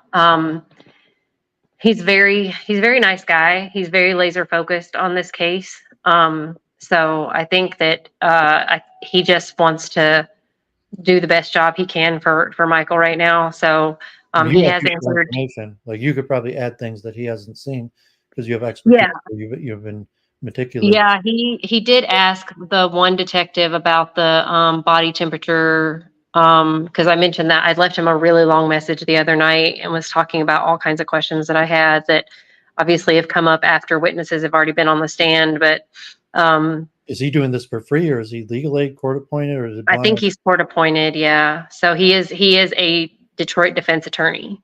Okay. Cool. So there's nothing much about him online. He's known for his kind of more aggressive technique, but I've seen much more aggressive defense attorneys.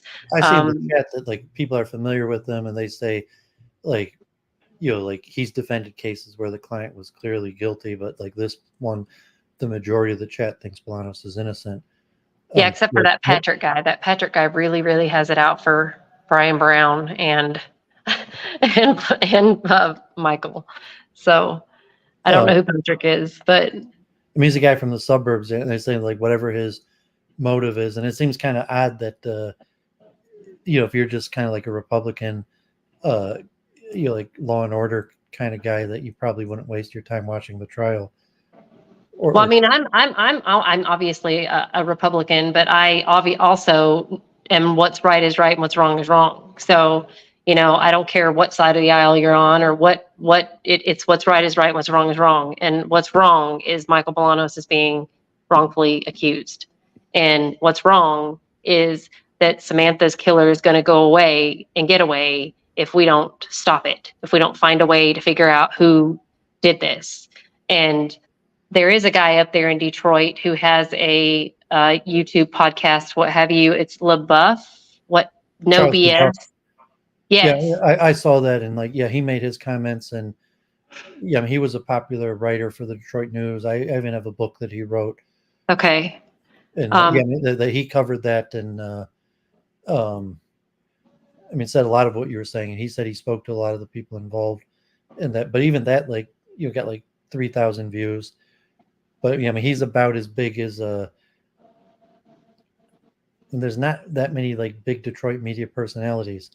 So, yeah. At some point he was with the Detroit News, and then something happened. He's independent. But there's another one Deadline Detroit that's been talking about it, a small periodical.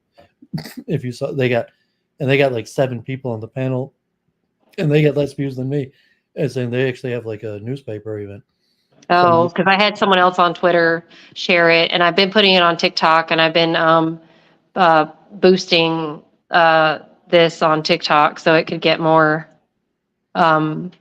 views and more notices, and just hoping that people will pay more attention. Because does the defense have a budget for expert witnesses if he's a state appointed attorney, or is he even allowed to raise crowdfund money? Because I'm saying let's say your statement about whether the body would be cold or blue, and you need or various things, you need an expert witness.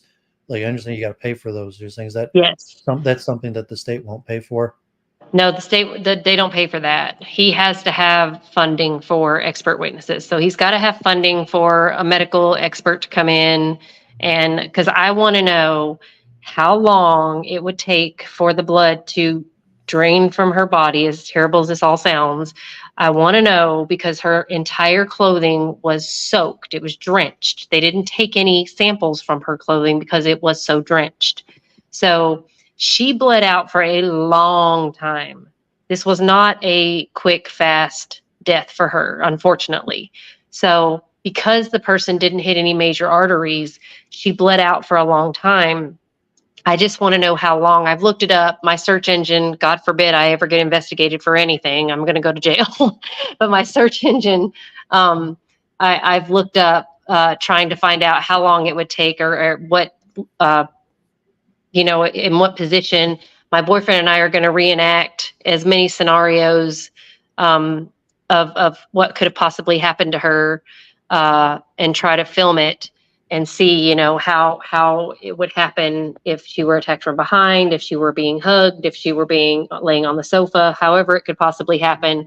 But I want to know, how long it would have taken her to have been laying on the pavement, because she made it that far. And how long it would have taken for her to be laying on the pavement before she finally just, I did see, just randomly, the New York Times article about Salman Rushdie, and they mentioned he got stabbed 29 times in 50 some seconds. Oh. And so I was actually surprised, but I don't know if you remember when that happened, the Satanic Diary guy that had the fatwa from the Ayatollah of Iran, and he was at a speaking event in New York. Oh my gosh! And some crazy man stabbed him, but it just mentioned he wrote. He was. I was just random. I'm not a. That I was reading that article, but it mentioned that he was stabbed over 20 times, and it happened in less than a minute. Then I guess I could see that if you saw a stabbing, that would just be, take a few seconds each. But that was, he lost sight. He was injured pretty bad, but he recovered mostly. But you're saying that, okay, but she was stabbed from the front and behind, so that would imply that she moved or he moved. So right. if it was a hug from back and then she backed up, it was from front, or if she was laying down, just you God forbid if the person just came straight to kill her and she was laying down, right?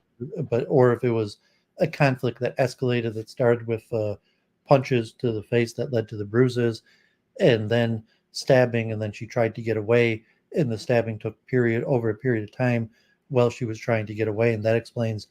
But you're saying she was stabbed from the front and behind. Presumably, one of the two parties had to have changed position, Right. and so Right. it was like, I mean, just further adding up like the Bolanos, it just doesn't materially make sense. Like if he was trying to rob the house and get away, and he saw her and he tried to get away, that I mean, one thing he should be, be able to easily just like push her or get out of the way, and if he was carrying a knife, like if he had a knife on him, like just that if he would have, it was like a switchblade or something that he would be able to instantaneously whip out and start stabbing with, and then they would keep on stabbing after, because if they stabbed her from the front and then she's trying to get away, that it would keep stabbing from the back too. It just seems not like, I mean, from the passion type crime, they say maybe it would be sensical that, like I said, like 120, the neighbor hears the scream, possibly it could have been, like a hit, and then maybe the person, if the person either had to have brought the knife with them, the possibility that he used one of her knives in the kitchen, they actually grabbed one of her knives. We don't know because they didn't check. No, and I don't even know if they know whether she had a knife, but I mean, so there's so many unknowns, like the weapon, whether the person brought a knife with them or it's possibly used one of her knives, and then saying the scenario that it's a argument that escalates first into hitting her, then into stabbing her, and then once the stabs are like, God forbid, you got to kill her, and that's why like the stabs come from the front and behind after she's already trying to get away. They figures you have to finish her off, but then he didn't actually finish her off. Mm-hmm. So it means like it's probably not like someone who knew what they were doing, like you're saying, like if it was an assassin or someone good with knives, that they would have stabbed her that many times, and not or whether it means it was a weak knife, that not like a regular type knife. I mean, there's a lot of unknowns, and saying, okay, like, because they're charging Bolanos, they're not investigating the case, so we're looking at it trying to figure out who really did it, and just have to feed through the information that they're feeding us, trying to pin it on Bolanos, which isn't set up like that. So I'm saying, like, yeah, you would get that information from the Freedom of Information if that was possible, and then maybe if you did do a really good video or coverage or got enough people out, that there would be pressure on the prosecution or the media. I mean, saying like, I don't do true.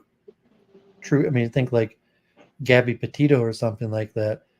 Whatever reason that we she was missing for a while, but that someone would pick up the story, and I doubt they would interview you, even if you're the person like has the most videos or the most expertise on the case. Like it probably wouldn't be their style to interview you. They would like probably interview like the prosecution or defense. Or, I mean, whatever gets people to talk about. Well, in Detroit, they just interview like a local defense attorney. That's their stop. Their stop to go to for interviews. So, I mean, it's really hard to say. Like, okay, like I'm a streamer, and like, but I'm saying it's hard to get the word out. There's really no method. Yeah, that's really hard. And you talking, maybe someone sees this, just like like I found you because I was looking to see, like, am I crazy? And then like I found you, is like, okay, at least I'm not crazy. Like there's someone else watching the case. I don't know. That's well, I can still be crazy, but it's saying at least, like, I think I'm just using like analytical skills. Like, I mean, I could have a bias, like but I think I'm just using analytical skills. So even just the one other person streaming it to saying like agrees somewhat with the logic. Yes. But No, there might because be no one else looking at it. They're saying like maybe her family and friends, and maybe they're not even looking at it and saying like, I mean, there's a true crime. True crime is one of the more popular genres on YouTube. Yes, for sure. But no other crime channels looking at this. They're all looking at other larger cases. But this, like I said, this was a large case, and then it just went and you're saying nowhere because the judge doesn't want the video and they just have crappy footage. So it's like, like a true crime. I'd rather follow a case where you actually have like good trial footage. You don't have like, just Fox News with bad footage and sound quality. Well, I mean, there are other channels, there are other lawyers, there's lawyer channels. I've reached out to a couple of them because sometimes they follow local, trials because they're lawyers. So they follow those. So I've reached out to several of them to see if I could get their input on this trial because I'm really, really curious as to what, thoughts are from a doctor's point of view. I'd like to get on the drugs that Jeff he says, because we're only taking his word, that he was weaning off of one and taking another. We don't know for certain. But just based off my research, you would not wean off of that drug and take the other. You would never take those drugs together. It's dangerous. Antipsychotics or antidepressives are very, very bad to toy with, and you don't do that kind of stuff with those medications. So I just, if that's something that he did, then that's something that he did. Roberta Glass. I don't know what that is. What does it say? Someone in my chat is mentioning Roberta Glass. I don't know what that is. And then the Apple. I might see she's a true crime podcaster. Roberta Glass, True Crime Report. Is she talking about it too? You could definitely look at. I mean, anybody that has any input, I'm like totally open because I'm not an expert. I just want to help in any way that I can to figure out who the real culprit is. And I hope that the community doesn't give up on Samantha just through this trial. And I just hope that people realize and can see that there's more than meets the eye with this situation. And if it's not Jeff, it's not Jeff. I'm not trying to say it has to be Jeff. I'm just saying that there's other people that I think that they have overlooked because they wanted to open and shut this case. And I don't think in the history of any major city, a case has been solved this fast like this. Unless they were like literally caught red-handed. So the lack of evidence that they have is really astounding. Yeah, I guess it's just like President Biden, where, like people were surprised, like, panic mode after the debate. And I was like, that's what I saw the last few years. Like, I was just thinking like, how do you just see it now? But, for whatever reason, like, they've been fed a narrative or trust authority and saying like, well, they saw the same thing I was seeing and I wasn't surprised, but maybe they were told and they saw that with the supposed expert opinions of other people. And that's the same thing. Like, people just trust authority or, whatever reason that they don't care. They're not looking into it or, but yeah, I mean, it's unfortunate. And I'm thinking, like, to me, it's kind of like, I want to, Samantha Woll was a wonderful person. I think that, like, that would be, I mean, God forbid the horrible death she died, but it would be, like, I mean, they almost like sainted her after she passed away. Like, I mean, and I can understand that, like, because that was my initial reaction, was just, to remember what a wonderful person she was. But like, then like, okay, but she was killed and there should be justice. And then, but I mean, it completely goes against everything she stood for to, put it on Bolanos. Right. It's right. Like, saying, okay, am I crazy that like, like I'm sitting here watching this, not thinking it's Bolanos.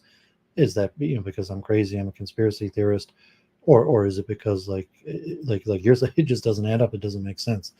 And so at least watching the chat, I say it seems the majority of the people following the case, looking on YouTube, the only people I see on like Facebook, Twitter, YouTube making any comments on this are people that think that Bolanos is innocent. But yeah, it's like to empty, like what I could try contacting Bolanos himself. I don't even know if that makes sense. like I'm a friend of Samantha Woll, and like just want to speak to him to see if like clarify that he didn't do it, and then like what can I do? I can help him, donate to his like legal defense, or like the defense attorney. I mean, God forbid, like the friends of Samantha Woll are going to collect like funds to the defendant of her murder because we don't think he's guilty, and it goes against things that she stood for. I don't even know if that makes sense. They're saying is like if that's something like, well, like is at this point is okay, bring attention, like what can you do? Okay, we're talking my channel, like hopefully I'll reach people and a few people will see. Or are you saying like no, actually more important would be to raise money for Bolanos and get an expert witness to bring some of these things to his defense? And then like how weird is that like a friend of Samantha Woll is trying to help the defendant in her murder case, especially like because I'm not close with her family or the other people. I don't know how they feel. Maybe they think he did it, and then it's going to create strife with her family. To like you claim to be your friend, but here you are trying to defend the person who everyone thinks killed her. I mean, there have been stranger things happen. I mean, there have been people who didn't believe that the person who was being accused was the right person in a lot of cases. It's a fine line. I will say,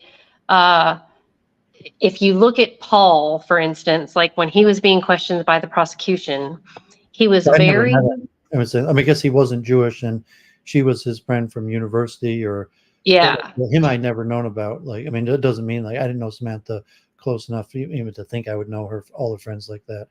Yeah. But I mean, like he spoke at her funeral too. Oh, well, he was very vague to the prosecution about how he felt about Jeff. Like he was just like, oh, I just didn't think they were a good fit. I just felt like she needed someone like this and he needed someone. I thought Jeff was a good guy, blah, blah, blah. Then he starts talking to Brian and he's like, oh, I couldn't stand Jeff. And I'm like, I saw your video. Like I didn't notice that when I saw it the first time.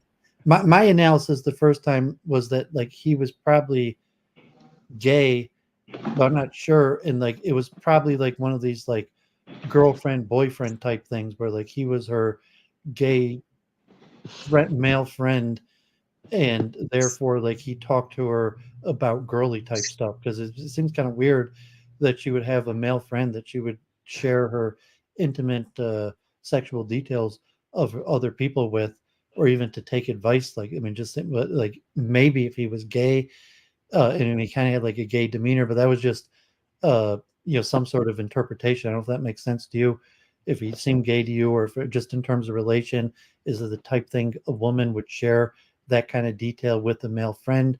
Or if he was gay, would that make it more likely that she would share that kind of details with him? well, I've been calling him the gay best friend for the whole time. That's but why then so you agree with that assessment? I have no knowledge that he's gay, but I mean, just from watching it, and just why would Samantha be sharing that information? And she might have been kind of like a tomboy. She doesn't appear to have like any female friends, and she's in politics. Okay, she's older, she's not married. That she might not have any female friends that she would share that information. So like the one person she shares that information with is her gay male friend. Well, so that was the other ironic thing. So she did have one female friend, right, that got up on this, and she'd been friends with her since like elementary school. And that friend was like, well, we've been friends for a long time, but they weren't close. And they weren't, they kind of only got together every few years here and there. And she stayed with her recently, but they weren't those kind of friends. They're just the kind of friends that would just be like, hi here and there every few years, catch up, and then be gone. So she wasn't even as close to Samantha as the gay friend, or supposedly gay friend. I don't know if that guy wanted more with Samantha and he thought maybe by being the gay best friend he could get closer to her. Yeah, I mean, when I saw your video, I saw like, yeah, that's really suspect. Like it seemed a little bit suspect, but it was saying like, yeah, I mean, he just throwing her on the bus in front of the whole world and family. And even that, like it hurt me to hear that. Like, cause like, like I'm a religious Jew, and like, like, I mean, I kind of like, okay, like Samantha was out of my league. Like I could have considered like asking her out but like she probably would have said no. Like so I could have, like saw that, and then just like to hear like, oh man, like here's her friend saying she was like promiscuous and even like adulterous, and it was like, oh God forbid, it hurt to hear that. Yeah, and did you see some of the guys that got on the stand that were supposedly seeing her? I'm like, oh God, what? Like she was beautiful. She like some guys. I was like, Yeah, but I who mean, is this Aaron? well, I'm saying that there's only like tens of like Jews live in the suburbs. There's only like tens of Jewish men in Detroit.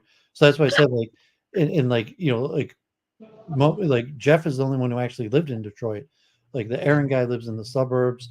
The David guy lives in the suburbs. Like I think that Paul lives in Ann Arbor or something like that. Is Paul Jewish? I mean, he didn't say whether or not, but I'm guessing not. That's probably why I never met him. I mean, because Okay. because like I only know Samantha through Jewish events.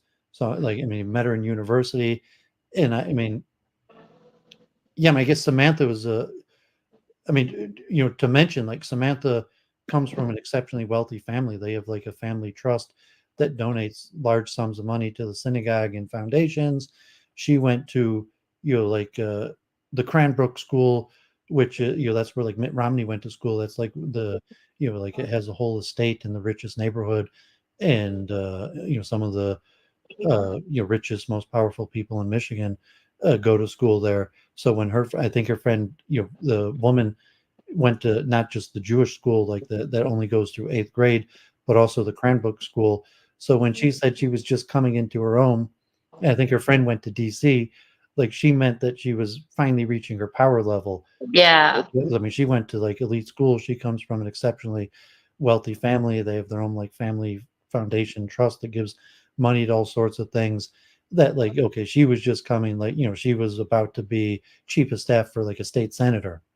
Yeah. But I'm saying like coming into her own, like, like relative to her upbringing, that was kind of expected. But like, okay, in the dating market, there's not that many like high level Jewish men in Detroit.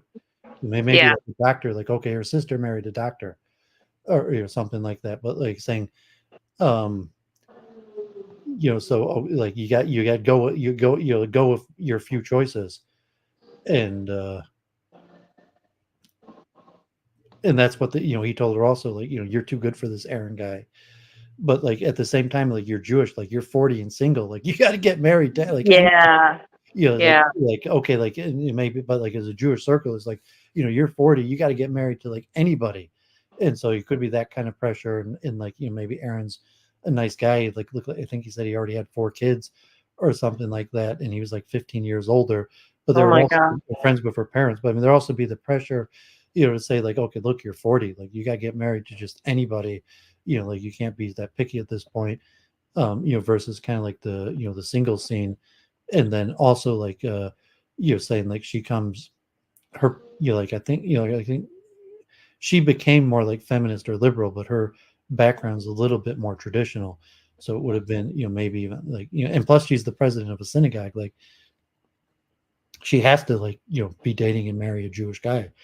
Like why like she just her family expectations, but like why would she be president of a synagogue and so involved in Jewish life, and then like not marry a Jewish guy? It'd be like that alone would be a huge controversy in the Right. community. So I mean, someone like that Paul, if he's like her university friend, and who knows what type of past they had, if there's certain animosities where he was glad to have the chance to say this in front of her family and friends and kind of like blast them off, like, you didn't know your own daughter, I did. Mm-hmm. You're like, He did. He had that kind of like, those pursed lips. The pursed lips the whole time was like, like did he mean that I as know a things friend? you don't know. Huh? Yeah, well, I mean, did he mean that like I'm sorry this happened to your daughter, but like she was hiding things from you for decades, and Yeah. now as her friend, she was always scared to let her parents and everyone know it, and now he's going to tell the whole world. Yeah. And, if there was some sort of hate in that, or some sort of like It was duty, very vindictive. duty obligation, and just like, I mean, okay, so did the defense attorney know a lot of information because he had seen the video of him talking to the police. So he's like the one guy that everyone else, like, like he got to say something, and then like he went back and went to the videos, like, that's not what you told the police. Right. So like, that Paul's the only guy that like the defense attorney, and like he may have, I mean, yeah, but like you're saying, he might even been like, yeah, like I'm not so sure this guy Bolanos did it either, honestly. I mean, because Yeah. also that he's saying this right in front of the, possibly the guy who killed her family and friends, and it's like he's saying like, yeah, I mean that was like, I mean, having not watched your video, from an outsider perspective, because like from me it was like, I admit, like, like I like Samantha, like, I don't know, maybe like, I considered maybe asking her out, but I just figured she probably would have said no. And like I didn't know her details. Like, I mean, I didn't know, maybe she had a boyfriend or whatever. I knew her in a platonic synagogue relation. But like Yeah. he was like a full package, wealthy, intelligent, attractive. Mm-hmm. And it's like, I'd just be like, well, yeah, I mean, like like it would probably be improper, or maybe she already has a boyfriend, and something like, so when he was saying that, like, I'm hearing that information for the first time, and it's like he's cutting me into like intimate details that I would have never known about Samantha had he not said that. So I was more caught up with what he was saying than kind of like, who the hell is this guy that he's just like, telling me this, and not just me, he's telling the whole world, her parents, the defense. Yes. And he's making her look like a floozy.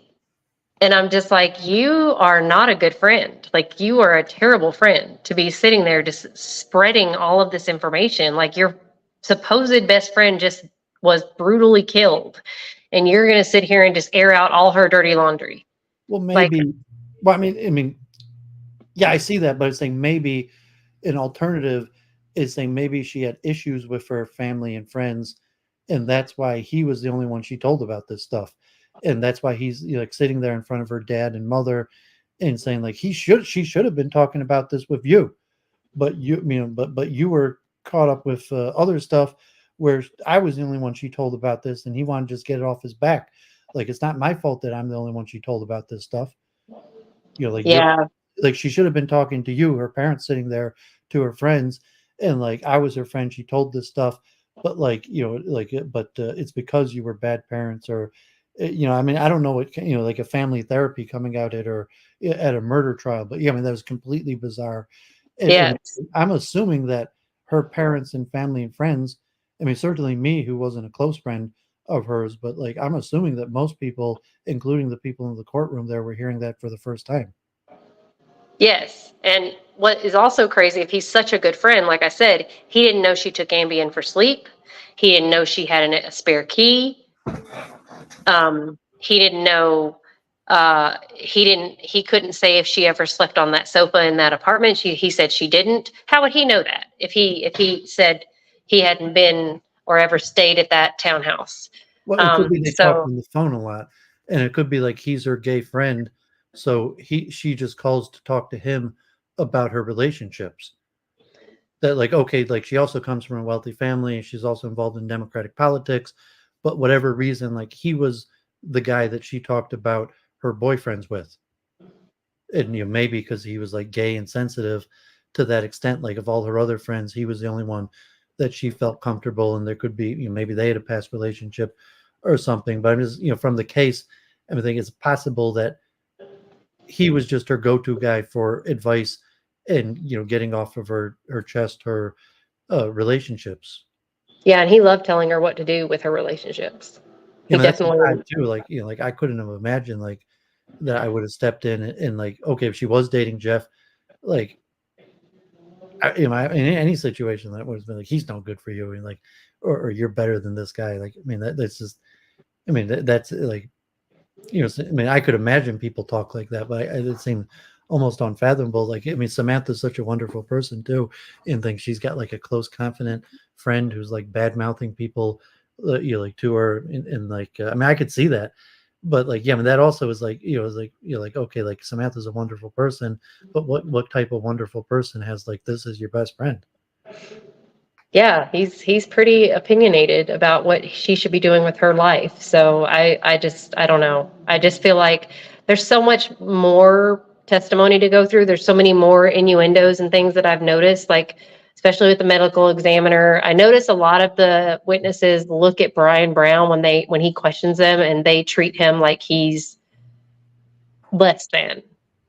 Yeah, I can tell. I mean, some of them don't even look at him. Right.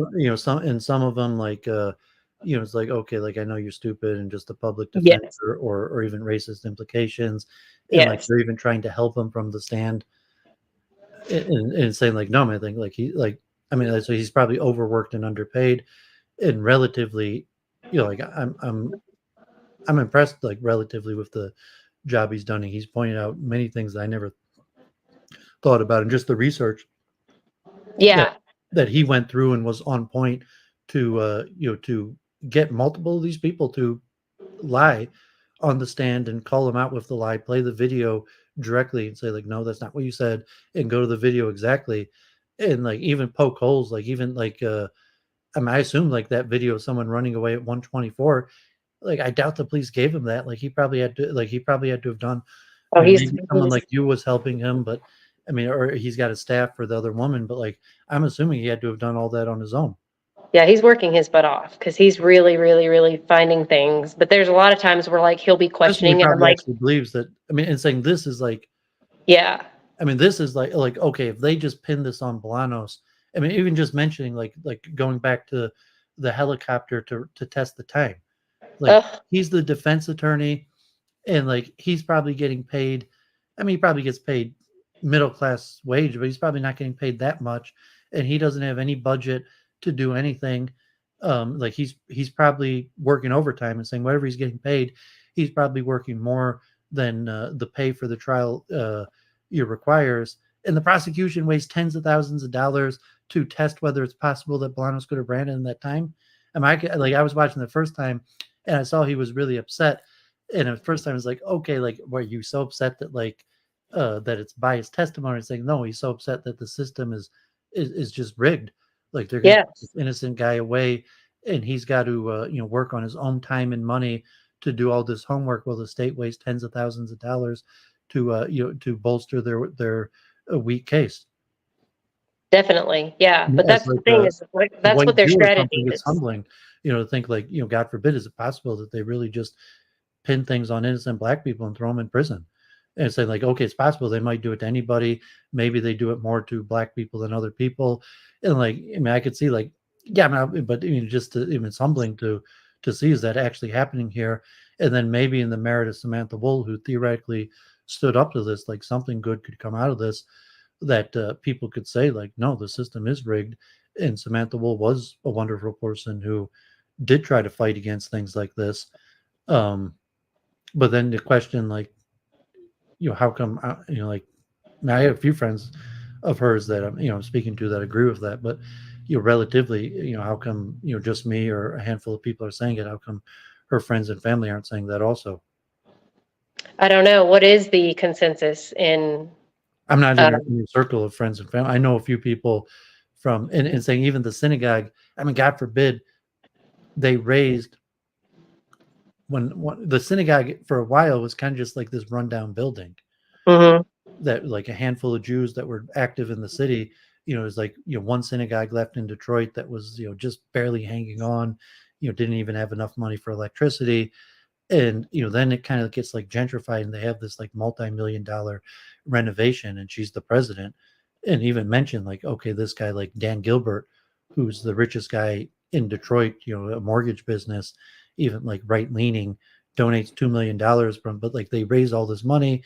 And then the synagogue, all of a sudden they got like, it's not this like open, inviting place anymore. It becomes this like elite place where you have to, you have to sign up in advance for, there's security.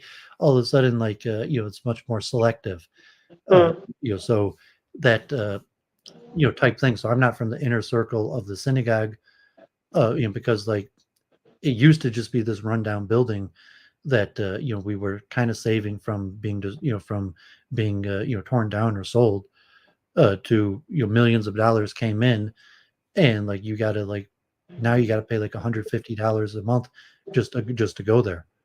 Wow. So that changed actually partially under her leadership. So wow. like that's huge money. And so I was her friend. I mean, I wasn't really like I was. She might, she was just kind of nice and friendly to everybody. And so, eventually she got, through democratic processes, and also the synagogue started more orthodox. Like we were trying to do prayer services and traditional things, and then it gets taken over by like liberal, feminist, progressive ideas, and it becomes less about services and tradition and more about like democratic politics and different things. And then they raise all this money, and then all of a sudden it's like it's I mean it's basically, it's like all of a sudden from like a rundown place that has no budget to you got to pay $150 a month to be a member. Interesting. And I'm not sure if so Jeff was also there, in the whole time of from whatever. I don't even know his story, where he came from, why he would have chose to live in Detroit. Maybe he's working at Stryker, saying if maybe Samantha's one of the reason why he he doesn't seem like necessarily the typical. Most of the people in Detroit are like leftist social justice people that are involved in democratic politics, like at least so the synagogue had a different.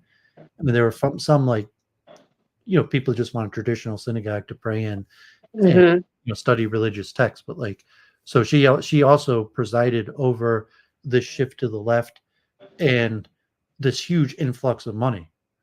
Money talks. Yeah, when I first came to the synagogue, like the synagogue had like a $50,000 a year budget, and they didn't even have like heat. The building wasn't up to code, and over they different leadership. One year they raised like $150,000, and then the foundation started coming in, and they brought this like Harvard feminist rabbi, and then they started getting big money, and then it became like an elitist institute. From like I was going to ask you that too. So when I saw the service that you posted, is that normal? So because I've been to synagogue, because I had to take I took sociology, and I had to go to different religions, different churches, different stuff. So I went to Tabernacle, went to synagogue, and is that normal to have a female rabbi? Because in my religion, it is not accepted. So I'm just orthodoxy is completely forbidden. Okay. And saying, but like normal meaning like normal is what Jews do, and like in America, Orthodox are like 10 to 20%. Traditional Jews are less than 20% of American Jews. Reform Jews represent maybe like half of American Jews. So and even conservatives. So like normal mean like, and even like in especially like leftist democratic, they're more likely to have a female rabbi. Okay. So it is sectarian and it's highly disputed, and it comes like relatively. I was more traditional, and Samantha actually comes from a more traditional background. So she went kind of left and feminist. So it depends what like, and even in terms like, so the foundations and the big money is more likely to support progressive female rabbis than like Orthodox traditional. I see. So I mean, like normal is not really a tough word to use. So, I mean, it's definitely not traditional Orthodox, but it's saying like there's not really. Orthodox Jews are secluded to Orthodox areas where you have Orthodox community. So like if the people who are trying to make their way in Detroit are not likely to be Orthodox, and I was coming in from the suburbs. I mean, Samantha also originally, like you're just from a more traditional background, but I guess she might have always had feminist leanings, but she is even her being a woman might have been in line with like the synagogue. It's like all women in charge there, and but I mean that's not abnormal. That it's saying like many major cities, Los Angeles, New York. I mean, New York has such a huge Orthodox community, but like in it's not abnormal to have a major synagogue with female leadership, especially like well funded, especially in Democrat, and saying like, okay, this is you're talking Dana Nessel, who's also you're Jewish, and then also you have like politics, like, I mean, I lean pro-life. I'm a libertarian. I'm not political, but he's saying there you have like the synagogue promoting like politically like pro-choice activism, and like the rabbi saying like, it's a Jewish value to stand up for choice for women, and that's why I'm saying that's highly disputable among, but there is an element of that, like plurality. Most Jews are Democrat, most Jews are pro-choice, but like not among Orthodox Jews. I was like, that's super interesting. I'm saying most of the big money behind is among the Democrats like that. So Okay. they're saying conspiracy, like even just looking like, okay, like, just like the gentrification. Yeah. Like we're suburban Jews, upper middle class. I mean, Samantha, her parents are doctors. Her grandfather or something was a multimillionaire as a foundation coming into Detroit, and part of this like gentrification and saying like, like where the average person in Detroit is poor. And then, here we are, we're coming in and we're, raising multiple millions of dollars for a synagogue. She's got her own little, condo, nice apartment. And here you have a guy like, Bolanos that is, doing everything that and can't even get by. Right. It's definitely socioeconomic. I mean, still, we killed her to rob a few dollars. Right. But versus she was kind of like a corporate Democrat, where she believed that Democratic policies were going to help Detroiters, where like a lot of Detroiters, they're not that politically active, and they're, they don't, I mean, they might, obviously they tier Democrat, but they're not, necessarily having faith that the democratic process is actually going to help them. And then you see that even the Democrats, they bring gentrification, and she's part of pricing people out of Detroit, by bringing in, like Dan Gilbert, who gave $2 million to the synagogue, also, has built, like, I mean, he's the biggest real estate owner, and he's building luxury housing. He's part of gentrification, tearing down old places, raising the cost of living, and your average Detroiter can't afford to live in Detroit. And then even though Detroit now, I think it's down to like 75% black, but like in the downtown gentrified area, Detroit's like 10% black. And I mean, so that, kind of like, I would feel that, I mean, if you lean Republican, we're saying that's just typical Democratic hypocrisy. So I lean a little bit right. And so, like Samantha was kind of the exception, where she would be your friend even if she disagreed with you. But like that, I would say like, yeah, she was kind of like a corporate Democrat that actually believed that these programs help people, even though they really don't. Right. It's kind of like Austin. I mean, I live in Austin, and that's the same thing that happens here. So I don't think that has anything to do with her murder. It doesn't make sense. I don't think anyone would have murdered her over that. And like even Bolanos or her boyfriend, like that's just her politics. And it's saying like, and kind of why they, after she passed away, they raised her to a saint kind of level. And she was a nice woman, but like, no, I mean, she was like a political activist. She wasn't, like a saint like that. But I mean, okay, she was killed, and she was extremely nice to basically everybody. But right. at the same time, she led the gentrification, and she, she led the turning over of the synagogue from like a rundown Detroit synagogue to a kind of elitist place for kids of rich people from the suburbs. But she didn't have any enemies, per se.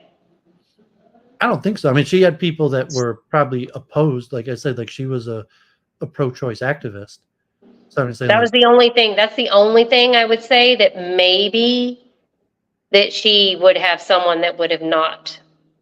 I don't know if anyone would have done what they that happened to her. I mean, I opposed. I mean, mildly, I was, opposed like the direction that the synagogue went. But like, I would consider myself Samantha's friend, and like, it was a democratic process. So, right. Like, I wanted traditional services and, Bible study type things. Right. And like the synagogue should remain apolitical, but it was I was a vast minority. So like of the people going to the synagogue, there was only maybe like 3 to 5 people who agreed with me, and they had boards and elections. So like, she won in fair elections. So I'm saying like I disagreed with her on many issues. I was right leaning.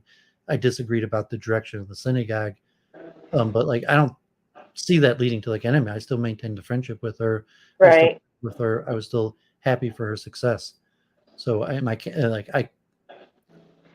can't imagine that any of her political disputes, like I said, like the conspiracy, I would think that'd be more over corruption, where like they wanted her to cover up, like the embezzlement of millions of dollars or something extremely corrupt, and she would refuse to do that. I can't imagine that any of her political disputes would have created animosity that someone would have killed her over, God forbid. Although the abortion's the only issue that I could see that heated, but even that, like, she's not like the biggest abortion activist. I mean, she's just a leading Democratic person who's pro-choice. Like, she's not like the leading pro-choice activist in Detroit. So even that is pretty rare. Like, if she was targeted for like being pro-choice, that's pretty rare. And if someone was going to do that, like this type action, like I don't think she would be the prime target. Like, I mean, she might have been like, like Dana Nessel could be. Like, I mean, she could be a prime target for something like that, God forbid. But I mean, maybe she was part of like, I think Trump defunded. I remember when Trump defunded Planned Parenthood, there were mass protests in Detroit. But I mean, she wasn't like a major organizer in that or anything like that. And even if she was, like, I don't picture that. Like, I like someone would think that she was an enemy just because of her politics. Right. And even like the Yeah, female. I think there's far more. You're saying like any Orthodox person, we like, that's just, she's not a real rabbi. You can't have a female, but that's not something that someone would kill her over. Yeah, I think there's bigger fish to fry than Samantha as far as the political arena. Yeah, man, unfortunately, it seems like a crime of passion. The most likely person is one of her ex-boyfriends, in which, until that guy Paul testified, I would have had no idea. I mean, I could assume it's not surprising that she had a lot of ex-boyfriends, but I'm saying that that would appear to be the most likely place to look first, especially with Jeff admitting it, and Paul, and but I'm not, I think it's, I mean, okay, you know more about it than me, but it seems just like a dead end. And if Bolanos is found not guilty, it's like Detroit, like 10% of murders get solved. And so in all likelihood, this case is never going to be solved. And unlikely, if the culprit most likely lies close to her, it's extremely unlikely that her friends and family of the Jewish community, even say like the synagogue itself, like maybe that was part of the reason why they, if Jeff was the prime suspect from the beginning, that the synagogue, like, they just raised millions of dollars and had a grand opening, and the mayor and politics are there, and they're still raising more money. Even after she passed away, they just raised another $2 million, and they wouldn't want to jeopardize that with like a murder case involving 2 people from the synagogue. And I'm not, that makes sense. in that sense, like, I would be like, okay, like, I mean, like, Jeff is probably innocent, but although he's highly suspect, but like, it would be a little, difficult for me to like, say like, I'm going to go to synagogue with that guy every week. I'm going to look him in the eye. Like, I'm going to keep on looking like, did you kill her? But like, if you had millions of dollars at the line, you just raised a bunch of money and everyone went together, that, they wouldn't want to ruin that by, and maybe it wouldn't ruin that. I don't know. Maybe, even if he went down and turned out he did kill her, if that would necessarily mean like the donors would pull out, or that the synagogue wouldn't be able to grow, it may not even affect it like that. But they might feel it would, and therefore not want to participate in investigation. That's why there's been no interviews, no publicity, no press conferences, and it might continue. Like, they might do a press, event. They did an event remembering Samantha Woll. So, I could imagine, like, they would do a press conference if you just wanted to ask about what a wonderful person Samantha was. But if you wanted to ask critical questions of trying to figure out who killed her, I can't imagine anyone who would in the close circles that would want to answer those questions, even to the police, let alone to just like a journalist or third party, citizen activist. Yeah, that makes sense. That does make sense, actually. And if that means that And the case just won't be solved, like it, because I mean that's what James Craig, the former chief of police in Detroit, and he was talking about black on black crime mostly, but I mean, he mentioned this case in December before it was solved. It's like unique cooperation from the community. The only way to solve these, like somebody knows something and they don't trust the police, or they don't want to, or they're scared or whatever reason, and really at a certain point, the police could only do so much without the cooperation of the populace. yes, but I think they've also completely remodeled her townhome. I hear she already sold it. Like, I mean, that's what I understand. Yeah, it's pinned. It says pending on the realtor page, but I believe that they completely remodeled it. I believe when she had it, it had carpet. If I saw the pictures correctly, but when they flashed over very quickly, but I believe there was carpet, which I have not seen any evidence yet, which was what I'm trying to figure out, is if they cut out any of the carpet pieces, because usually you would do that. You would cut out carpet pieces. But I'm learning quickly that in Detroit, just given the amount of crimes, I guess they have or whatever, they just don't go that far. They just take swabs. Because if I hear the word swab one more time, I think I'm just going to like lose my mind. But they just do swabs, and they don't take out the entire piece or like I'm like, if you thought you saw a footprint on a pillow, where's the pillow? Where are all of these possible prints that, you thought you saw and you just brushed them off because they look like barefoot prints? What if, and this is just my crime mind thinking, what if, again, I still think it's someone that she knew. What if the person that was in the house is not a complete idiot? And, what if they were wearing protective covering on their shoes or feet? Or what if they too were possibly barefoot, or knew that they would be discovered and didn't wear anything to show any prints or whatever? I don't know. I'm just like trying to think of how in the world this person left nothing. And if I don't think that they could have left nothing.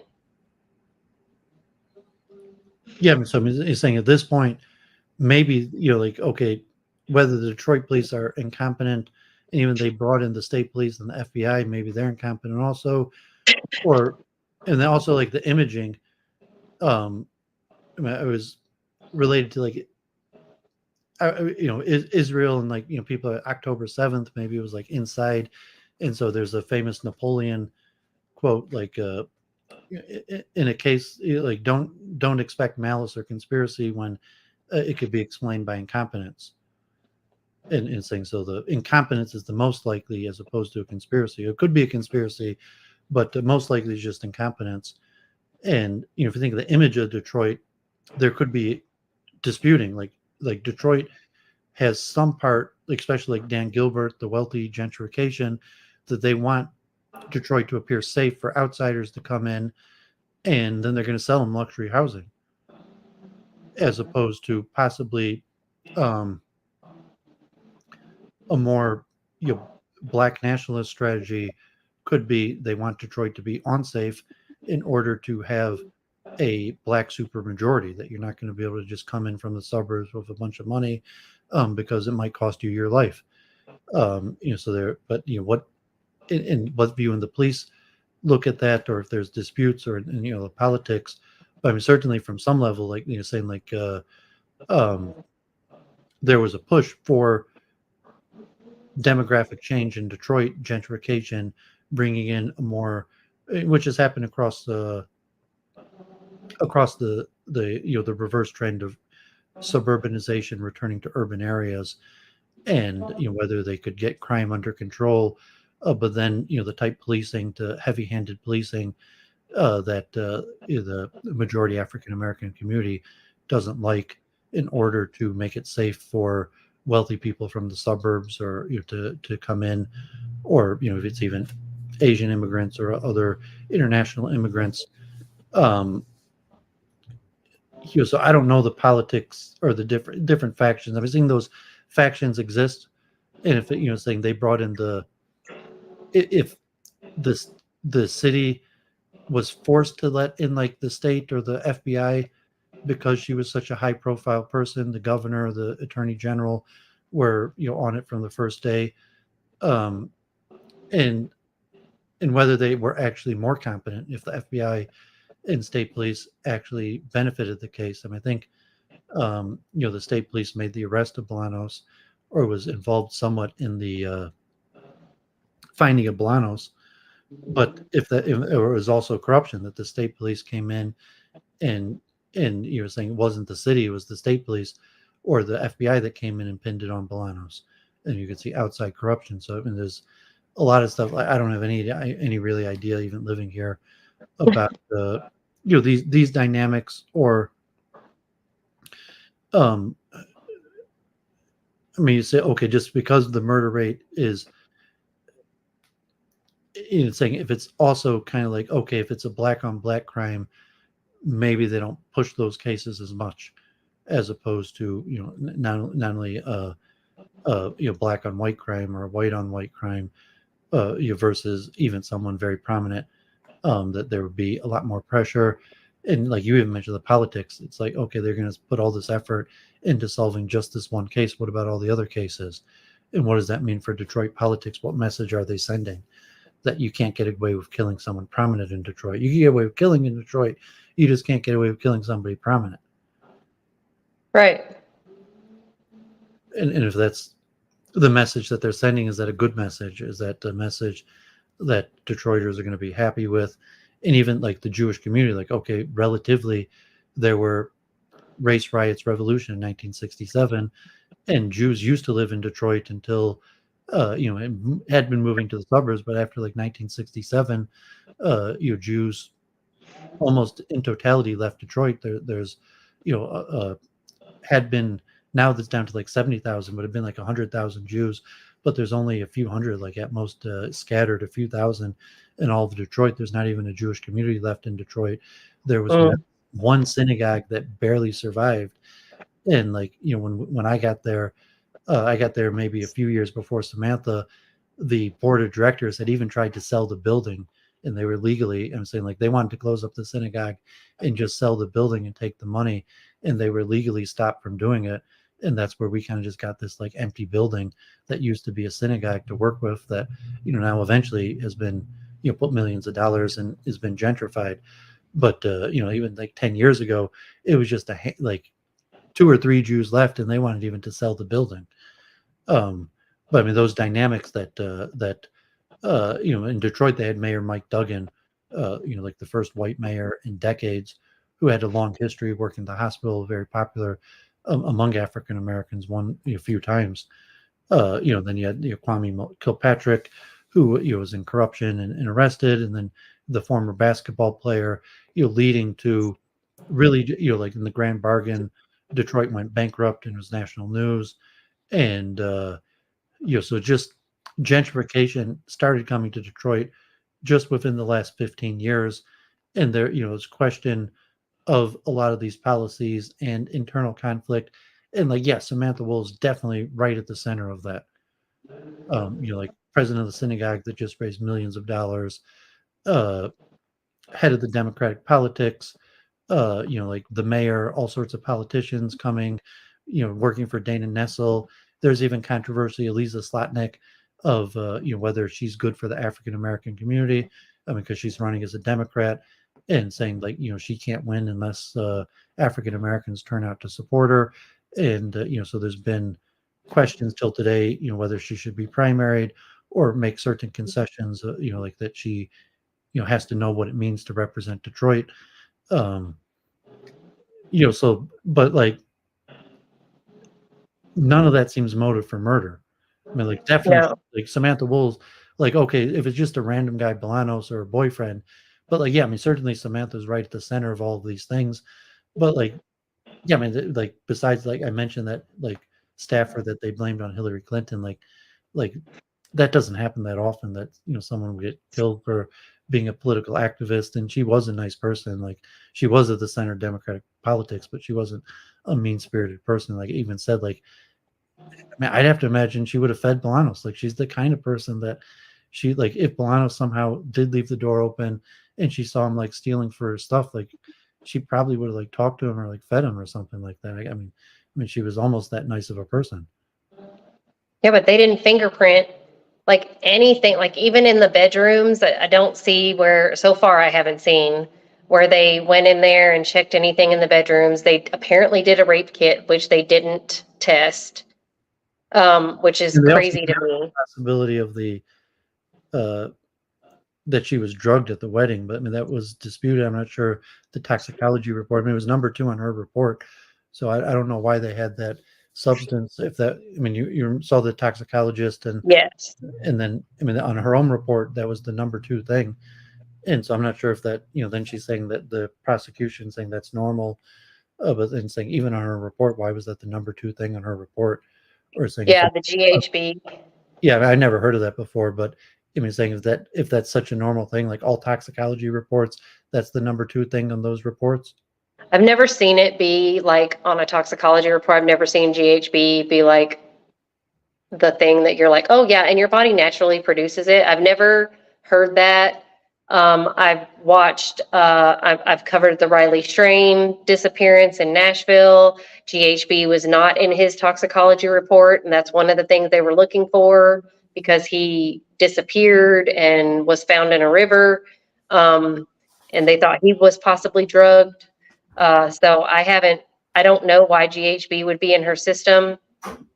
But if she had GHB, even though it was a light amount, and Ambien and vaping pot, she would have been incapacitated quite a bit.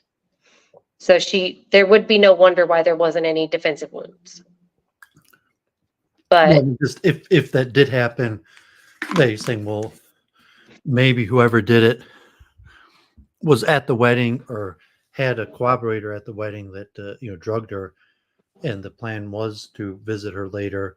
And if it was, God forbid, like, I mean, saying like, okay, I mean, just to try to figure out the scenarios that just saying, now we just have the for the friends of Samantha Woll that were curious the whole time, we just have this evidence now coming out 8 months later. And that's what, like, James Craig, who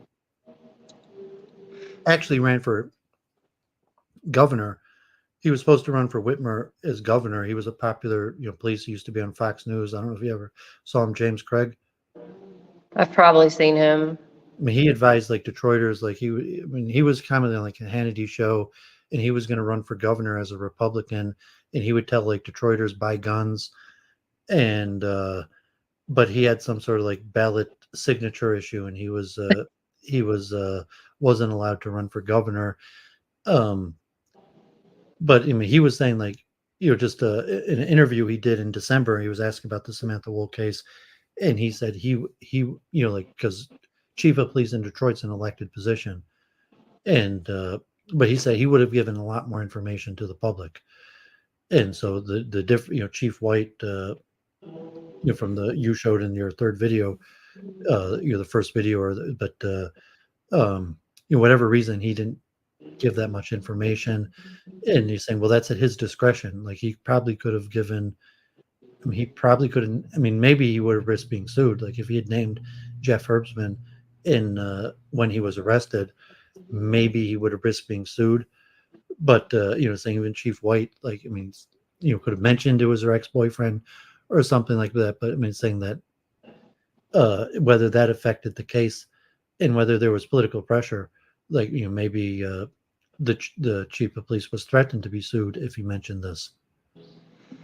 I mean, if you're talking about as much money is being poured into the synagogue as you say, and there's this many elected positions, I mean, By they the were richest very man in Detroit with, I mean, so there's that parallel, kind of like this Jewish billionaire that with a mortgage company in Detroit that owns like half the real estate downtown. funding the synagogue, that I mean, saying that there could have been pressure to cover it up, or there could have been like lawyers saying like this guy's scared that you're going to get sued, that some sort of pressure to not indict the Jewish community, to not Isn't that sad though? Like, you have a person who did so much for the community and did so much, like raised the synagogue from the dead.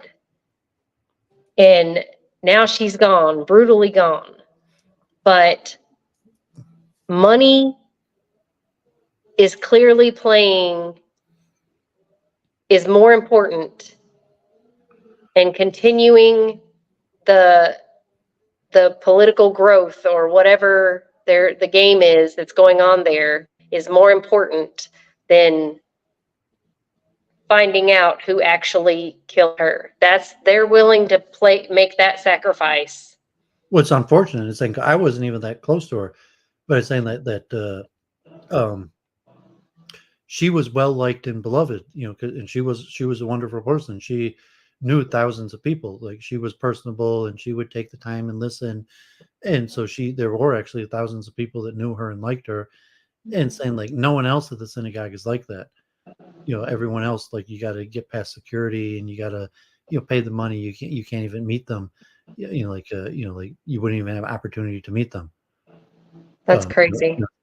Well, I mean, it's not necessarily crazy. It's, you could even say, well, it's normal, to have like an elitist club that like you're not even privy to know who the members are. Wow. I mean, you look at like a synagogue like that, like saying that how the synagogue didn't used to be like that, but like most synagogues are kind of like that. They're elitist clubs you got to pay to be a member of, and they're relatively unfriendly to outsiders. And I mean, that not just synagogues, like a lot of churches, a lot of clubs, golf clubs, political clubs, health clubs, or I mean, that's relatively, unfortunately, normal. Interesting. I mean, you say it's not right, it's not praiseworthy, it's not righteous, but it's normal. And so like Samantha's the one exception, and she's the one who gets killed. Like, I mean, like, to relatively within the Jewish community, within the Democratic community, she's the one exception, and she's the one who gets killed. God forbid. It's highly unfortunate. Saying like, so people like me saying like, okay, when Samantha was alive, at least like if I went to synagogue, there would have been someone who was nice to me. Okay. She was nice. Do you know any other people that still go to the? Well, I know them, like half of them. I'm not saying like they're completely like cold shoulder type, but they kind of she was a warm, nice, welcoming person. And the guy you've had on your show the last couple of shows I've watched, did he know Samantha? No, he's from the suburbs, although he's part of networks of people that knew her. I mean, he's younger. Okay. Yeah, I mean, he seems he's pretty younger. young. He just graduated school, and he's from relatively far in the suburbs. Okay. So he just came onto the case, and I said I hadn't seen Samantha since COVID-19, and at that point, I was still going Friday night to synagogue every week up to COVID-19. So up to COVID-19, I was seeing Samantha almost every Friday night. I went there. I used to volunteer. I still do at the chess coach at the Detroit Institute of Arts. And after that, I would go to the synagogue and we would pray, and then we'd have a meal. And Samantha was there every other week. She would lead services, stay for the meal. And a lot of times it wasn't just a handful of people. So synagogue on Friday night is what? How long does that last? Because Jeff says he was home by 8. They might have changed the times after. So I mentioned like they started raising all the money during COVID-19. Okay. So the last time I went there was before COVID-19, and then they raised the money, and they raised enough money. They shut down the building for construction. And then when they reopened up the building, it's completely different congregation. Now you got to pay like $150 a month membership. Yeah. It's nearly as welcoming and open to everybody anymore. And so I I think they made it earlier. So it used to be 7 o'clock, and then we'd have the meal, and it'd sometimes go to like 10 o'clock at night. Sometimes, we'd stay around and talk and chant and sing, and there'd be new people, and it'd be, exciting. Like people would be in from, but I mean, sometimes just be a handful of people too. And Jeff was also a regular there. But like then they moved it to 6 o'clock and a meal after. So it could, and it wasn't as friendly. So it used to be that there'd be a meal, and typically like we'd even hang around to like 10 o'clock and, talk and sing. And, I imagine when they reopened that they were probably out of there by 8. So if Jeff went to synagogue, services would have been 6. It would have been done probably even by like 6:30, 6:45. They would have had a quicker meal. It would have been more formal.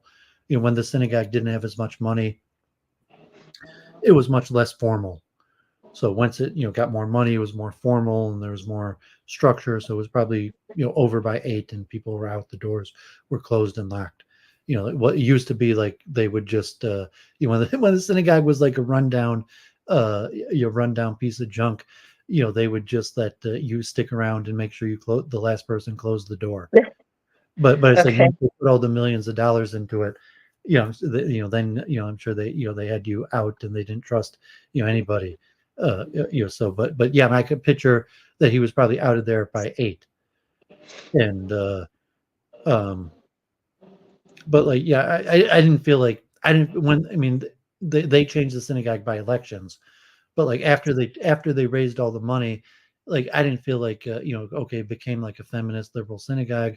They put all this money, you're supposed to pay $150 membership, and they didn't even have traditional services anymore.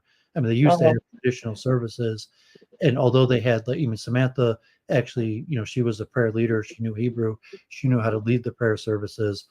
But like after they raised them, they don't even have traditional services anymore.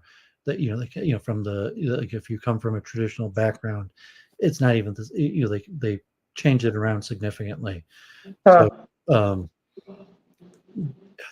like, and they actually had, like, that day they had like a bat mitzvah, and so there was a big crowd the next day after she was killed. Like but I think it was a girl from the suburbs. So it wasn't actually a girl in Detroit. It was someone from the suburb that probably came from like a secular background that wasn't really a member of a synagogue, and therefore made the bat mitzvah in Detroit, even though she didn't live there. Oh. And so that was kind of like the direction. So now it's like a rich person synagogue, and now they're going to, like, make special ceremonies for like rich people from the suburbs to come in and do, have their parties in Detroit. Wow. Stark difference. That's crazy. But I mean, Samantha did preside over that, so like she was the president under that change. And Yeah. it could also, I don't know the internal details.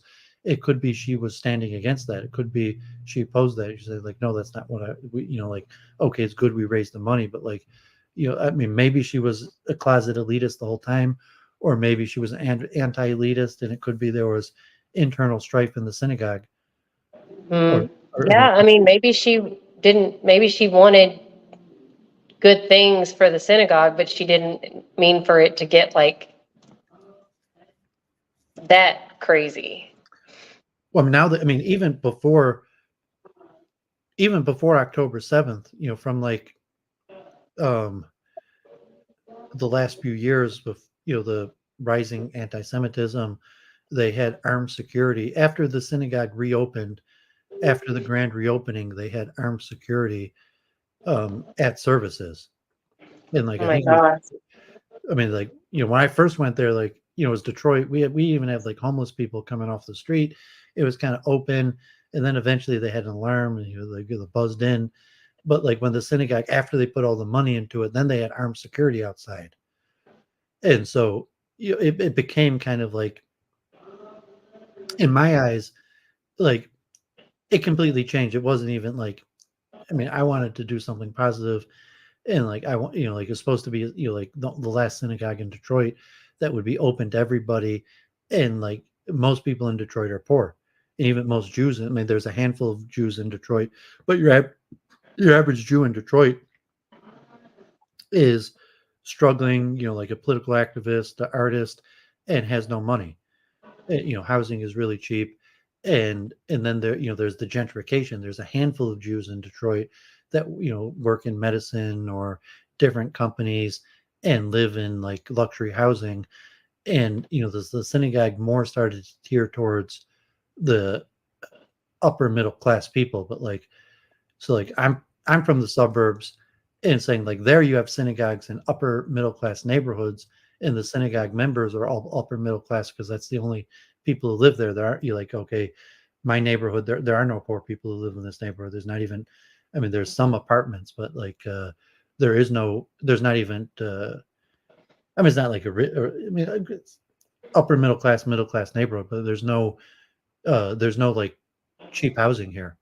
Yeah. So there are no poor. I mean, you might be like, someone's loser kid or someone who used to have more money and lost their money and still owns the house or something. But I mean, it's an upper middle class neighborhood. So the synagogue is all upper middle class. There's not like, but like Detroit is mostly poor people. And so to have a synagogue tiered towards upper middle class people in Detroit is, kind of nonsensical. And Right. even to spend like, $10 million fixing up a synagogue in the middle of Detroit is kind of like nonsensical, in the sense like when it was like, rundown junk, like it didn't matter. Like you could let anybody in there, you could leave them there, and you're like, what are you going to steal? I mean, there's a few religious objects, but like, once you put millions of dollars into it, then you can't just let anybody in there, and then you need armed security. And so it completely changes the demeanor. And whether I don't know Samantha well, like in the last few years of because that happened mostly after COVID-19, and then it happened actually like during lockdown and stuff like that, where they started raising money. So at that point I didn't even have any direct contact with what was happening. But like now I was surprised that they raised so much money. I was almost certain it was going to fail. It's like because we raised a little money, like even a few $100,000 a few years back, and I was like, wow, like but like and then all of a sudden like like they were trying to raise money, and it was like $5 million goal, and they raised it. Wow. And it was mostly from foundations. Wow. And then once the foundations took over, it saying like then they started like they didn't just let anybody walk in the door like before.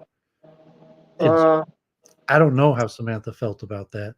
I mean, like from kind of like the saintly aura that she was painted as, like maybe she was against it, or maybe she kind of played both sides, where she wanted to help people, but she thought that she deserved this,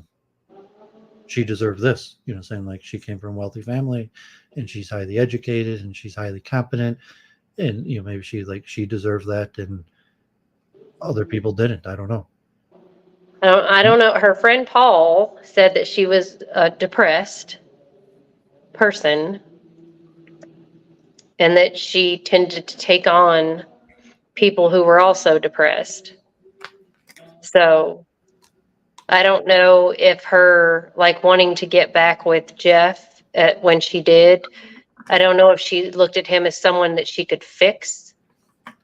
Well, I mean, I have to think like at the synagogue, I mean, a few people came in that they were already married, but like at the synagogue, like Jeff may have been like, and I think he's actually younger than her, but like he may have been like from like, I mean, there couldn't have been more than like 5 available men at the synagogue.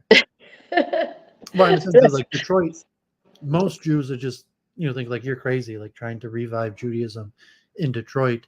And even though she was successful, even with all the money, I'm saying like if you're more traditional, now they get like the female rabbi and the liberalism. Even with all that money, you're probably just like whatever. I can't do that. It's against my beliefs. And even with that money, even with like a fancy synagogue, like you still got to live in Detroit.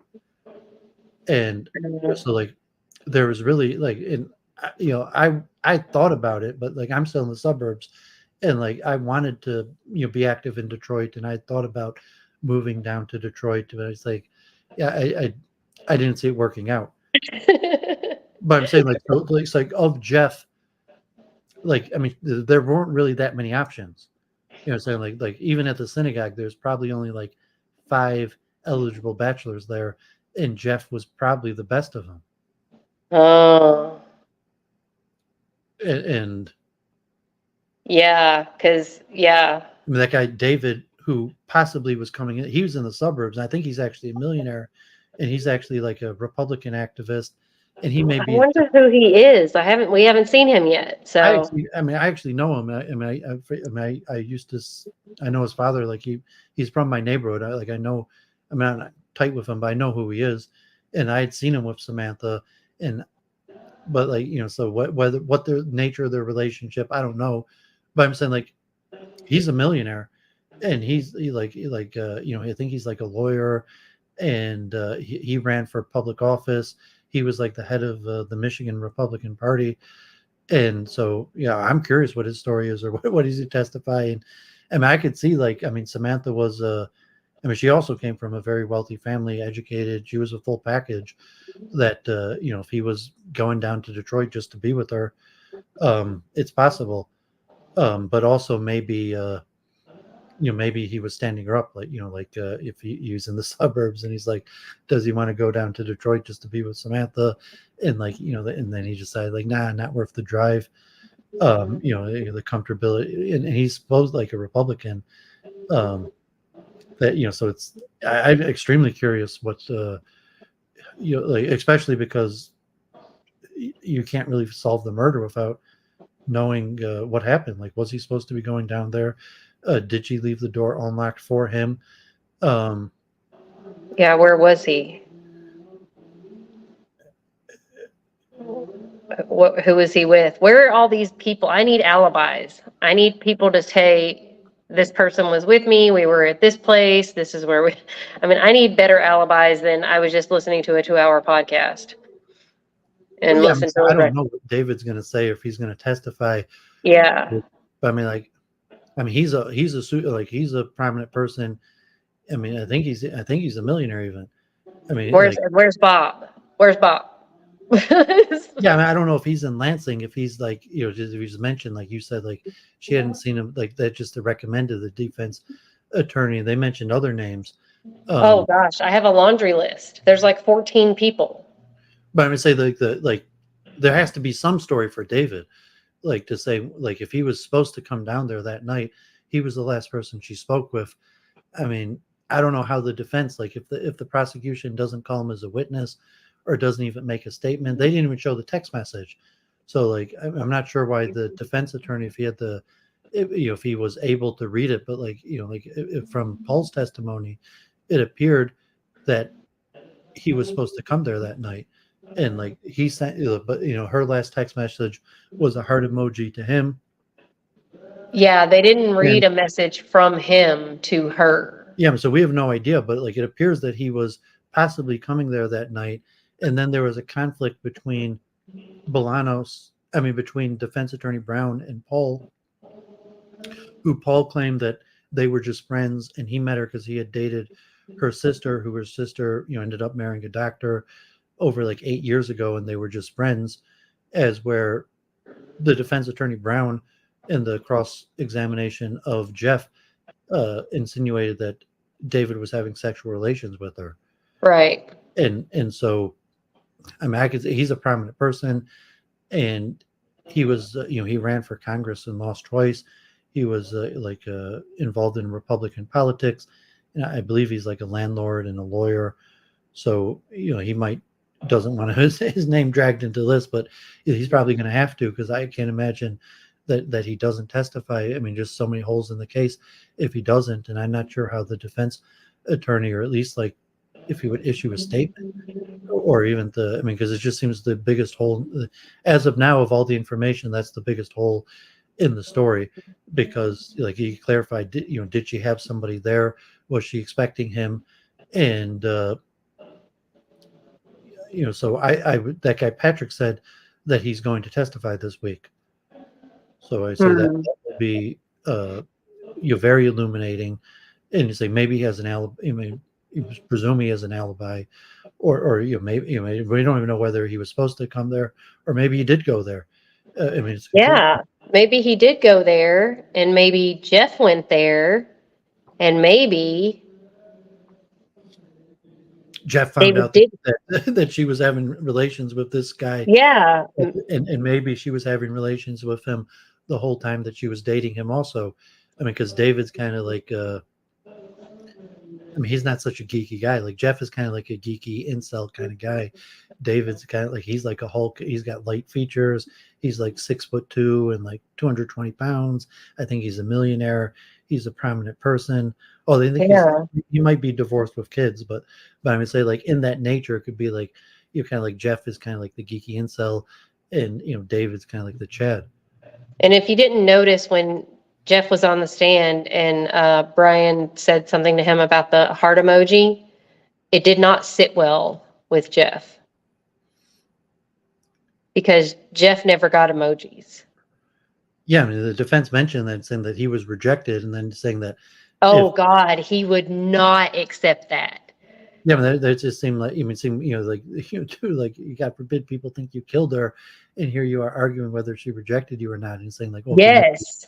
I mean, that's not, you could say, you put it in that way that made him look. I mean, that when that was going on, I thought that like he was about to Perry Mason and be like, "Did you kill her?" And he was like, "Yes." I mean, like, but it didn't happen that way. He was so upset about the whole rejection. Like he would not give in to the rejection. He was like, that's just a strong term. I think that's just too strong. I'm like, dude, you were clearly rejected.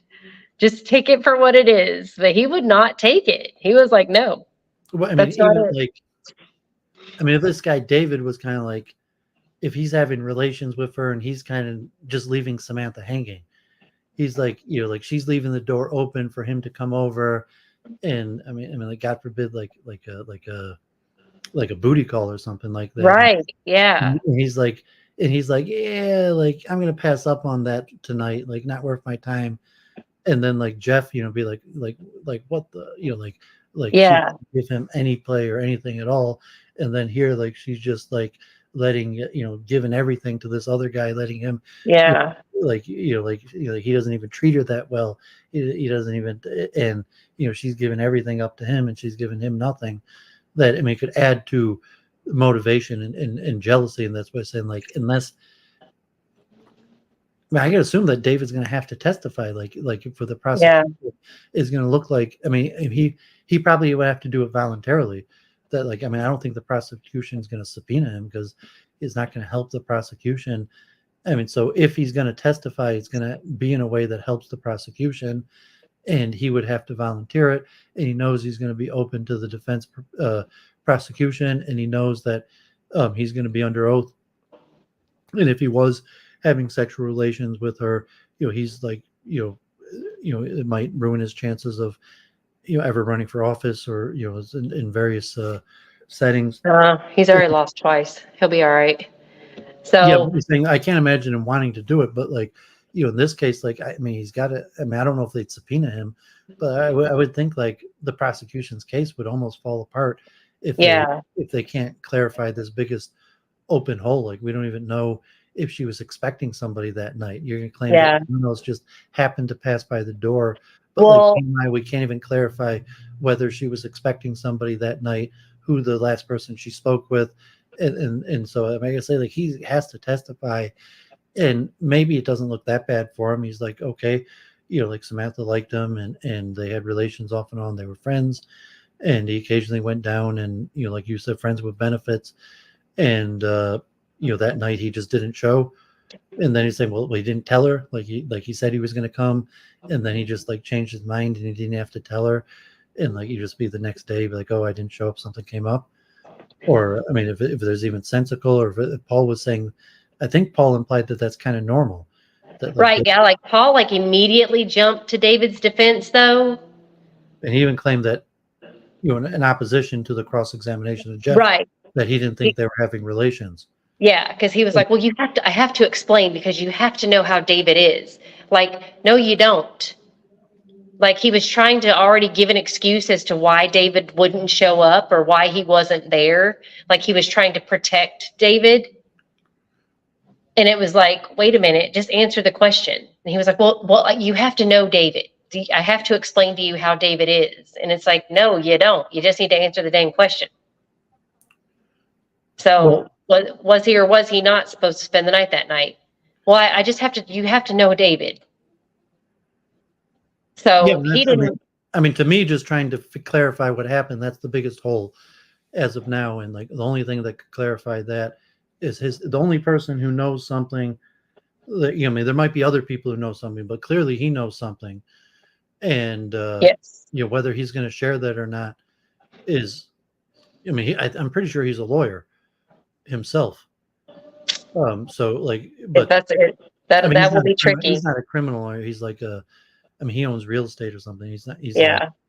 But the only person who could clarify that information is him. And then like if they're not, I guess it would be voluntary. Like they're saying, like I don't know. Even the prosecution can't subpoena him because like I mean, but like it's going to be weak for their case, and he might not think Bolanos did it either, because like if he doesn't think Bolanos did it, maybe he doesn't want to testify because like he doesn't think Bolanos did it, and him not testifying is him testifying. Either way, it's probably going to make. I can't imagine that his testimony is going to help their case.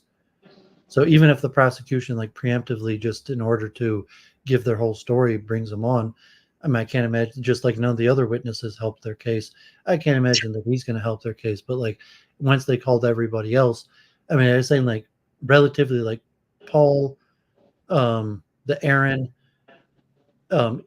even Jeff are much less, besides that Jeff like are much less important than David's testimony. I mean, those guys like Paul's testimony and Aaron's testimony are almost completely irrelevant. Well, yeah, Paul's testimony was completely awful. It was just making Samantha look terrible. I mean, it was completely irrelevant to the prosecution. Yeah, all of the testimony so far has been completely irrelevant, other than putting Jeff up there and giving him immunity. That right there just makes the jury think, why would you give this guy immunity if he didn't do anything? Yeah, I'm saying David's testimony is relevant. David's very relevant because he supposedly was supposed to spend the night. I mean, he's the last person she spoke with. Yes, the last person she had any communication with. And what did the heart emoji mean? Did it mean, it could mean anything, so you send people emojis, but did it mean heart, I'll see you later, heart, I'll see you when you get here, heart, like what does it mean? Well, even like was she sleeping on the couch? Yeah, she had a half-eaten banana. Because she was expecting him. Was the door open because she was expecting that needs, I mean, to me, like that's the most, like, besides for that, I'm not sure there's going to be any further information or clarification. So because she was whatever he said is going to clarify something. Because like either if she was expecting him, then it's like, okay, like she was on the couch because she was expecting him, and the door may have been open or unlocked because she was expecting him. Yeah, and she was fully clothed. She had on pants, a shirt, and a jacket. Even, I mean, I don't think it makes sense that Bolanos did it either way, because like, I mean, but like, I mean, it could help the prosecution's case in the sense, like, if she wasn't expecting anybody, like, why would she be asleep on the couch clothed? Saying that. Well, I mean, if you have GHB, if she was expecting him and saying, well, she was just waiting for him and she fell asleep, and that's why Bolanos came in at 4:20. She was asleep on the couch because she was expecting him. I mean, so at least from the prosecution's case, David could help bolster the prosecution's case. And it's like, yes, I was supposed to come by, but something came up, and like, I'm a jerk and I didn't tell her I wasn't coming. I'm sorry. But for the prosecution's case, that explains why she was on the couch in her clothes when Bolanos could have came in at 4:20. I mean, but without that, like, the case doesn't add up at all. So it's possible.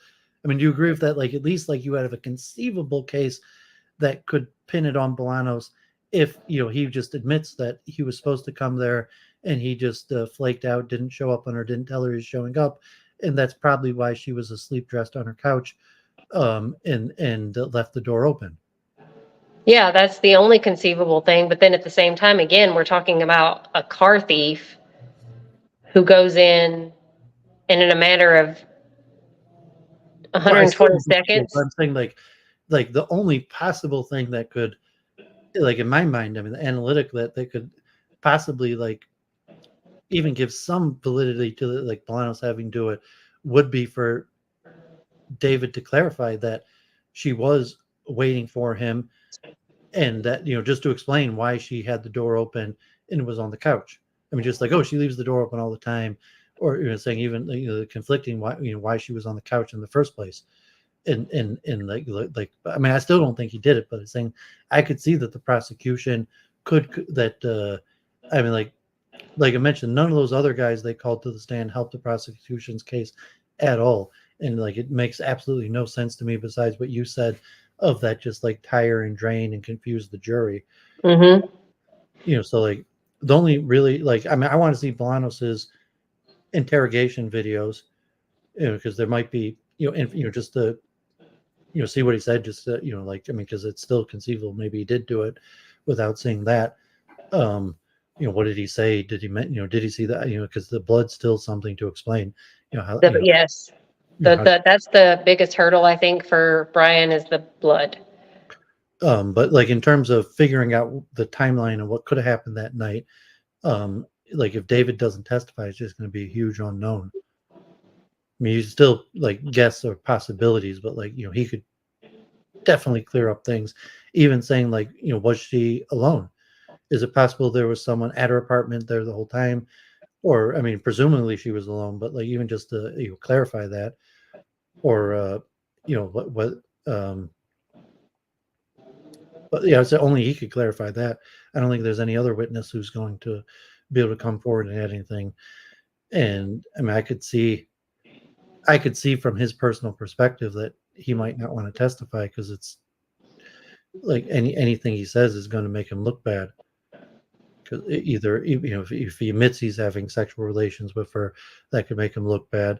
If he admits that he flaked out and was supposed to come by and just didn't show up without telling her, certainly that's not going to make him look good. And there could be other stuff that's not going to make him look good. I wonder if there was somebody at her house. And he might not have an alibi. I mean, so it could also be that he doesn't actually have an alibi. He's just like, well, he was supposed to come by and he fell asleep or just decided not to come and has no alibi. Well, that would just add to the other Jews that don't have an alibi for the night. Well, I mean, just another ex-boyfriend. But I mean, I gotta say, like, if he was supposed to come by that night, like, if it wasn't for Jeff confessing or being kind of like a questionable ex-boyfriend, like, I mean, I would assume like that's the number one suspect, the guy who was supposed to be there that night.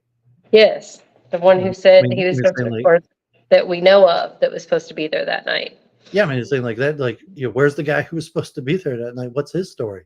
And it's saying like, I mean, he might have a perfectly reasonable explanation, but like, I don't know what it is. And it's saying that's the thing I want to know, like, as of now.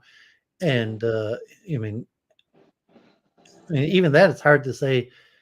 It's hard to imagine his perfectly good explanation. Like, why wouldn't he, if he changed his mind and decided not to come, why wouldn't he have told her?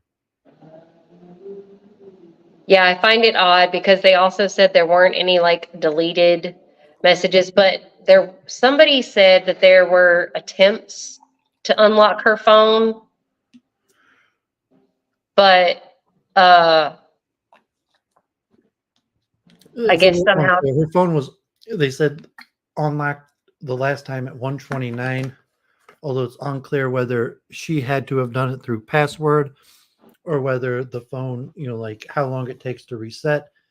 And so, yeah, I mean, if she was attacked at 1:20, 1:24, and she gets to her phone, staggers to the phone and is able to unlock it, even with a password, but not able to use it, or that the attacker is still around at 1:29, even though the person runs away. So you're assuming the person who ran away at 124 is the most likely person to have done it. So you're saying if the person who attacked her is the one who unlocked her phone at 129, but it's saying most likely, like the Charlie the Duff said, that she is, like after, she's attacked at 124, and she's the one who unlocked her own phone at 129, but wasn't able to successfully. That's what Charlie the Duff's streaming partner, the woman, said. Yeah. She realized that you could just hit the emergency button. You don't You have wouldn't think about that though in a moment like that. I never used the emergency function, but she is saying if it had facial ID or if she needed a password, or like a lot of times, like I think my phone right now, I mean, I do have a passcode and it's supposed to click off like after a minute, but like sometimes I just hit it and it goes. Sometimes it requires a password, sometimes it doesn't. And so it could be that, she just hit the phone at 129 and it opened, or she entered a password that wasn't clarified. I don't think that was clarified from watching the testimony. I didn't get clarification. No. And her phone was found under the sofa. Yeah, I just saw that. Like, I mean, that doesn't even okay, if that doesn't add up either way. Like, how does okay, if she's attacked by Bolanos, how does her phone get under the sofa? Yeah, that's what I'm saying. Like if the altercation started in the living room, that's why I want to do my. So I mean, she was attacked at 124, and the person who attacks her is already gone by 124, and is in the video running away. Yeah. And then you could see okay, she's staggering, she's injured, and she gets to her phone at 129, doesn't successfully use it, and somehow loses energy or whatever, ends up under the couch. But if Bolanos attacked her and her phone was already sitting next to her, if she got to her phone, then there probably would have been phone activity at 420, 422, or after 420. Right. How does the phone get from onto the floor underneath the couch without there being activity at 420? That's why I need to know how long it takes for her to have bled out, because if the last message she sent was at 104. So 104, she has her phone. I think for that person to be running at 124, if that person is the attacker, she was attacked between 104 and 124. And she's laid out in the hallway because that's where most of the blood is. Just because that bowl of fruit or whatever is knocked over doesn't necessarily mean that any altercation happened there. Maybe she came in drunk and maybe she hit the fruit bowl over. Maybe that has nothing to do with any altercation. Maybe that just is something. It could have been an argument that escalated. Yeah, maybe it was part of the argument. If it was her own knife that was used against her, but if argument had started with a fist or something in the kitchen, and then something's knocked over, but there's no blood in the kitchen, so the altercation starts in the kitchen but the stabbing doesn't happen in the kitchen, right? Because there's no blood there. But they didn't check for no one knows what kind of knife set she had, if she's missing a knife. No one knows, no one's checked any of the drains. No one checked the showers. No one checked, as far as I know, I haven't seen any evidence of any checking of drains or any of that kind of stuff. So as far as I know, they did not do a thorough check of the apartment to make sure there weren't any washed off areas or anything like that. So I don't know. I'm just curious as to so to me it happened earlier and somehow she managed to survive, probably because she was incapacitated and she probably was knocked out for a while, and she came to and was like, holy crap, and was laid out in the hallway and got herself up, managed to get herself out the door, and then that's when she finally just didn't have any more. And yeah, that would take a while. Yeah, but I don't know how long. I mean, if you do submit a FOIA and you eventually get the crime scene photos, I mean, you might be able to figure something out from that. But I mean, besides that, Yeah, I think I think for Bolanos' innocence, the only important thing coming is the video of his interrogation. I think there's 4 of them, whether we're going to see all of them. And then the only useful information we're going to see further evidence on is going to be whether David testifies. And then besides that, someone like you is going to have to do a FOIA to get any more useful information to actually figure out to see if there anything that would even lend insight into what may have happened. But I mean, at this point, that's why I'm unfortunate. Think that it unless someone like you does a FOIA and sees the information and there's something extremely useful in it, that the case probably just isn't going to be solved. I'm hoping we can solve it. That's my hope. I told my boyfriend, I was like, so I might be having to go to Detroit, and he's like, what the heck? It's like, why the hell would you go to Detroit? I'm like, well, I really want to find out who did this. I don't want to just let it go. I want to know who did this. Well, I mean, when I was like in December, there was one random person who kept on doing this like YouTube video every day about Samantha Woll, and it turned out like this amputee. He used to be like a private detective, and then he, God forbid, had some horrible sickness, and he lost his legs or even like an arm. He had some like a YouTube channel, something about like his amputations. But he was doing a daily video in like November time for like a month until eventually Bolanos was arrested. Then he stopped doing it. And like one time I spoke with him on his channel. And so that was after the first arrest, and he was like, he used to be a private investigator, so I was asking like, how come we don't know the name of the first person that was arrested? And he was like, because nobody cares, because like he was saying, as a private investigator, he could have found out, and God forbid, like he had suffered horrible health issues, but you're saying that previously he thought he could have got way more information was available, and he thought the reason was that nobody cared. That the media just ran with the story, not because they cared, but because just like political, it was interesting, but they didn't actually care to do any reasonable investigation. And up even till today, that basically nobody cares. So it's like, even like, I've never done a FOIA in my life. Like, I mean, maybe I would. I don't know if if you walk me through it, you have to come all the way up to Detroit, or you're saying you're going to do that out of your own pocket, your own money, just out of curiosity or sense of justice. Yeah, I've never done one. I just know a lot of YouTubers do it, and I've never done one, so I'm going to do it this time because I feel very confident that he didn't do this. So yeah, I do know. I mean, I streamed with this other woman that was for a while allegedly AMSI in Portland. And she was doing like true crime. I was speaking to her about different things, but she was doing true crime. And I think she even went from like Portland to Montana or Iowa, where that like campus killing happened. Oh, Idaho. I don't know, but when she had like a friend, kind of like it was a woman that had dating issues and like domestic abuse, but she did FOIAs for like body cam footage. And it was really to like her friend, or I mean, this wasn't like serious crime.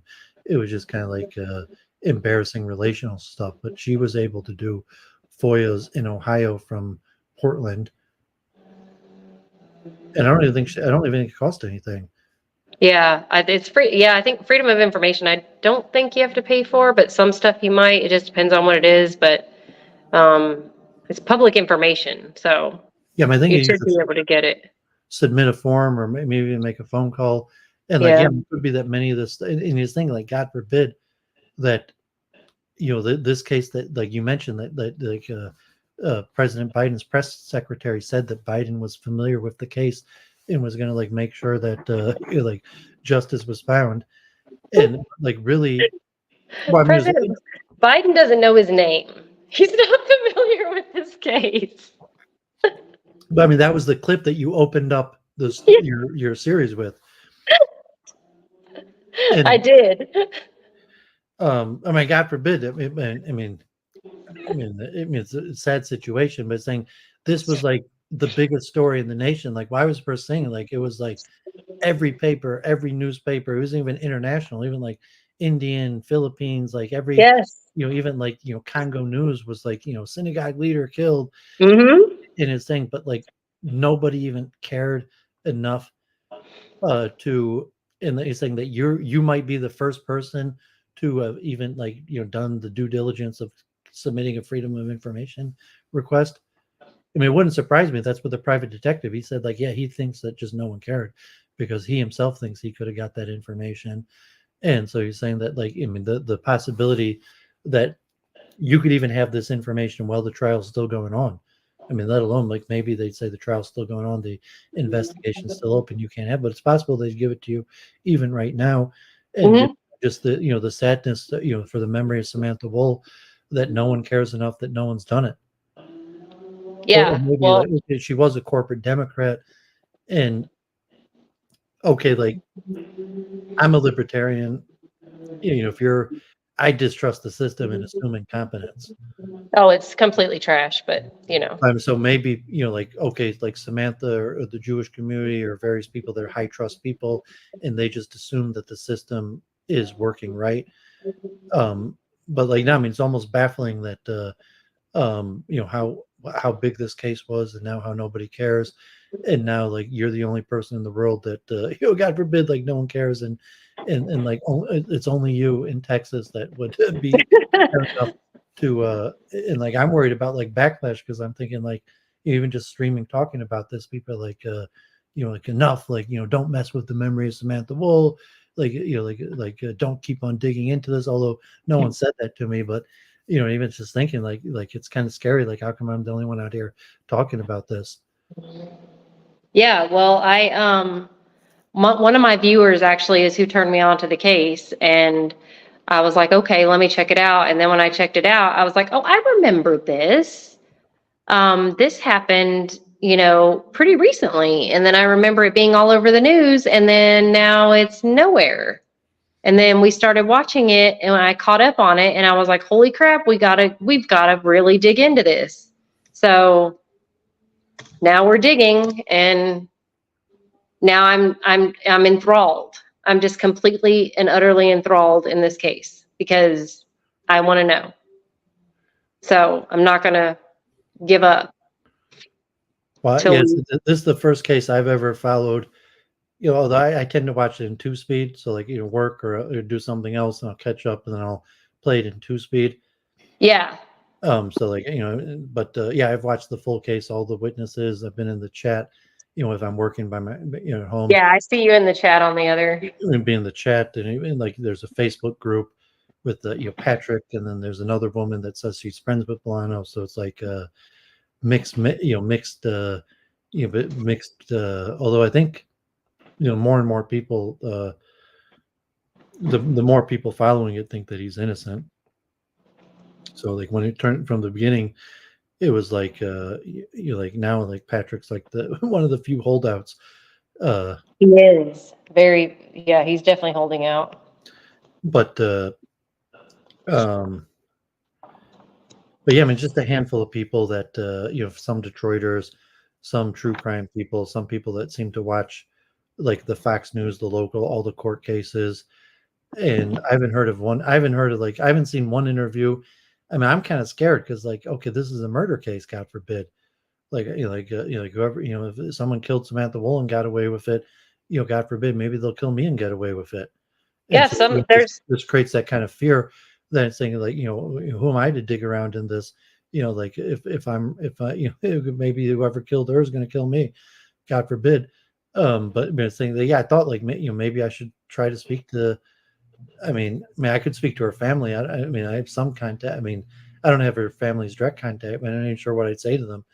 I can speak to her family and be like, I don't think Bolanos did it. I mean, if they're going to the court case every day, I don't know what they think about it. Or, if I'm going to speak to defense attorney Brown, and because he probably is overworked and underpaid. And then even if I would donate, if they had, I've never seen such a thing, but if they had like a GoFundMe for Michael Jackson, would I donate to that? I mean, I might give something if they had GoFundMe. I might give something to that, and it could be actually that's the single most important thing that could help him in terms of actually getting an expert witness that would be convincing to the jury that the most important thing he actually needs now is money for an expert witness. I wonder if you can ask in that group, if we can ask if there is a page raised for him. I mean, his family might. I mean, yeah, I don't know. I mean, there's only one woman that said she knew him. There's a few people in the chat that said they know him, but they weren't. There's only one woman using her actual name and picture, and I'm not sure if it'd be weird to message her or ask her, and then saying maybe I changed my mind, and saying because I'm a friend of Samantha Woll, and like I see the interrogation video, I was like, no, I'm wrong. I do think he killed her now. I mean, Well, we don't know till all the evidence comes out, but I feel like it's leaning toward him not having done anything like that drastic. I mean, is he like number one upstanding citizen? No. I've never once in my life. I mean, I could probably go down to the court. I mean, also go down to the court and sit in the court. But I mean, it's probably kind of boring, and it'd be kind of probably weird. I don't know if but yeah, I mean, if there's something, if you do a FOIA or I've just been talking about it once a week and following it in the chat and kind of messaging my understanding of what Samantha stood for and how it relates to this case. But yeah, I mean, it's pretty. I mean, it's depressing and scary just to think about. But then also okay, Samantha was the type woman who had the strength to to inspire people to do the right thing. And what's the right thing in this situation? It would appear God forbid, the right thing in the situation is standing up for Michael Jackson. Yeah, and she was definitely a fighter. You can tell that for sure. Well, I've sent him a care package. It's very limited on the care packages you can send them in the county jail. They're not very friendly, but most of my viewers are definitely for getting justice. So I'm just going to keep covering it until who knows what's going to happen. But I am going to try to get as much information as I can, as much facts as I can, and keep researching. So, well, I mean, you're live streaming. I mean, I guess or if your work schedule allows, or you're live streaming hours each day. To cover it, and maybe I'll pop up in your chat, or if there's something that happens tomorrow, you're welcome to join again next week. Or just stream once a week. Yeah, I'm live streaming every day. We're not missing a day of the trial, so we'll be on there first thing in the morning, live streaming. I'll add your link to your channel when I'm done streaming. I'll edit the video and I'll add in the description the alternative point of view that will link straight to your channel. Okay, yeah, and I'll be streaming tomorrow, so if you want to pop in and check in, I check in on the news channel chat every once in a while, but I'll be streaming it every day. They have it. I think it's going to be a long trial because from what I understand, it's going to be about 6 weeks. Okay, yeah, I appreciate you joining me. I appreciate your expertise. Yeah. I appreciate your care. And all right. How many more videos do you have in your series? Oh my gosh, I don't know. It's I don't even have a count on it. It's until I feel. Actually, I don't think I'm going to stop until I figure out who did it. If I can. Okay, well, I mean, how much information do you have to share? Besides a lot. I have a lot. Okay, yeah, I mean, I found all your videos very informative, and like I said, that Paul guy, I didn't even think about that when I was watching it. You were able to find the pictures and the floor plan, tour diagram, and I was mentioning to that guy Patrick, and saying because he was so convinced Bolanos did it. So I was saying what we know and saying, well, there's a lot of uncertainty, and Yeah. there hasn't been any good reporting. I haven't seen like a single like newspaper article that included like a picture, and even like simple questions like what does the alarm cover, like a good detail of the timeline, the nature of the alarm system, and I mean like there's no like unfortunately like your coverage is the best best coverage I've seen, and it's okay. Like props to you that you have background in it and did some work in it, but I'm saying it's more that that there's just no good coverage. Like there's a handful of, although I'm not sure like if the local reporters, because a lot of people are claiming that they're following the case, like the reporters. I'm not sure if there's a bunch of reporters that are stationed in the courtroom all day, or if they're just watching it on the feed or keeping up, or because like if there are reporters that are stationed on this, like they don't have much useful, and I haven't seen a single interview, and saying if that's even just to say like okay that the people aren't giving interviews, they say if they requested interviews and they're not, but like I haven't seen a single interview with the prosecutor, with the defense attorney. Oh no, they're not doing any of that or telling you what the jurors are looking like. So is that normal that there's no interviews, or is that because the media is not even trying? I don't think they're even trying, to be honest with you. So I mean, they're claiming that they're. I mean, it appeared from like, I mean, there's like only like 3 or 4. There's really only 2 news stations. Like, I mean, there's 3. There's Click Detroit, there's CBS Detroit, there's Fox 2 Detroit that have been doing like daily little brief downs. They have a reporter that claims that they're following the case. So I don't know if that means that they're actually at the courthouse day by day, or if they're watching it. But they have 3 different news stations, plus there's the Detroit Free Press and the Detroit News that have been doing articles every other day or so. None of them have really had useful information. no, because they're not even like doing any like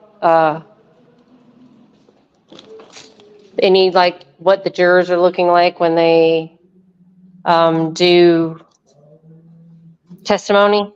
Usually they have that. How's just a random woman from Texas following it online has better information than the media sources that might be getting paid to actually follow the trial? I mean, it seems mind-boggling that that's even possible. That's not mine. I guess I'll let you go. I don't know what time it is there. It's almost 1 o'clock here. If you got an yeah, hour it's midnight. Yeah, thanks. See you. Yeah, I appreciate you giving me so much time. And as I said, I'll link you, and hopefully we'll at least chat in the chat tomorrow too. Yeah, I'll see you tomorrow if you want to pop in, and then I'll be checking. And then we usually, when there's a break, we'll pop into another court or something. But yeah, we're waiting on the Karen Reed verdict, and then we are definitely watching this trial every single day. And then I will let you know if I get the Freedom of Information stuff, because I want to get as much information as I can about this, so we can find out who did it. That's what I want to do. Yeah, great. It might pay, like if it defense attorney Brown's probably overworked and underpaid. So if that stuff is available now, it might pay to try to get it right away. But so we appreciate Tracey coming on and sharing. I'm not sure if she froze or if she's still there, but oh no, I'm here. I see you. I can see you now. Okay, well, thanks a lot. Good luck with your channel, everything you're doing. I appreciate you sharing. And thank you. You too. Thanks for having me. Bye. Okay, yeah, bye. Thanks a lot. Okay, great. So appreciate Tracey coming on. I mentioned that at the very beginning. I reached out to her, and she showed, I don't know her schedule, but she said she was,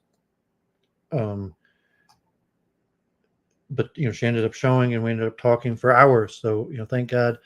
Learned a lot, and as I said, this is the first court case in my whole life I've ever watched. And said I've seen parts of court cases. My mom's a lawyer. I had like God forbid, my friend got arrested for for drugs, for dealing drugs, God forbid. And I went to court with him quite a few times in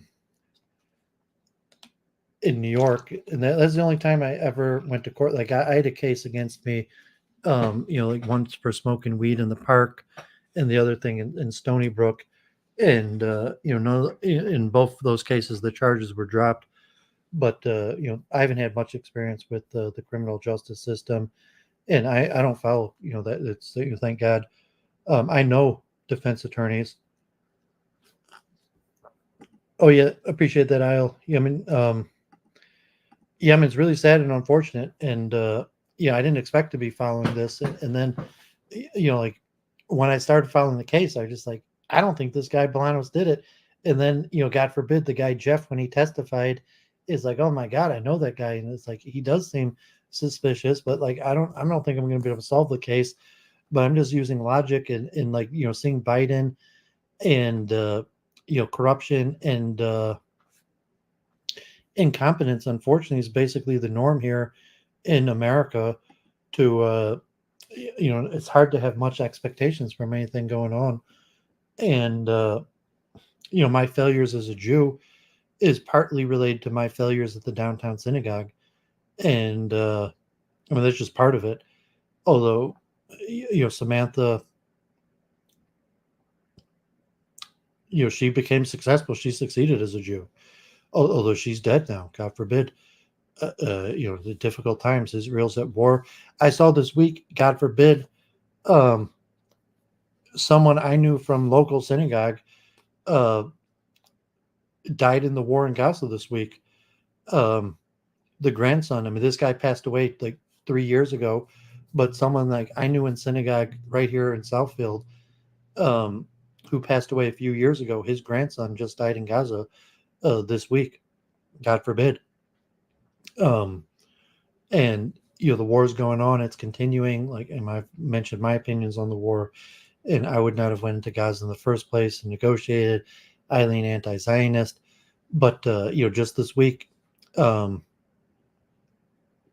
a grandson of someone from here in Southfield died in Gaza, and I think it's like 320 people.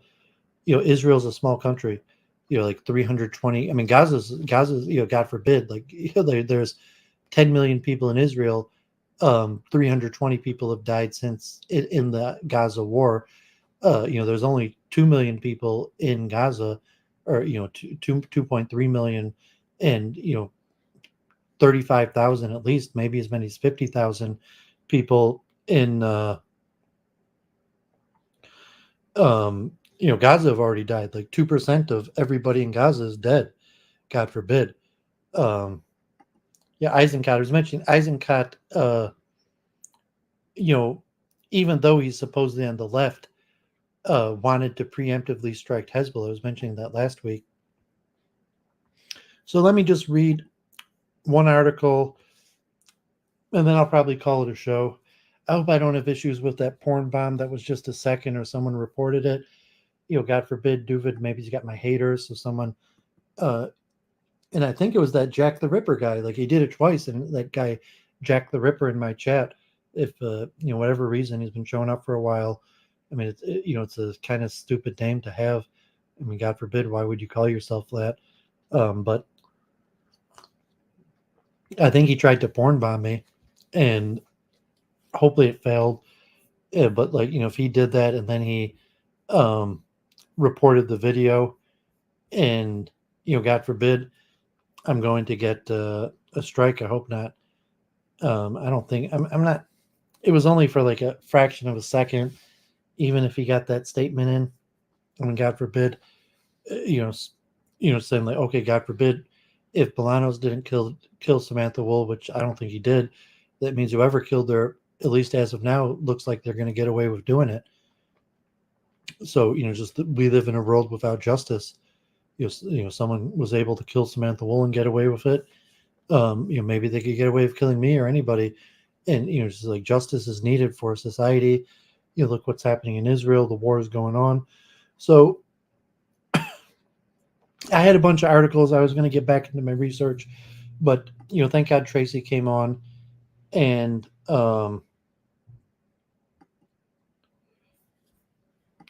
yeah, I mean, God forbid, just like, I'm not a hateful person.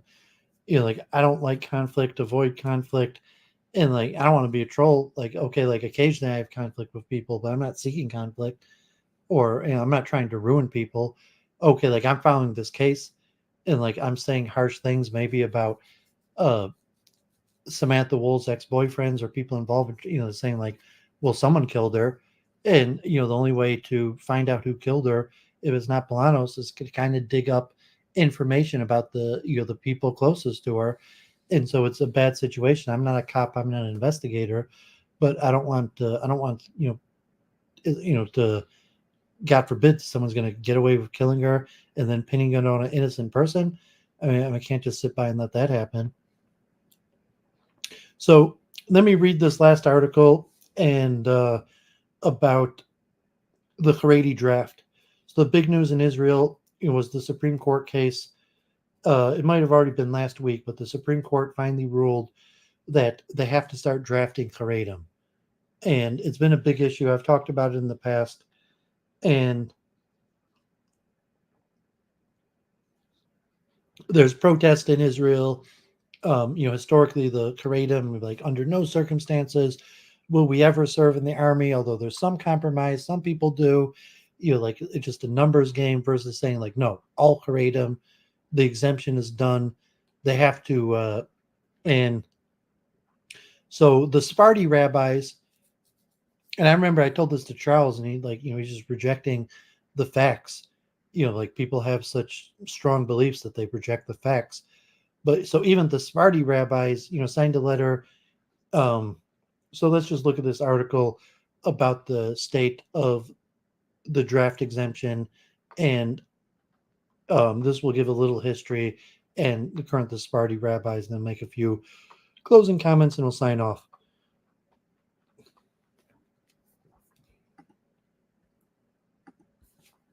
The Sephardic rabbis' letter decoding a rabbinic broadside against drafting Torah scholars into the IDF. In the midst of the war in Gaza, a number of Sephardic rabbis in Israel signed a lengthy letter on April 7th calling for opposition to the drafting of yeshiva students into the army. In the past, such letters were primarily presented to the public by the Ashkenazi side of the Haredi community. In cases where letters emerged from the Sephardic Haredi community, they were usually signed by figures distant from the leading rabbinic elite. Neither was the case here. This letter was signed by prominent heads of Sephardic yeshivas, well-known halakhic authorities in the religious community in Israel. Attesting to its significance, the letter included the signatures of members of the Council of Torah Sages of Shas, the Sephardic Haredi party that is part of Israel's governing coalition. This is not the place to address the paradox between opposition to the draft and support for the war. We'll only note that from the signatories' perspective, yeshiva students are also drafted, in this case for the spiritual protection of the soldiers. Our focus here is on what the signatories of the letter have in common and what the letter might tell us about what is happening inside one of the most stable parties in Israel, the Shas party. Shas was established in 1984 to serve as political home for yeshiva students of Sephardic descent, meaning those whose families originate from Jewish communities in Arab countries and North Africa. The connection between the world of Haredi yeshivas and these Jewish communities has a long history. As early as the beginning of the 20th century, there was a relationship between emissaries from Haredi yeshivas in Eastern Europe and Jews in Morocco.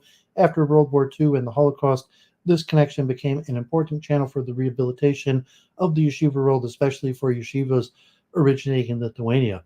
In the state of Israel, the connection between the shattered remnants of the Ashkenazi yeshiva life in Europe and Sephardic refugees created a very complex reality of diversity within the Haredi yeshiva world. On the one hand, the Haredi yeshivas wanted to include students of Sephardic descent. This significantly helped in obtaining budgets, and of course is what was seen in the spiritual rescue of the students, many of whom came from low-income families. On the other hand, the students' ethnic origin was emphasized in a way that differentiated from their Ashkenazi peers in the yeshiva. The Lithuanian yeshiva, which for many years prided itself on being an ideological melting pot, therefore became the site of ethnic segregation. Cultural segregation in the yeshiva world based on the countries of origin reflected the broader reality in Israel, where the divide between Israelis of Ashkenazi and Sephardic origins found expression in the new class structure that developed in the country. However, while the society at large, there was some chance for mobility, in Haredi society, this mobility was almost entirely blocked. Ethnic distance was attributed to deep mental and cultural differences.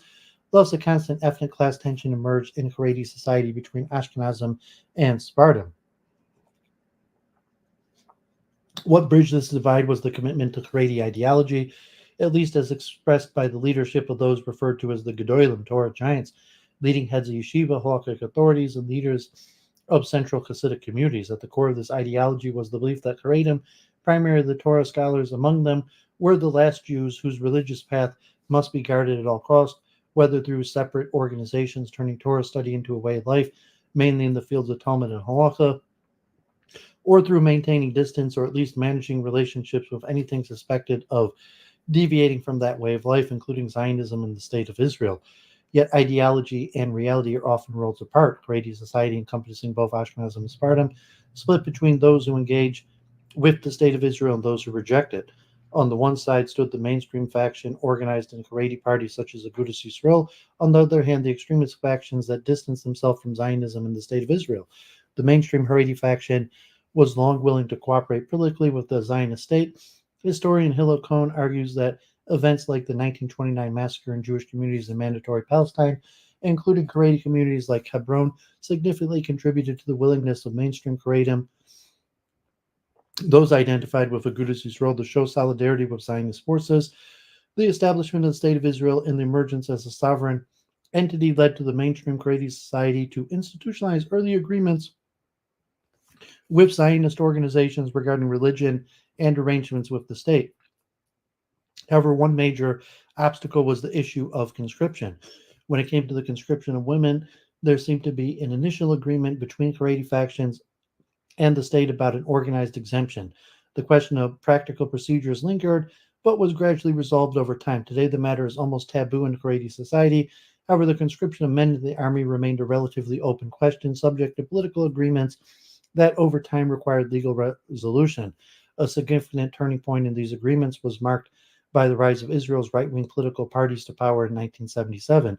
As part of the agreements between representatives of mainstream Haredi faction and the new Israeli government headed by Menachem Begin, the agreement to have learning quotas was replaced with an arrangement whereby any young man in the Haredi community studying in an organized framework would have his military service deferred until the end of his studies.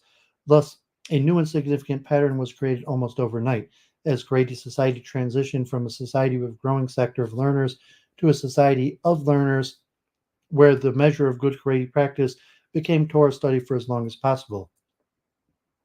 This arrangement generated intense opposition from non-Haredi Jews in Israeli society. However, ruling parties both on the right and left greatly benefited from their partnership with the Haredi parties. Their partnership were relatively transactional, separate from principled stances on the core policy issue that tore Israel society apart, and they mainly ensured coalition stability as long as the issue of military conscription did not come to fore. But the conscription issue managed to impose itself on the political agenda. A series of civilian petitions in the Supreme Court requesting the termination of the agreement with the Haredim and the court's demand for the political system to legislate the matter properly fueled a series of political crises and reignited the secular agenda. Alongside questions about the public status of the Sabbath, the issue of conscription took a special significance. Parties from the right, left, and especially the center, which sought a secular national character, positioned the conscription of Haredim as a fundamental issue, one that was even said to be the key to the survival of the state. However, Israel's coalition system, in particular the right-wing parties that saw their relation with the Haredim as a commitment to religious sentiment, did not allow for the advancements of legislation to conscript Haredim. The motives for this blocking maneuver no doubt range from sincere, the importance of Torah study, the marginal usefulness of Haredi military recruits as frontline troops, and the fact that similar exemptions were given to Muslim and Christian Arabs, to the purely selfish. Thus, despite the Supreme Court's demands, the conscription issue was deferred from one government to the next until this past March, when the Supreme Court issued a landmark ruling saying that yeshivas whose students are not conscripted cannot receive state funding. It was this ruling, or the anticipation thereof, that gave birth to the Sephardic Rabbis' letter.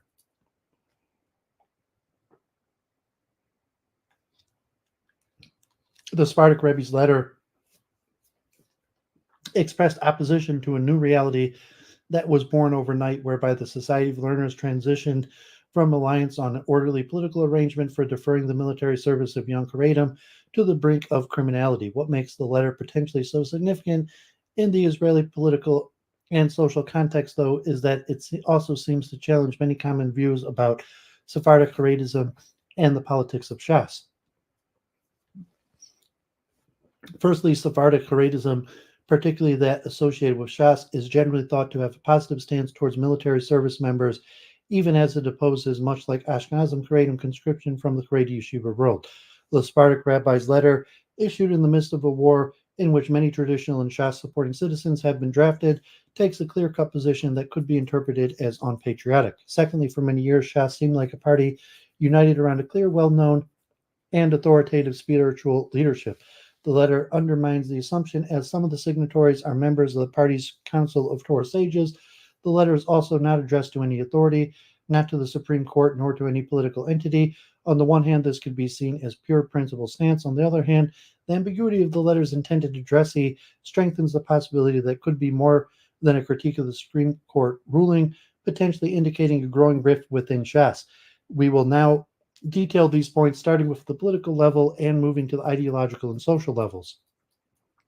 Some of the signatories are closely tied to the long-standing and evolving spiritual leadership of the Shas Party, which is involved in managing the war. Its political leaders, Aryeh Deri, serves as an observer in the war cabinet, privilege granted to a very limited number of politicians in Israel. Consequently, the letter may reflect a crack in the spiritual leadership of the party, which has been one of the most stable entities in Israeli political system for nearly 40 years. The rift may be ideological, indicating genuine concern about the Supreme Court's decision. Still, it reveals unrest within Shas's spiritual leadership. Since the passing of Shas's spiritual leader, Rabbi Avadia Yosef, the party de facto leadership has shifted to its political leadership under Aryeh Deri, who has served as the political regent of the party for over a decade. The rabbi's letters may be an attempt to delineate the boundaries of this political leadership, addressing an internal rather than external audience. One of the signatories, Rabbi Moshe Meah, presented as the elder of the party's Council of Torah Sages, the sovereign body in Shas, also hinted at his discontent regarding the absence of a spiritual leader in the party. In a rare interview in August 2022 with a Haredi media outlet, he said, "We need to find a leader. Today, our generation needs a leader to guide everything." Shas was calm. Everything went smoothly because we had Chacham Shalom Cohen, and everyone listened to Chacham Shalom. There's a problem. Who will be the leader? Israel's not left a widow. The Holy One blesses. He will provide a leader, even those you didn't think of. Thus, the letter initiative could be a continuation of this critique, but in the form of policy making. This raises another question. As a party where the political leadership in recent years has held the dominant position, how did a number of rabbis, important as they are, dare to challenge the experienced politicians who in theory control their purse strings? It could be that the grassroots activists were dissatisfied with a particular party decision to voice his grievance. One of these activists may have turned to the ideological side of the party and figured how to mobilize it against the political leadership on this sensitive issue of conscription.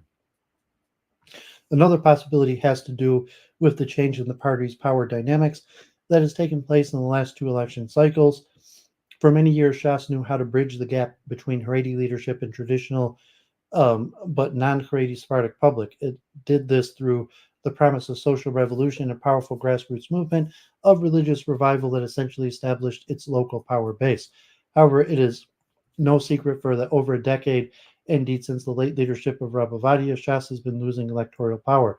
The institutionalization of the party and the erosion of the revolutionary message threatened the charisma of its leaders. The rise of the Likud party under Benjamin Netanyahu and its nationalist message, alongside the emergence of the Zionist party, Atzma Yehudit, also have eroded Shas. Strength portraying it as a compromising party more concerned with religious and rabbinic matters than national security. Another significant factor has been the rise of Mizrahi middle class, educated, semi-secular, and seeking to continue its upward mobility away from Shas's Haredi line. All this has led to Shas's political leadership to seek new source of electoral support, resulting recruiting them is essential to the party's electoral stability, with a political system that has been in ongoing crisis since the 2019 general elections. On the one hand, Shas aligned itself with Netanyahu's leadership respecting the traditional Mizrahi public that sees Netanyahu as a strong leader. On the other hand, it sought to secure its own position by recruiting Sephardic communities and rabbis who, for many years, especially under Rabbi Avadia's leadership, distanced themselves from Shas. There's a very large community located in Haredi cities like Modi'in Illit and Elad that Derry succeeded in recruiting over the past decade, but do not lend their support to a party without compensation. As became evident last year with the renewal of the party's Council of Torah sages with figures from the particular Haredi Escalon. The Sephardic Rabbi's letter was a realization of this change, transforming the renewal of the council into a renewal of Shas's ideological line. The letter featured names like Rebbe Yehuda Cohen and Rebbe Shlomo Yedidi Zafrani, which may not mean much to an average Israeli citizen, let alone to people outside of Israel, but they do mean a lot to the broad public of Sephardi Haredi yeshiva students and their families. But what so deeply troubles these Sephardic rabbis, certainly the fundamental question of conscription into the army is distressing. However, the rabbi's stance is no different from that of Ashkenazi Haredi rabbis. This issue could have been resolved through a joint letter from both Ashkenazi and Sephardic rabbis, yet that is not the case. One likely reason for the standalone letter, therefore, is that these rabbis desire to set a boundary on what can be termed the function of the Sephardim in the Haredi society, namely the use of Sephardi Haredi community as a kind of safety net for the Ashkenazi Haredi Society of Learners. The Sephardic Society of Learners includes a very broad margin of what can be called the soft Haredism, which mean a public of Bali Tshuva, returnees to the faith, and those who are in the process of increasing their commitment to religious practices and belief, whose children do not always attend yeshiva and often deviate from the Haredi path. Given this fact, there is significant fear that the Sephardic Haredim will become targets for fulfillment of the Army's quotas and recruitment goals. This is what the Sephardi rabbis are looking to prevent. In conclusion, the Sephardi rabbi's letter is not just another letter. It is an event of significance in the Haredi Society of Israel, or at least the society that Shas has been courting for many years. In soccer terms, the signatories have issued a yellow card, a warning to the political leadership of Shas. The letter reminds them that the new spiritual leadership of Shas seeks to influence the agenda and wants to sharpen the ideological line of the Haredi party. At the same time, the letter is a yellow card to the Ashkenazi Haredi leadership to dissuade them from continuing to envision the Sephardi public within Haredi society as a sort of insurance policy for their arrangements. The rabbi's letter clarifies that there is a strong Sephardic Haredi yeshiva world, and it will protect its own interest in light of the Supreme Court's ruling. Finally, there is, of course, an ideological element, no longer trailing behind the Ashkenazim. The Sephardic rabbis have now placed themselves at the forefront of the historic struggle between Haredism and Zionism. In the past, the struggle was against the new Jew, whose influence the Sephardic preachers saw in the secular kibbutz. Now the adversary is Israel's activist Supreme Court. So the letter, April 7, 2024, clear instructions in the face of the conscription decree. In these days when the people of Israel need supreme protection, we must strengthen ourselves with complete faith that only the Torah protects the people of Israel and is the secret of our existence throughout the generation. And we have already seen at the beginning of the year in the war that broke out on the Sabbath of Simchas Torah, unless the Lord guards the city, the watchmen stay awake in vain, and all the reliance on my strength and the might of my hand has proven to be broken reed, while all the protection and miracles are only due to the study and observance of the Torah. We pray every day that the Lord will protect all Jews who are in danger in enemy territory, and that they will return safely to their homes and serve the Almighty. And behold, to our deep sorrow, precisely in these difficult days, the state authorities have decided to ignite strife and discord and wage war against the Lord and His Torah with various decrees, with the deliberate intention of assimilating and integrating the Haredi community into secular culture. Heaven forbid. Therefore, we hereby clarify the view of the Holy Torah. A. Anyone with a modicum of sense knows that the ultimate intention is to secure agreement on various compromises by creating tracks and civil service programs adapted for Haredim. This insidious plan aims to infiltrate through a process in stages of targets and quotas and increasing tracks, gradually acclimating the Haredi community to it, with the goal of bringing the Haredi community under the control and reducing the number of Torah observers, as they themselves have stated. B. The greatest sages of the Torah, led by Moran Rabbi Yosef from 2000, have already instructed that even a young man not in the framework of studies is forbidden to go to the army or any of the various tracks, and this Torah shall not be replaced. It is well known and widely recognized that even all the frameworks and tracks defined as adapted for Haredim have led to the abandonment of the yoke of Torah and the served transgressions of the Torah, heaven forbid. C. Additionally, in the Joint Assembly of the Council of Torah Sages in 2014, it was unanimously decided that no compromises on the issue of conscription are permissible, and there should be no negotiations with them on this matter at all, foreseeing the consequences aside from the fact that every compromise will lead to further compromises. Every compromise will bring ruin for generations. Therefore, the great sages of the past generation have ruled not to enter into negotiations with them at all, and certainly it should not be considered to agree on quotas, targets, or civil service tracts. Even for weak students, the law is that one life is not sacrificed for another. D. In this time of persecution, we instruct the entire Haredi community and Torah scholars, the upholders of the world, to be strong and courageous, not to fear, not be dismayed. We are trained through all generations to give our lives for the observance of the Torah and Judaism, and our forefathers did in all generations. And even now, we will not shy away from going to prison and enduring all types of sanctions. We are ready to give our lives with all might and courage for the sake of upholding our holy Torah, according to the laws detailed in times of persecution, as explained in the Shulchan Aruch. And now, at this crucial period, when, as part of the decree, they also take away the livelihood of Torah scholars to pressure them to leave the world of Torah, we hereby call upon all generous members of our community to support the yeshivas and kollel with their funds and with all their might, and they should be blessed with their wealth, prosperity, and all good things. As Maimonides wrote in the Epistle of Martyrdom, the nation is already praised before the Almighty for enduring the hardship of persecution, and it is like a whole burnt offering on the altar, and one suffering in distress is greater than 100 who are not in distress, and we have nothing left but this Torah. Okay, so there you have a little information on the Haredi Draft. So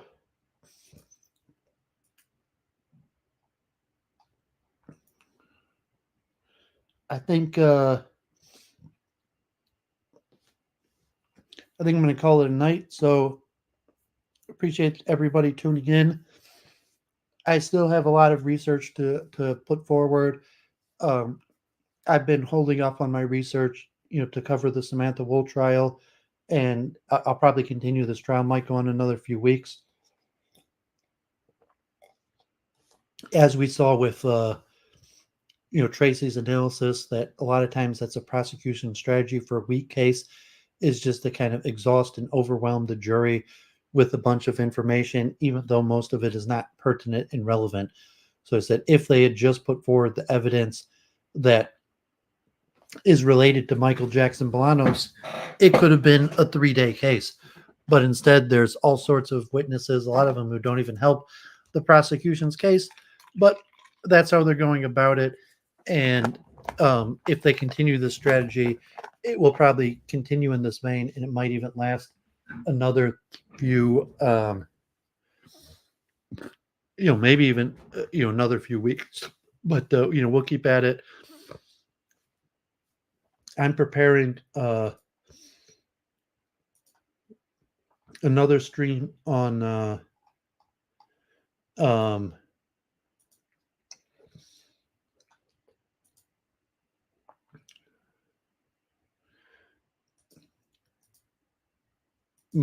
my metaphysics biology series, and I'm going to be covering some of the main names of the Western tradition. So my next one is going to cover Hegel, Bishop Berkeley, Arthur Schopenhauer, David Hume, and John Locke. So I'm not sure if I'm going to get to this Wednesday. If not, hopefully the week after. But I'm going to aim for doing it this Wednesday or possibly Thursday, but it could be the week after. So, see about that. And other than that, signing off. I hope I don't get this. I've never had a strike on my channel. As of now, I have 0 strikes on my channel. I've never had a problem.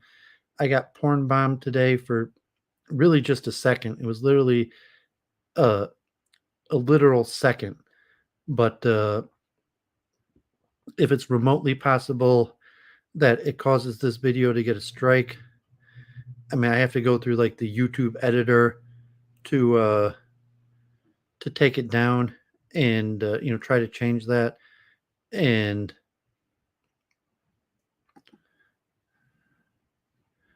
I mean, I might do that. I'm not sure. I mean, I think I got it out in like literally less than a second. So I hope it's not problematic, but if so, this would be the first video I ever had that, got a strike, or maybe they just take it down without a strike. So, we'll see. So I guess, God bless with that. Appreciate Tracey coming on. I'm going to change the description and a link to her channel. So, with that, God bless, signing off. We'll see you next week. You'll reach out. Appreciate Ludwig, Isla, Man, Mathis, people in the chat. And, we'll be in contact, and, see you next week. Feel free to reach out on any form of social media.